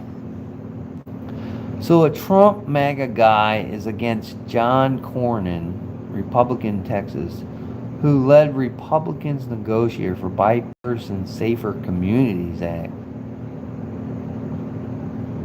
Really? See? You gotta know what's going on, dude. I know John Cornyn's a piece of shit, though. I mean, they all are. Like, dude, I was watching that chat, bro. I was watching that chat. There was people in Texas that didn't even know this was going on. And I'm like, how do you not know? Did you not go and vote? Some people missed voting, and some people didn't even know who the candidates were. Like, how do you not know who your candidates are voting in or hanging out in your state? Yeah, Cornyn's winning. He's winning. I think Cornyn's Cornyn's the Trump guy, dude. He's the Trump guy, I think. I think Cornyn's the Trump guy. Again, I don't follow Texas politics, but I remember Cornyn and that other guy up north from Montana or something, dude. They tried to sell off all those public lands. I think that guy had his hand in it, Cornyn. Somebody was bitching about him because I know a lot of the Meat Eater people. If you guys watch Meat Eater, Steve Reinella and those guys, they were bitching about selling off the public lands. That other guy from up north in Montana or whatever it was. And then Cornyn talked about here, and then the people up north in Michigan talked about selling off public land. You know what I'm saying? And getting rid of public land. You know, and the hunters didn't take kind to that. It's now a 7:27, 7:28 now a.m. in Tel Aviv, just to let people know. And dude, I haven't seen shit happen. There's nothing going on in the Middle East right now. Nothing. It is all silent. It's all silent. Nothing going on over there on that front. We'll see if I can pick it up somewhere else. Nothing going on there. Smoking Scan's not doing much of anything. Yeah, dude. It's tonight, folks. They took out the bad dude. I don't know. Again, dude, I don't quite. I just remember Cornyn's name coming up there for selling shit off. I remember him, dude. He wanted to desolate hunting, dude. And he doesn't like guns either. He is definitely anti-gun. I don't know about the other dude. You know what I'm saying? I don't know. But I again, like we were talking about it earlier before you got here. Like, dude, if Brandon Herrera can't beat this guy, dude, I don't think Brandon Herrera should ever run for politics again. I mean, if he can't beat a dude that's in this big of a controversy, dude, I don't know what to tell you, man. It's astounding. It's astounding with everything that came out against that dude that he's winning. I think he's beating him, to tell you the truth. Let me see if dude, I can't get any kind of good numbers, dude. CNN's really taking over the shit on this. And I don't know where that other one went. We'll have to go back through here. We'll look at it here. But I just yeah, see now Jasmine Crockett. Now it's starting to balance out, but she's still losing a lot of her different things.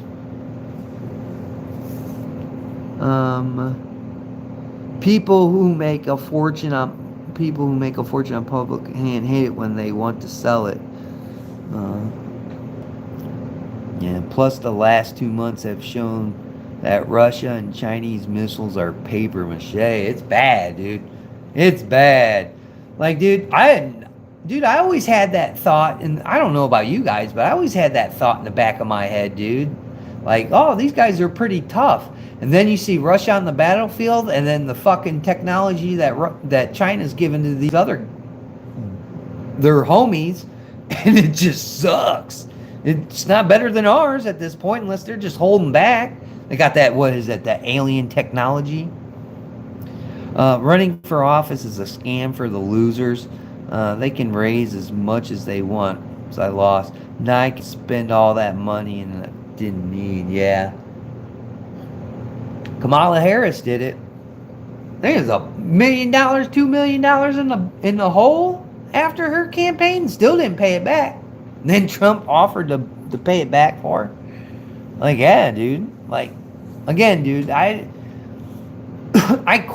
question every member of Congress. I question every member of Congress, whether they're in the House or the Senate, dude, for their insider trading, all the stuff that they do that is bad. And people know all the stuff that they do is bad, but yet they continue to do all this bad stuff and they continue to get elected even with doing the bad stuff. Like, dude, I don't know.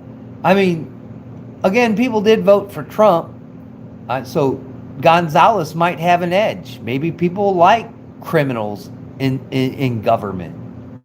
I mean, I don't think the founding fathers did. I mean, who knows what kind of corruption they were doing? Remember, only 3% of the population fought back then. Yeah, he's losing bad. 62% of the vote is. Steve Toth is winning.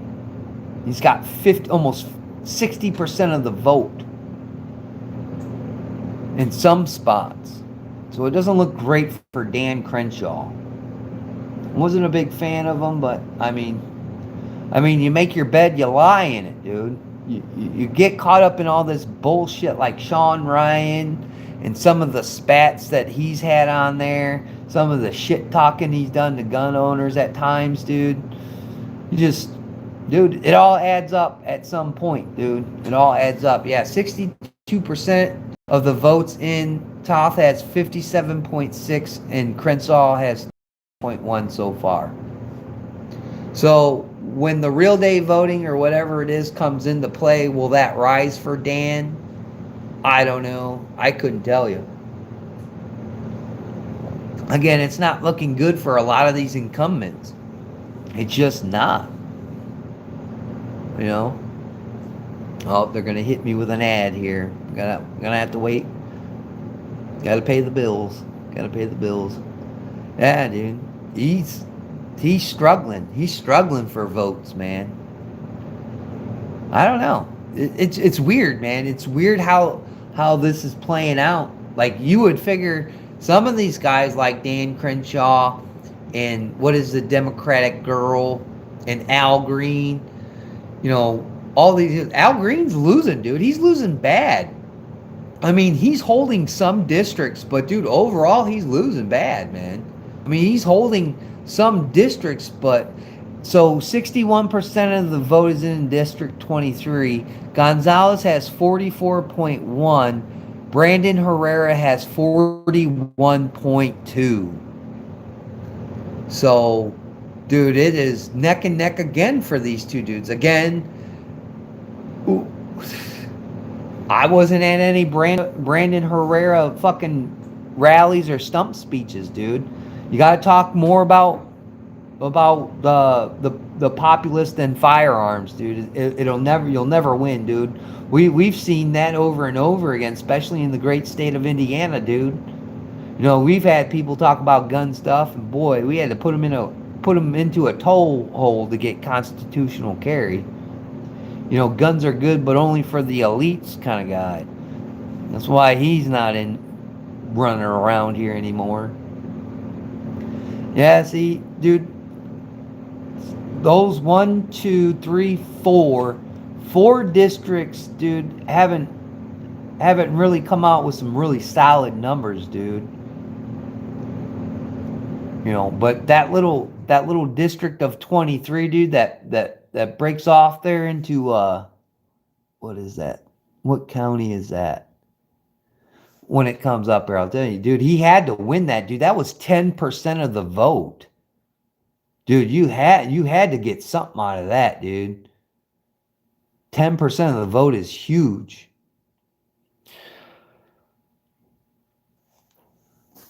I only know what I hear. Dan is a SEAL. In my opinion, that means something.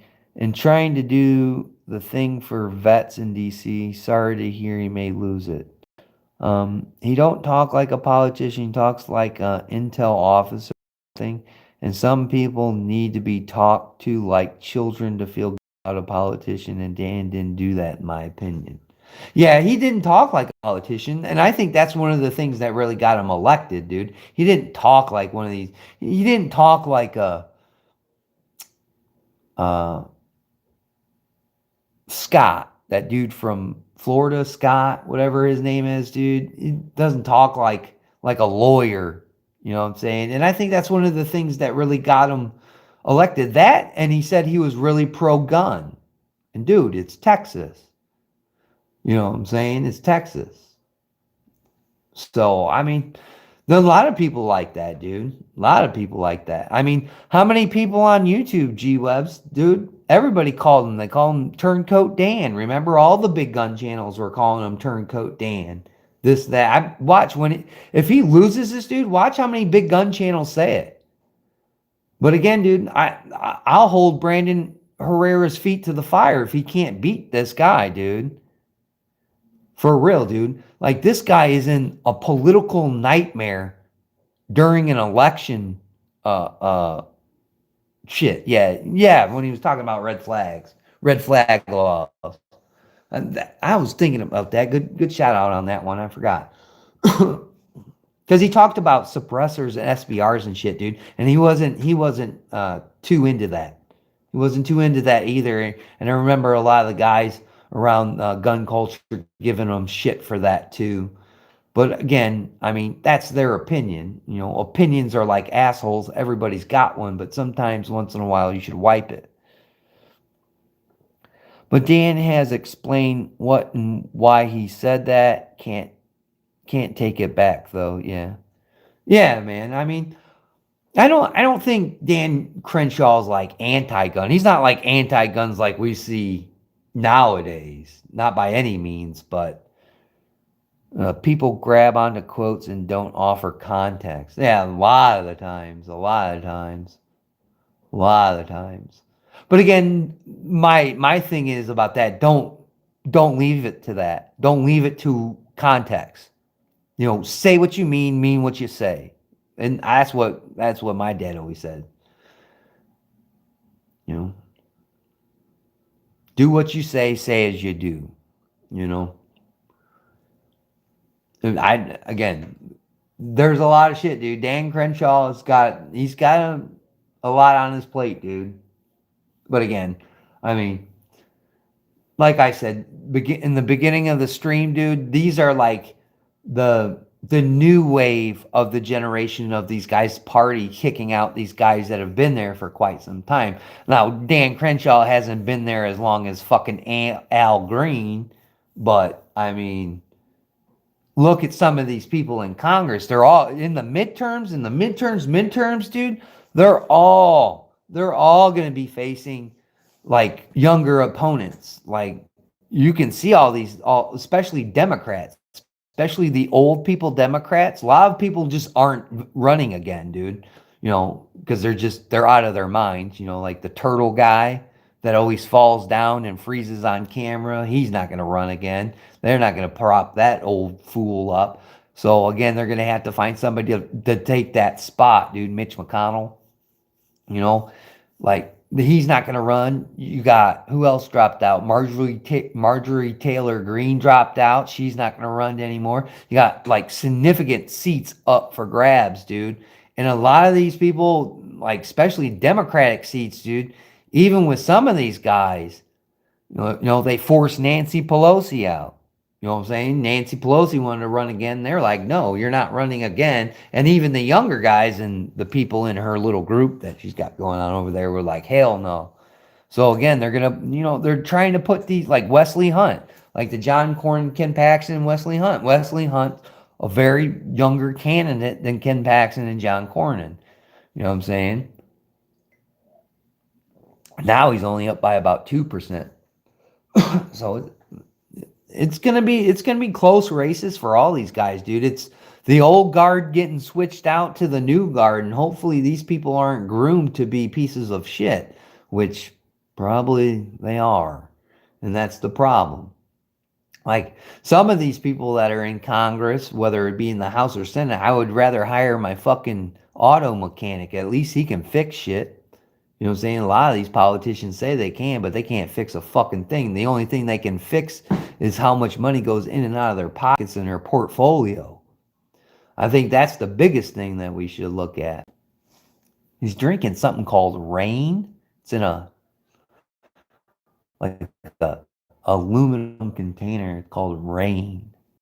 I don't know what kind of... I have to look up and see what these guys are sipping on. Yeah. Yeah, I've never heard of Wesley Hunt either. Mic Drop? No, I don't know who Mic Drop Podcast is. I don't. Are you going to give me I have to still look up the last fucking people you gave me. Damn. Don't make me do too much shit. I'll forget. I'm getting old. No, I have not watched him. Is it a good one? Now we'll look at it now. I got to subscribe to the taxidermy guy, and now I got to, what is it? Mic Drop. There it is, dude. He's the first on there. Mike D. Put Mike D in there. Mic Drop Podcast. Let's take a look at it. Mic Drop. Mike Ritlin. That's who it is. Mike Ritlin. Unfiltered, uncensored, unapologetically American. He's got 402,000 subscribers, a little over 1,000 videos. That is the interview with Dan Crenshaw I listened to. Mike Drop is a SEAL. He is a friend of Sean Ryan. So this interview with Dan was not friendly. Turned my opinion of Dan. Oh. It's a podcast. Is it a video or on the podcast? Because I will duly note that. I will duly note that for watching at like 3 in the morning. Okay, there it is. Yeah. Dude, he's got a ton of fucking shits. His interviews are very good. Worth the time to listen to if you're interested. Yeah, dude, I'll give a gander at anything, dude. Oh, he served with Chris Kyle, huh? That was a huge argument about Chris Kyle, too. Talks about Israel. Oh, yeah, he talks about a lot of hot topics. Yeah, I'll give that guy a listen to. For sure, dude. Mike Ritland, huh? Mike Drop. Yep, another one I put on the list, G-Webs. So I gotta watch the other one you told me, and now I gotta watch that one. Jesus. Who's doing messages? Green alien chicks with 3 tits. Look at this guy.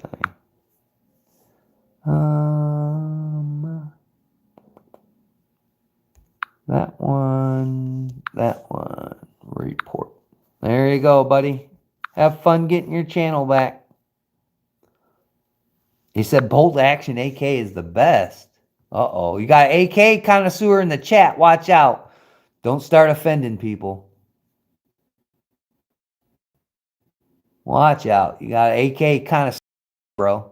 I got an AK. Did I tell you, G-Webs, I got AK? Been trying to find a dong for it, dude, so I can change out that front furniture for it.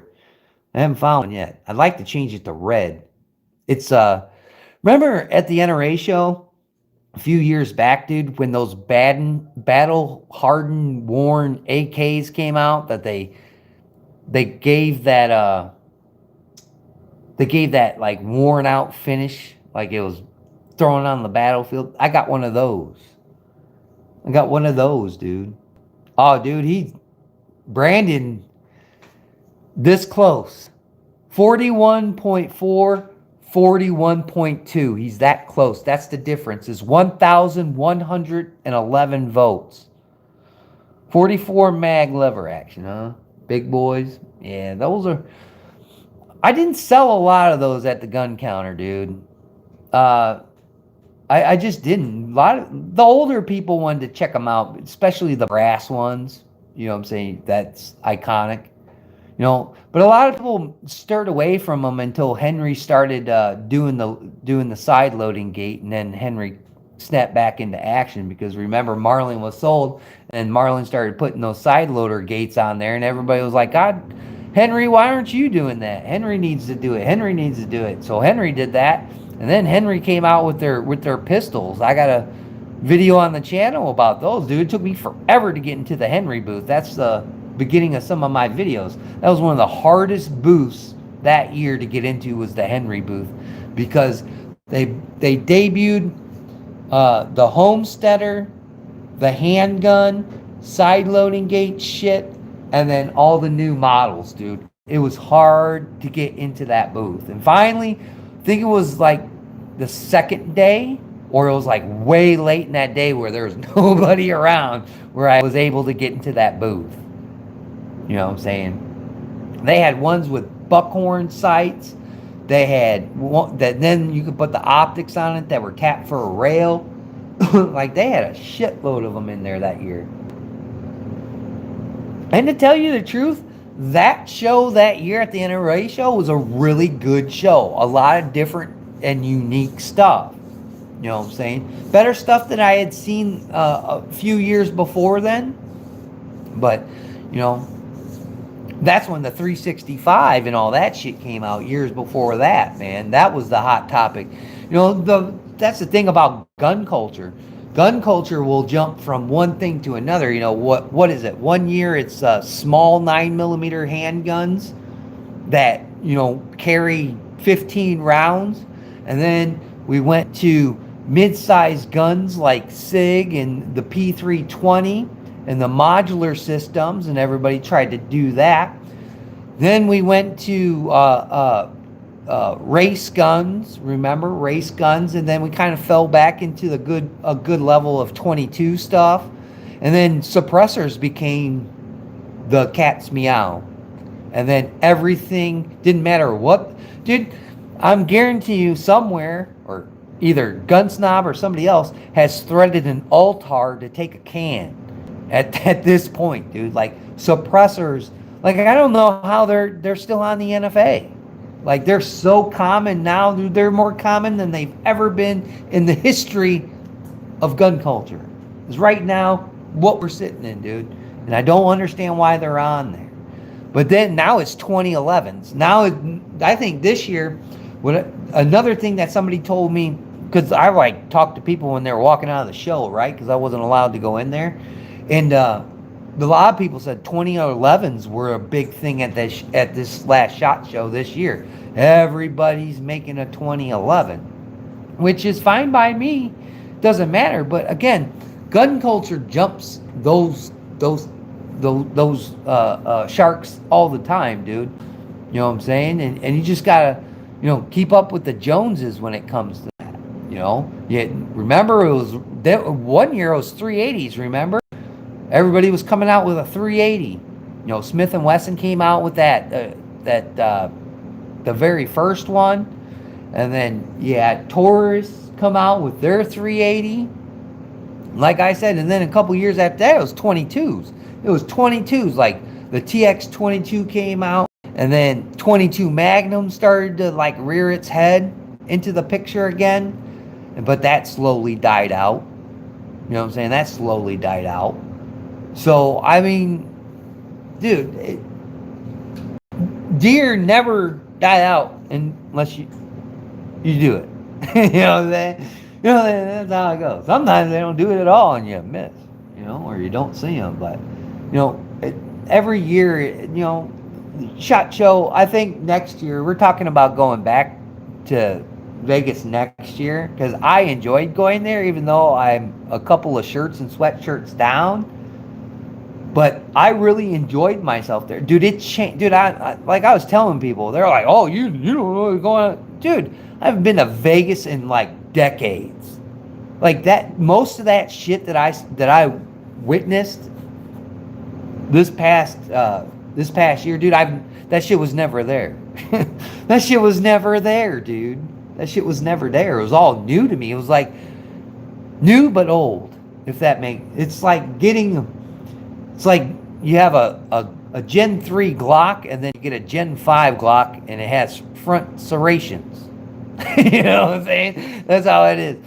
Or like the CZ, everybody's hyping up the P13. Everybody's, the gun tubers are doing it. And it's like, dude, it's a P10C and it's got a plate. And it comes in a slightly different configurations. Like, I watched the video of it. I think, who had that on there? Who the fuck? That guy with the short shorts. Who is that guy? Anybody out there? Help me. Who the fuck is that guy? The TFB guy.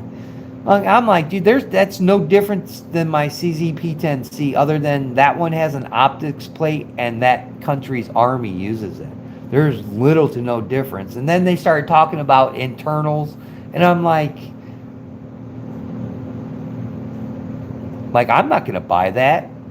I'll buy a Shadow 2 carry comp before I fucking buy that gun. I want that gun so bad, dude. When they first made that gun, dude, I wanted that gun so bad, dude. I still want it. It's on the bucket list now. And I figured after the hype would come down, dude, the price would come down. Fuck no, them things are still $1,300. I mean, I think the cheapest one I found was nine corn cobs and some change. Still wasn't cheap, dude. Not cheap enough for me. So I'll just stick with my regular CZ. Like, it still works. It just doesn't, it's not poopy brown. You know what I'm saying? And the guy was like, the dude that was presenting the gun, you know, God bless his soul. He's like, and it comes with the same color base plate on the magazines. I'm like, well, I'm still not paying that much amount because the magazines have the same color base plate. Like, I'm pretty sure you pull that gun out, you use it in self-defense. Is the criminal gonna really be like, damn, dude, I got shot with a gun with different base plates? You know what I'm saying? You know, it's astounding sometimes when you look at it. You know, again, it's the same shit over and over again. That is not the same shit over and over again. Different behaviors, different things. You're doing different tricks and this and that. You know, that shit is like lipstick on a pig, in my opinion. Now, when they come out with shit innovated, like I guess Keltec did it again. They got they got some designs from somebody and made their own shit. I mean, I wish Keltec would stop doing that. I mean, they have a pretty good think tank, but boy, it doesn't turn out well for their shit. Like their stripper clip gun, that didn't turn out well. And then they came back with a 2.0 version this year, dude, and I'm like, you know what I'm saying? Like going back to the well. It's like Hollywood. Hollywood's another thing like that. Like everybody was surprised Scream 17 bombed. Everybody's sad because Freddy Krueger 75 bombed. Like you people have no more creative instinct. You just keep going to the well, fishing it out, and trying to improve onto something. It's like the prequels for fucking Star Wars. Horrible shit should never been made. I mean, even in today's opinion, dude, the fucking Mandalorian's better than most of the fucking prequels. The only one that had ass, dude, was the Revenge of the Sith. Yes, I'm that fucking nerdy.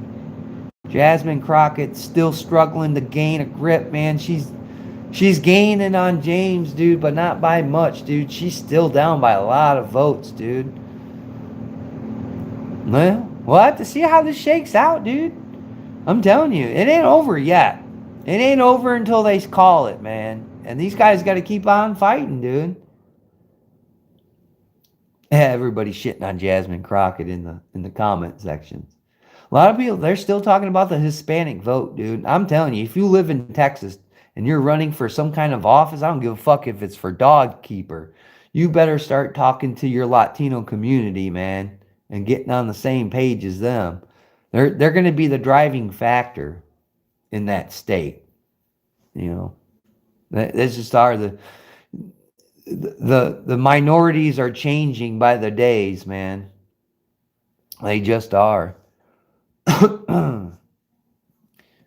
But I've never liked Jasmine Crockett, dude. I didn't like her, dude, especially when she started shooting her mouth off. You know, and I think, I don't know, man. Some people aren't, some people are, but I think a lot of people are getting tired of the politicking, dude, and the shit talking, because nothing's getting done. You see what I'm saying? Nothing's getting done. Absolutely nothing's getting done, dude. You know, I mean, we even had a stoppage for Congress. I mean, some people were like, why are you happy that Congress is not working? I'm like, then they can't make anti-gun laws. They're all at home or on their islands or doing whatever they're doing. You know, that means they're spending less time trying to figure out a way to screw gun owners and hunters and the shit we actually care about in this country. Like, we don't care about, you know, taxes on soft fucking drinks. Like, there shouldn't be no taxes on soft drinks. You know, like, or the big one, dude, like fucking cigarettes. Another one. Oh, we got to tax cigarettes into oblivion. Well, how'd that work out? Now everybody vapes, and they're all addicted to vapes. So how's that working out for you? It's not working out fine. You know, sometimes they just make up shit just to make shit up.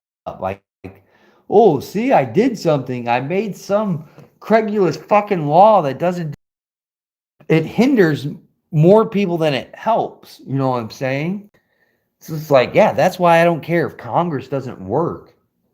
You know, especially in this political climate. God knows. Dude, did you see how they sold AI? You guys saw AI was dangerous now. Fuck, the CIA has AI now. They just signed that big deal. Go look at that article.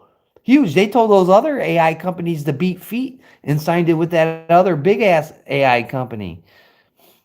You ever seen how much stuff from vapors throw away every time their vape runs out? Yes, dude, I saw it all over Vegas, dude. All the cartridges, the fucking vape itself. Their fucking things are like that. I wonder if they have gold in them. You know, because some of them are electronic. And a lot of devices nowadays use gold. If that is, dude, I ain't got shit to do here, you know, right now. I'll break them open and start scraping all the gold out of them. You know what I'm saying? Like they do cell phones. But yeah, dude, I saw that. That shit was everywhere in Las Vegas, dude. Everywhere. Everywhere. It was fucking on the ground. It was on the floors in the casino. It was in the garbage. You know what I'm saying? Like the fucking where you put your cigarettes out, there's fucking thrown up in there. That and the tubes that the reefer came in. Like you get like single joints. Like those little tubes that they came in, those fucking things were spread all up and down fucking Fremont. They throw the whole thing away, battery and all. Yeah, they do. Dude, everywhere. I've noticed that. Good call on that, G-Webs. Yeah, dude. I wonder if there's gold in them or some kind of like how people cut out catalytic converters and shit, dude. Wonder if there's fucking like gold and like shit in the circuitry in those ones. Because like I seen the kids that have the ones with the counters, like they're counting your puffs and shit like that, dude. Like that doesn't have a little bit of gold in it, a little bit of silver or something that we could fucking take from it. I mean, dude, yeah, but that shit was everywhere. Everywhere. I don't see it a ton here because people still smoke regular cigarettes. Ron's out there. What's going on, Ron? Good morning. Or good. No, it's still not morning. It's 10:42. I'm looking at the screen. I got a split screen here. I'm looking at the Middle East and this race. Well, there we go. There it is. So Tony Gonzalez has 43.9% of the vote. And then Brandon Herrera is hovering around 42%-ish. So he's losing. That's what we're looking at tonight, Ron. The midterm primaries in Texas. Dan Crenshaw is losing pretty bad, but it ain't over yet for him. Brandon Herrera is treading water. Cornyn and Paxton looks like they're going to go to a runoff. Remember the guy that got kicked out of the State of the Union? That guy is losing right now pretty good. So Al Green, he might lose his shit. So I don't know, dude. It's all up in the air right now, dude. These are really, really close elections. Like, I think I've seen like 3 that were landslides, but the majority of these, dude, are like super duper close. Like, really. A lot of people are saying they should call it for Crockett, Jasmine Crockett. A lot of people are saying that she's going to lose anyway. I mean, that dude, that James, whatever his name is, I watched him. He was on CNN. I even got some of his campaign ads on YouTube. Like, that guy was everywhere. And plus, I think they stuck him on some Fox News show, dude. And he really ran the anchor ragged, dude, on his interview and made the anchor look like an asshole, and they had to cut him off. It's like, yeah, that dude's got a little bit of clout going on, but he's been everywhere. 62% of the votes in District 2. Steve Toth is 57.5%. Al Green's gaining. He's at 43.8. And then, like, that's a dynamic race because both of them are incumbents. Christian McPhee and Al Green are both incumbents. And like I said, And when they redid the districting for Texas, dude, they took away Christian's district, and now he has to run against Al Green to get a spot. That's why those two are going at it right now. Because that Christian dude, and he was only on the, I think they said he was only on the job for about 5 months before they took away his district when they redid the lines. So, Colin Allred is beating Julie Johnson, who is the incumbent. Like, a lot of these incumbents are getting beat, man, right now, right at this moment. Like, a lot of them are not getting votes, especially in counties that, like, they were supposed to have it sewed up, and like they weren't supposed to lose those counties. And I think that's the biggest thing that I see in the Dan Crenshaw race is he's not winning those counties that were a lock and a shoe-in for him. I mean, voters change all the time, man.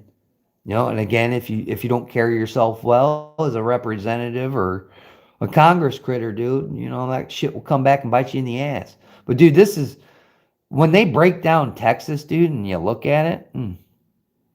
Have a good one, man. Thanks for coming in, G. I greatly do appreciate it, brother. And I'll look at those podcasts as well.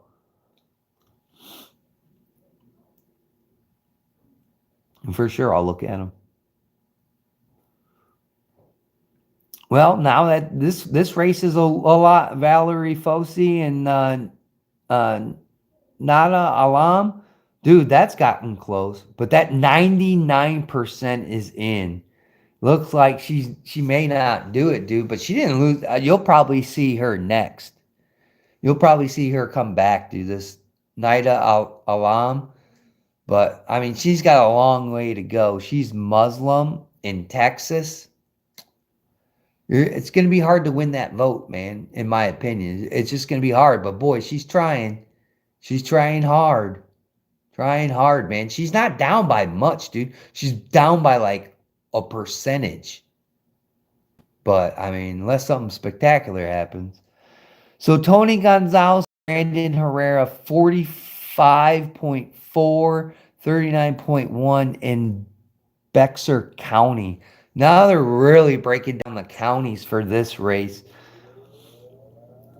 For Brandon Herrera. They're really breaking down the counties for him. I don't know if he'll make it, man. He needs help somewhere, dude. He needs a big boost. He's not down by a ton. Not by any means. It's 43.7 against 41.5. That's District 23. So, somewhere, somehow, San Antonio, that's the district. 10%, they said 10% of the vote comes out of that district alone, and he lost it. So, I don't know where he's going to make up some, he's doing the numbers. Hold on. Oh, okay. Okay, I thought there was a county that just, okay.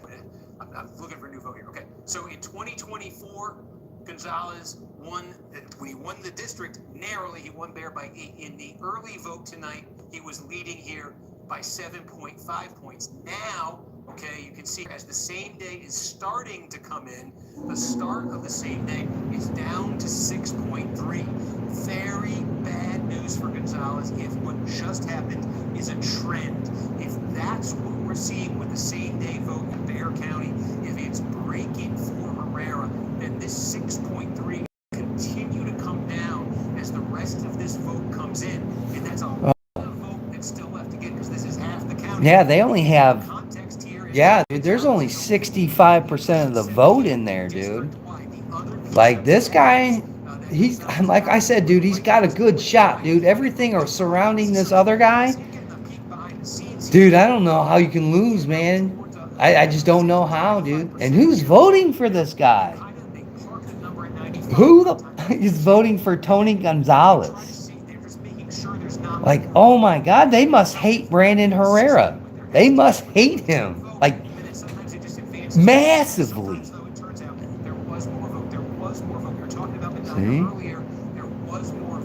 See, there's more vote. Look, he won Medina County. You can see here by round that up to 2 exact same so he's won this county before. Now Herrera's pulled ahead. We'll see if there's any more vote to come from there. But between starting to lead the same day vote in Bexar County, pulling ahead in Medina County, these together. Yeah, what about, yeah. Puzzle pieces in the district. Those are very good pieces of news. So if he gets the district next to him, dude, he might pull it off. Well, that's if the voters vote, man. I mean, it's all in the voters' hands, dude. This is it. So that's actually 3 pieces of good news for Brandon Herrera, though, again, remains very close here. And I've been saying this a lot. Dude, this is a nail biter. Still waiting here on Valverde County. Dude, there's 1, 2, 3, 4 more counties that have to come in. Like, there's a lot of vote left for this dude. He can do it. He can do it, man. I'm telling you, he can do it. I mean, as long as the voters back him, dude. It is very possible. But again, He can make that 878 up, no problem. Or as we get more same day, you know, are there parts here that are going to be stronger for Gonzalez where he can turn that around? But Gonzalez, boy, it was a squeaker in 24, and it is an absolute squeaker for tonight. and he said it's a squeaker, folks. It's a squeaker. Squeak, squeak. Squeak, squeak. Yeah, dude, he's got a legitimate, again, he's got another legitimate shot to beat him, man. I didn't watch Brandon's town halls. Like, I don't live in the state of Texas, dude. I just know Brandon Herrera from YouTube. That's it, dude. Like, I don't know what his policies are, what his policies would be for his district. Like, that's shit that these voters gotta look at. But again, you can't be a one-trick pony, dude. And this is I think this would be this election right here is the greatest shot for Brandon Herrera to get a seat. This is it. I think next year will be totally different. Totally different. You know what I'm saying? I think this is it, man. It's fucking now or never for that guy. And if he loses here, I hope he steps away, dude, and doesn't do it again. I mean, this isn't like playing sports ball, dude, where you lose a couple of games, you know, every other day, get whipped or something, and come back and play the next game, dude. This is, you know, this incumbent, Tony Gonzalez, is an absolute disgusting human being. And I've never seen this much shit for somebody to do and still get elected to office, like, in this day and age. Dude, it's crazy. Watching these people get elected. Like, fuck, dude. I don't think my seatbelt ticket is bad anymore, or my DUI that I got fucking 2 decades ago, or whatever it was. Like, but maybe I should run if people are still voting for these people that are having extra, you know, affairs and people starting themselves on fire. I mean, fuck. Maybe it's not so bad for the old row, huh? I don't know, dude. It's just crazy. It's just crazy. You know, and unless he's saying something on the campaign that is just not sitting well with that voting base, dude. But like I said, there's a ton of vote in Brandon's district that has to come in, dude. And I think this is the best opportunity he's gonna get to win. Is right now, this time, this moment, this election. You know, he came damn close last time in, what was it, 2024? But I think this is going to be it for him, man. It's now or never. I mean, you cannot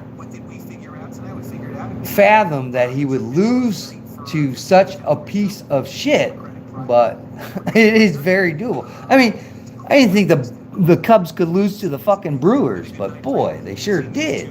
You know what I'm saying? Yeah, James Tellerico, dude. Tellerico, Jasmine Crockett race. He's up 52% to 46.7, and she is abysmal in some of her go-to places for votes. Abysmal. And 70% of the vote is in already. Dallas County issue to a side here for all the reasons we've been talking about. Talarico, Dude, she lost that big county, dude. And that's a fucking poke in the eye. From his standpoint, Adam took you through the numbers a minute ago. No let up with the same day. Yeah, I don't know. I don't know how this is gonna shake out, man. He did with the early vote. He clearly won the early vote here, and now in Yeah. Dallas County, he's moving further ahead. Dude, the early votes are done for, folks. We're done with that. This is straight people that went to the polls and voted right now. This is the cream of the crop. What's interesting, though, is that Talarico and his supporters, and I think Democrats in general, might have been, certainly were hoping, and might have been thinking that we wouldn't be looking at this. She's got to win that other county. I think, Woods is up. What's going on, Woodsy? where that Cornyn was going to finish behind Ken Paxton. Damn, we've been on here for 3 hours. I ain't even paying attention. Watching the midterms down there in Texas. About 3/4 of the vote in. It's narrow here. Brandon Herrera's losing by the skin of his teeth. I don't want to say John Cornyn is probably going to fucking bed with a coronary. And Dan Crenshaw's losing bad. Jasmine Crockett's about to lose. And the guy that got kicked out of the State of the Union looks like he may lose his seat as well. a place here. So there's a lot of people with their shit on the line tonight, folks. This is a 24,000. I think this will change the face of Texas. And John Cornyn, Ken Paxton, and Wesley Hunt have to get at least 50% of the vote to win. And neither of them have it. Neither of them. So that's probably going to go to a runoff. From what I see, 72% of the vote, from what I'm seeing right here, is in. And nobody's coming close to 50% of the vote. So Okay, might just say, like, take it away, Yasmin. I don't want to. I couldn't tell you, man. Okay, to final, do we have the current same day Texas Republican? Yeah. A lot of people, So dude. The fucking leftists are crazy, dude. They're crazy in the chat rooms, dude. Paxton, 42. Cornyn, 40. Okay, yeah. So the same day, and with the same day, we also have County Third just reporting their initial. That's the other thing. Something. Yeah, Wesley Hunt will not be Oh my gosh, I talked forgot about that anymore. times. Williamson County Unless it's like outlier. talking to his wife or whatever, whoever he's married to. But that's the end of his day. I don't think he should run ever again either. I think he tried to do this last time, didn't he? He's another one of those guys. 500 votes to his tally statewide. Boy, did he need it. He won it. Now up over 30,000 his lead over Paxton. So that's the note we're probably going to end our live stream on here. Uh-oh, this is it for them. Quickly make sure They're going to bed. We got to find something else to watch. I'm not going to miss anything at 33. I already knew that. 18, Menifee leading 2. There's 62. Okay, so there it is. Talarico. sitting in a pretty good Dan spot. Crenshaw has 32.9% With a chance to of finish the first vote. there on the Republican side. So he's Getting losing some bad. Momentum there at the last minute. We're going to go over to the Here's the Scoop, folks. You're saying something in my ear. I can't hear, but I think they're telling me to stop. I think they said Telling me to 3.5 stop. hours is enough, Steve. So Oh. that's it. Thank you guys. I really appreciate it, and stay tuned for Here's the Scoop. Uh-oh, we got a little bit of juice, folks. A little bit more juice. We'll find something else to bitch about. Hold on. Give me a second. We shall find something. We'll go check on the Middle East. How about that? There's usually something going on over there, isn't there? Oh, no, you're not my sponsor. We're not going to give you credit on the old roll call channel. Come on. All right, we're doing it. We've got it plugged in. We're doing it. We're doing it. Can we skip this ad or what, bro? There we go. So it's daytime over there. For me to eat something, and for us to wrap up this edition of the coverage. Oh, this guy's wrapping it up too. Everybody's going to bed. Half an hour, I can do another stream. He's been on forever though, dude. He's been on since like, fuck, 8 o'clock? 7 o'clock? It's 11 o'clock my time, Central Standard Time. The real time. Not like Woods' time or something, fake And I'll time. be keeping an eye Like on Woods is still living in the past where I'm at. You know?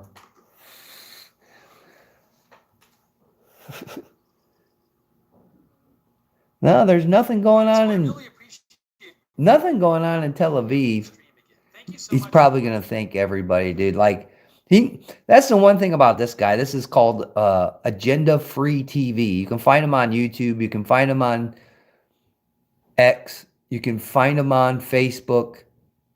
You can pretty much find him anywhere on social media. And he does a good job. It's not like you're listening to some mouthpiece that that CNN owns. Like this guy does his own shit. And he's got his own sources. Dude, he's talked to reporters that were on the ground. And he still used those people's reports till this day. Like he's got connections in there. So it's like he doesn't quite need CNN, but again, those bigger news channels shit on him all the time because they won't let him use their they like Al Jazeera, CNN, Fox News, MSLSD, all those people. Look, he got $99 super chat. Fucking those people will not let him use their footage at all. Like he's asked multiple times, even just like, look, I won't even monetize or nothing, dude. And they're like, no. Woodsy says, me too, rooting for you, Ro. Thank you. At least somebody out there is. Stupid professionalism, have to go to bed. Somebody's got to be professional out here, Woodsy. Somebody has to be. God knows it ain't me. God knows it ain't me. Trust me.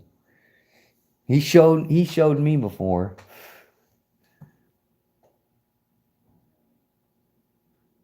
Ecuador? They're saying something's happened in Ecuador.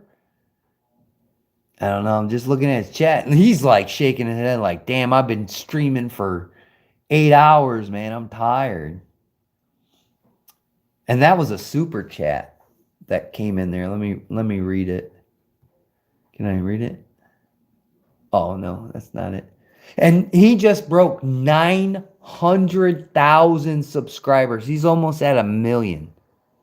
So that should tell you that the guy's got some pull here, folks. If you're looking for some shit that's not going to feed you commercials of products that you don't want to buy, like this dude, he's got like authority to go to the certain like Reuters. Like he can get reports from Reuters, just like CNN and all those guys can get. Like that dude, he's pretty well known. You can go, like I said, you can go check him out on majority. I don't think he's on Instagram so much, but I know for a fact he's on YouTube. He's been featured on TikTok at times, and Facebook, the Book of Faces. Because there's many faces on that book. I'll tell you that. But yeah, man, that's the guy that I pretty much watch when it comes down to this kinds of shit. For people for time, Iran time right now, it's 8:34 a.m. in the morning. So we're in the past. They are in the future right now. So we'll have to see what the fortune tellers tell us in the mornings. Because I'm telling you right now, dude, there hasn't been shit tonight. Not in this area anyway. And like I said at the beginning of the broadcast, they quit showing shit. Like they quit, showing the missiles, being launched from the interceptors. They've shut off all communication. So who knows what's going on in that place? you know. And again, this guy only uses streams that he's allowed to without getting shit on by these people. So there, you can go on the interwebs and find other videos, especially TikTok. TikTok's huge for it, about what's going on in these countries that are going through the bombings and all this. But yeah, for Israel anyways, dude, you're not going to see any more interceptors or anything like that. Some people are citing that it's because they don't want to know where the launchers are. There it is. Brandon Herrera's on X right now. I by the way, I'm on X again. I reactivated my account. So, I mean, you can find me now here on, of course, YouTube. You can find me on Instagram, and again, you can find me over there on X. I don't like X per se, dude. Looking at how it's laid out nowadays, dude. I threw a couple of pictures on there, man, and went through, changed my photo and everything to what you guys see now, and just looking at that platform, dude, it's got so much misery on it now. I mean, it used to be okay. Used to be doable. Now it's just like, bleh. You know, I'd rather do Instagram. It's just pictures instead of listening to shit, you know. But I mean, what do you expect from Elon Musk, dude? Look at those cars he puts out. Shit. You know. Except for the Cybertruck. I watched this dude shoot a door the other day. Like, you know, like we talked in the beginning of this podcast. Go watch it on replay. But dude, he was shooting it with all kinds of calibers until he started to get up there in the big calibers, the big boy calibers, you know, 45, 357, you know, and then you stick a 50 AE through that door, it'll go through it, you know. But I thought that was pretty interesting. So if I would ever to buy an electric car, I would buy a fucking Cybertruck. That's what I would buy, because it looked pretty good. Definitely good against 22 and 9mm, dude. You're not getting through a car door with that. You know what I'm saying? On a Tesla Cybertruck. You're just not. I mean, unless they change the metal nowadays to, you know, because Tesla stock took a shit. You know what I'm saying? Looking at the stock market, not a whole lot of stocks and everything took a hit because of what's going on in the Middle East. Now they're kind of crying about oil and the production of oil because Iran stopped the flow of traffic through the Strait of Hormuz, and then you had a facility in Saudi Arabia that was natural gas, I think it was. And we have so much natural gas, it's like, we don't care. But they bombed that, so they had to completely shut down the plant to fix what the drone ran into and blew up. And then there's a couple of spots around other, you know, oil nations that were hit, and they had to stop production a little bit. I was out for a hot second of time today, not much, and gas was still hovering around two, I think it was $2.80 a gallon. I paid $2.60. When did I go to the gas station? Saturday or Sunday, one of the two, and I paid $2.60 a gallon. So it's up 20 cents from the time I put gas in my truck the other day. So I haven't seen any huge major spikes, and you got to understand, America is one of the biggest, if not the biggest, oil producers right now. So, I mean, take it for what you want.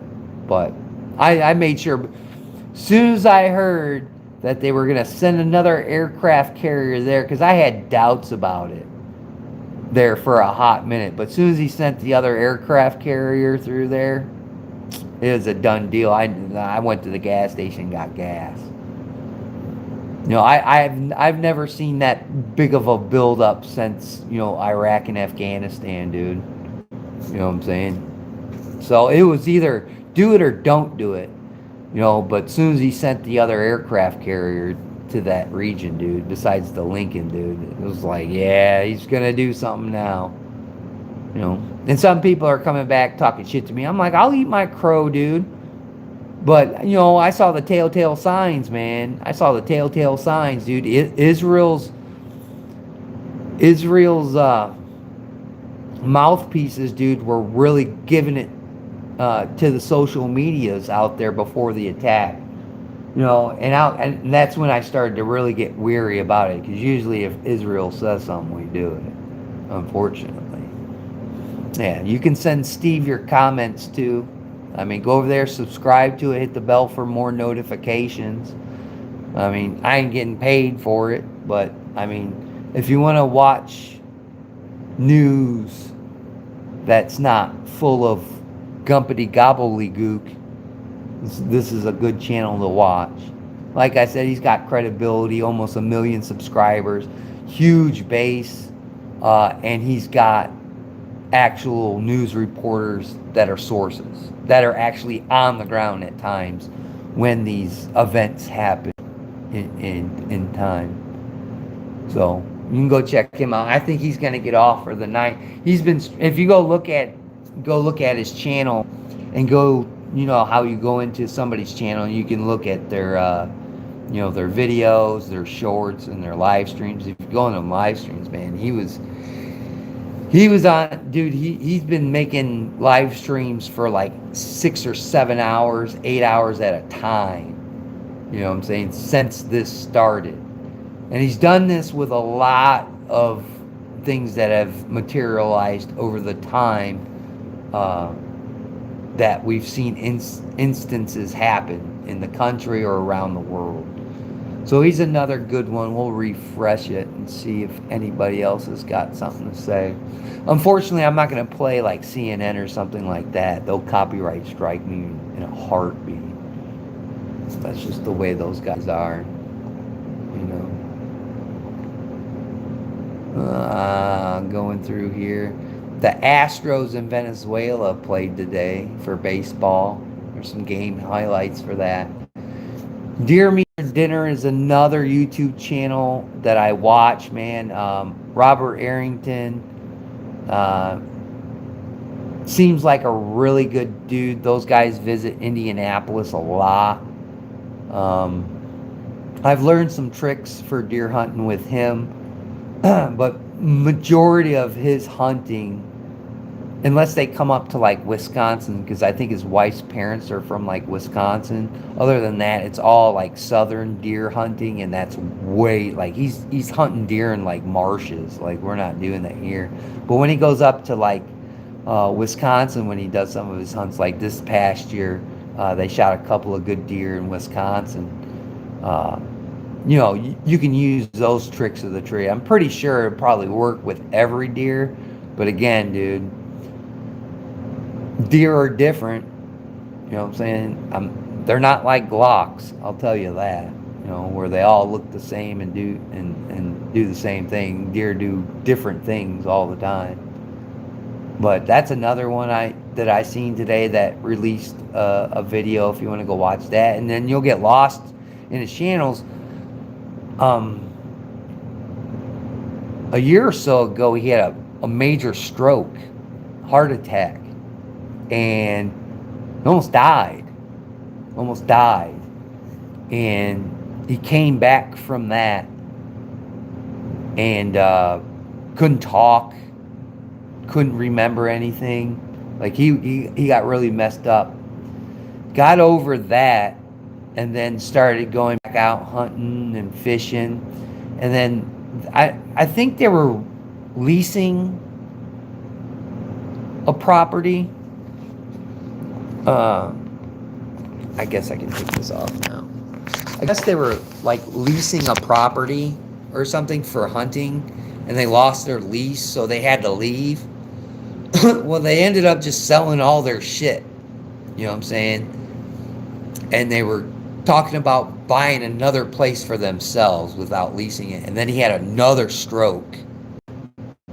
Like another bad stroke where the same things happened to And he just finally now got back to talking normal. Like, I don't know if you've ever, I've talked to stroke victims before, dude. And like, he just got back to talking normal. So that's another good channel. Like, I can recommend a lot of shit that I watch, dude. That's not even gun oriented, man. It's just good, wholesome shit that you want to watch. Like, I watch Vegas Low Roller. I watch a lot of, pizza reviews. I watch those from Dave Portnoy, from Barstool Sports. I mean, like, there's a lot of channels that I just don't watch gun channels. Like, a lot of people are like, that's all you watch. I'm like, no, it's not. Some people just don't have those interests. Another one is Whitetail Habitat Solutions. I don't agree with everything he says, but I listen to him when he talks about food plotting and things like that. If you're into deer hunting, watch that guy's stuff pretty heavily too. Dale Outdoors is another thing. If you're a turkey hunter, Dale will give you some good advice on those damn turkeys, man, especially when they hang up. I just watch like different stuff. I tried to watch the new Paul Harrell channel with his brother, and it's fucking horrid. I don't like it at all. I just don't. It doesn't have that same go around. I wish they would have just let it be, to be honest with you. I mean, that guy can go and do what he's got to do, but he'll never be his brother, and he'll never have the same, like, grab your attention kind of, aspect, personality. Like, this guy is just an oaf, in my opinion. And plus, he's like an ex-cop and shit. It's like, fuck what that guy says.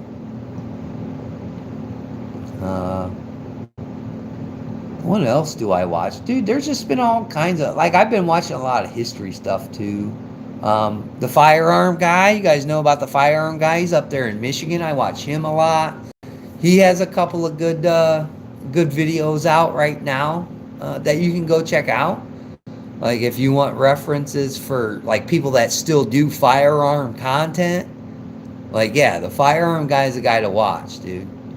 Like, a lot of other people, man, they don't put out as much firearm content, if any, anymore, dude. It's all nonsense. It's buy gold from this company or buy this. Here's a gun that cost $8,000 that's not even in the reach of reality of the majority of gun owners in the country. It's like, who wants to watch that shit? I guess you want to if you want to see a bougie ass gun, not me. I want to see something affordable that works, and it's not gonna fucking let me down. You know what I'm saying? Like, I broke down and watched a Honest Outlaw video, dude, and he bought a $7,000 gun, dude, that is a piece of shit.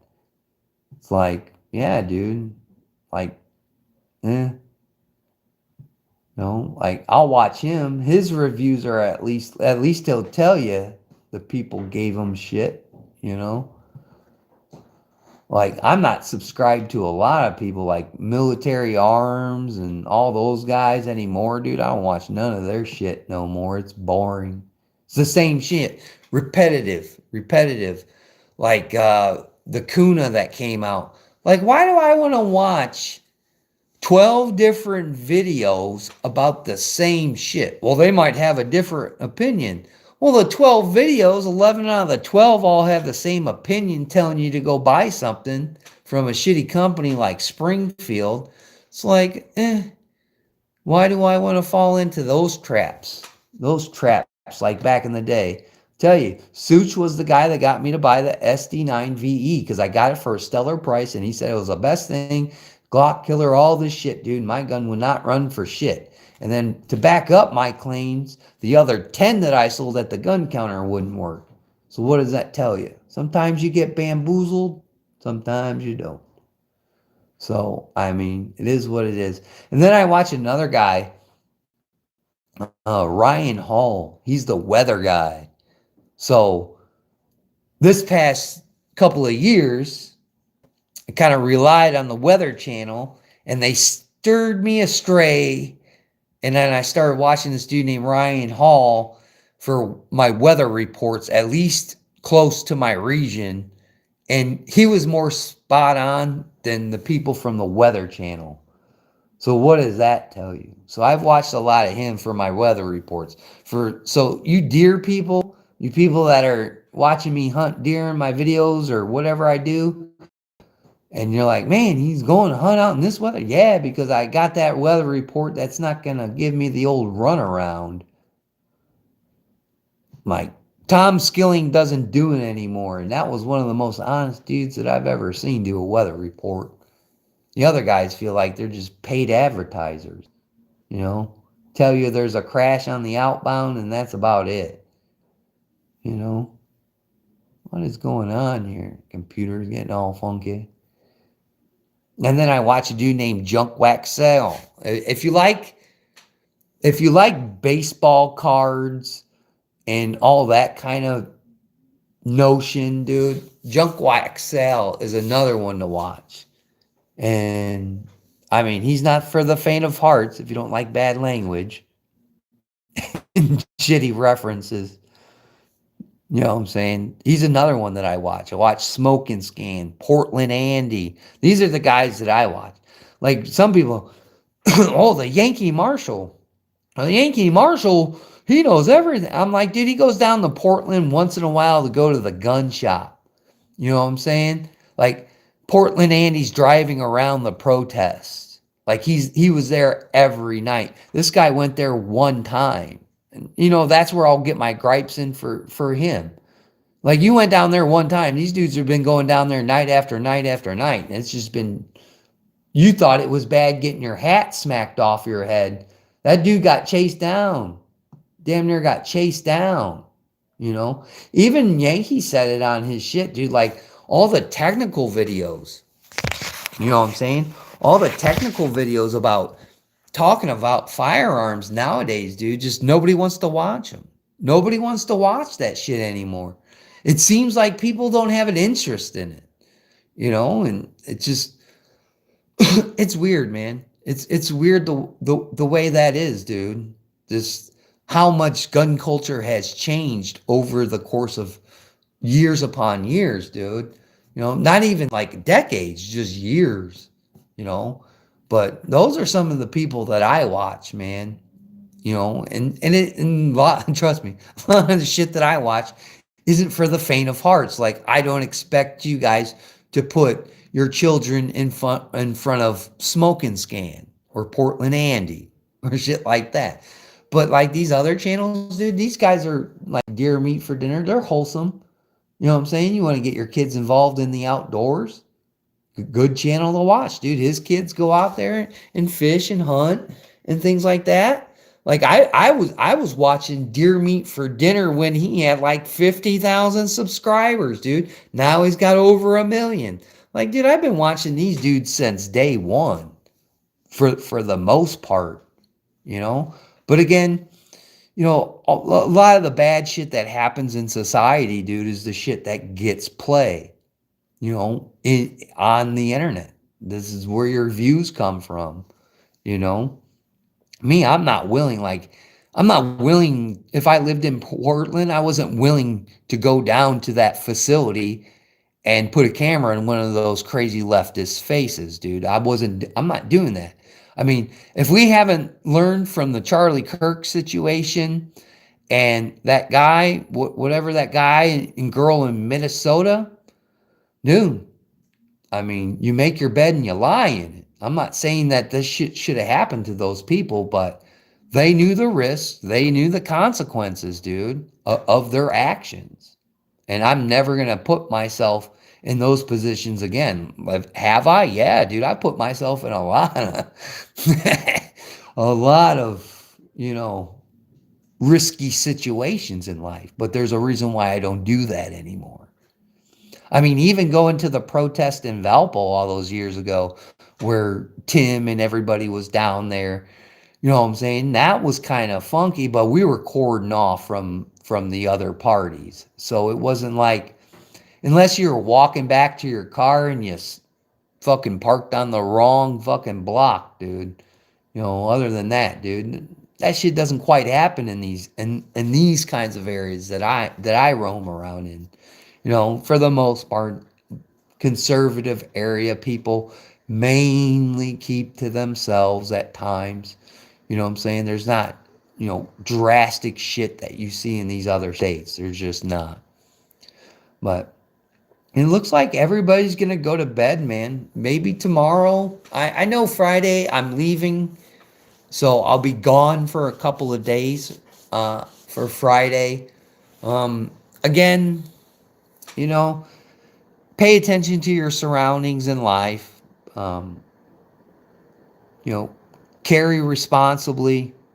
You know, for me, to be honest with you, in what I'm watching around society right now, is like I'm not going to be putting myself in big groups of people. Unfortunately, I didn't do it during the Coco and I don't do it when this kind of stuff breaks out into society. I just don't. For good reasons, and we've seen, I guess, some results of it that has come about of what's going on in the world today, like down there in Texas and things like that. I think there's something else that happened in Cincinnati as well. So I mean, you just gotta pick and choose of what you're gonna do in society. And again, I tell you guys to go visit the community tab often. Often I do, man, because that's the easiest way. I don't quite need to have the cords and the praying that the gophers in the treadmills in the wheel are going to keep the internet to keep on going.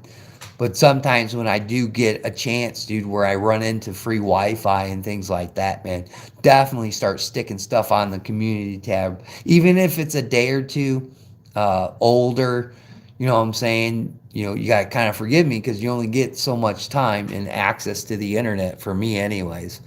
So, I mean, I don't want to be the local at the McDonald's, you know. So just be vigilant out there. Look at your sources. Don't jump to conclusions. And again, dude, you do what you want to do, but I'm not going to be putting myself into big swaths of people. I'm just not right now. Maybe when things calm down, yeah, man. I mean, even thinking about this year, dude, going to baseball games. You know, like go look at my Instagram, folks. Like I go to a lot of baseball games, dude. I like baseball. I like to drink beer, do my scorecard like a nerd, and eat a hot dog. You know what I'm saying? But like even that's got me kind of rethinking. I didn't buy tickets this year. You know what I'm saying? For opening day. You know, and I go to opening day all the time. So it's just, you just gotta, you know, pick and navigate your way around the situation. There's a lot of not good in life going on right now, but there's also a lot of good going on in life. You got to start, you know, breaking down that and weighing your options. But I greatly appreciate everybody that came on the stream tonight, all the questions, all the little bit of banter. I don't appreciate the trolls that came in here tonight. Some of you guys, dude, are going to get reported and wake up tomorrow, and you're going to have violations, and you're going to be, you know, stripped of your usage of YouTube. Think about before you push send. But thanks everybody, especially the Rohirrim out there. You know, all my channel membership people, shout out to you guys. I greatly appreciate you guys. I'm waiting for the Indiana DNR to open up the buying of turkey tags, because you have to buy the turkey tag and the stamp, the bird stamp. So you got to get those two things to hunt this year. I'm just waiting for that to open, and then I'm going to shoot down to the local, go pick up my tag, dude, and then we're going to be out in the woods scouting. You're going to be watching a lot of scouting videos here coming up, you know, for turkey. So pay attention to those videos, and, you know, pay attention to life, pay attention to your family. Like always, guys. Catch you on the next one.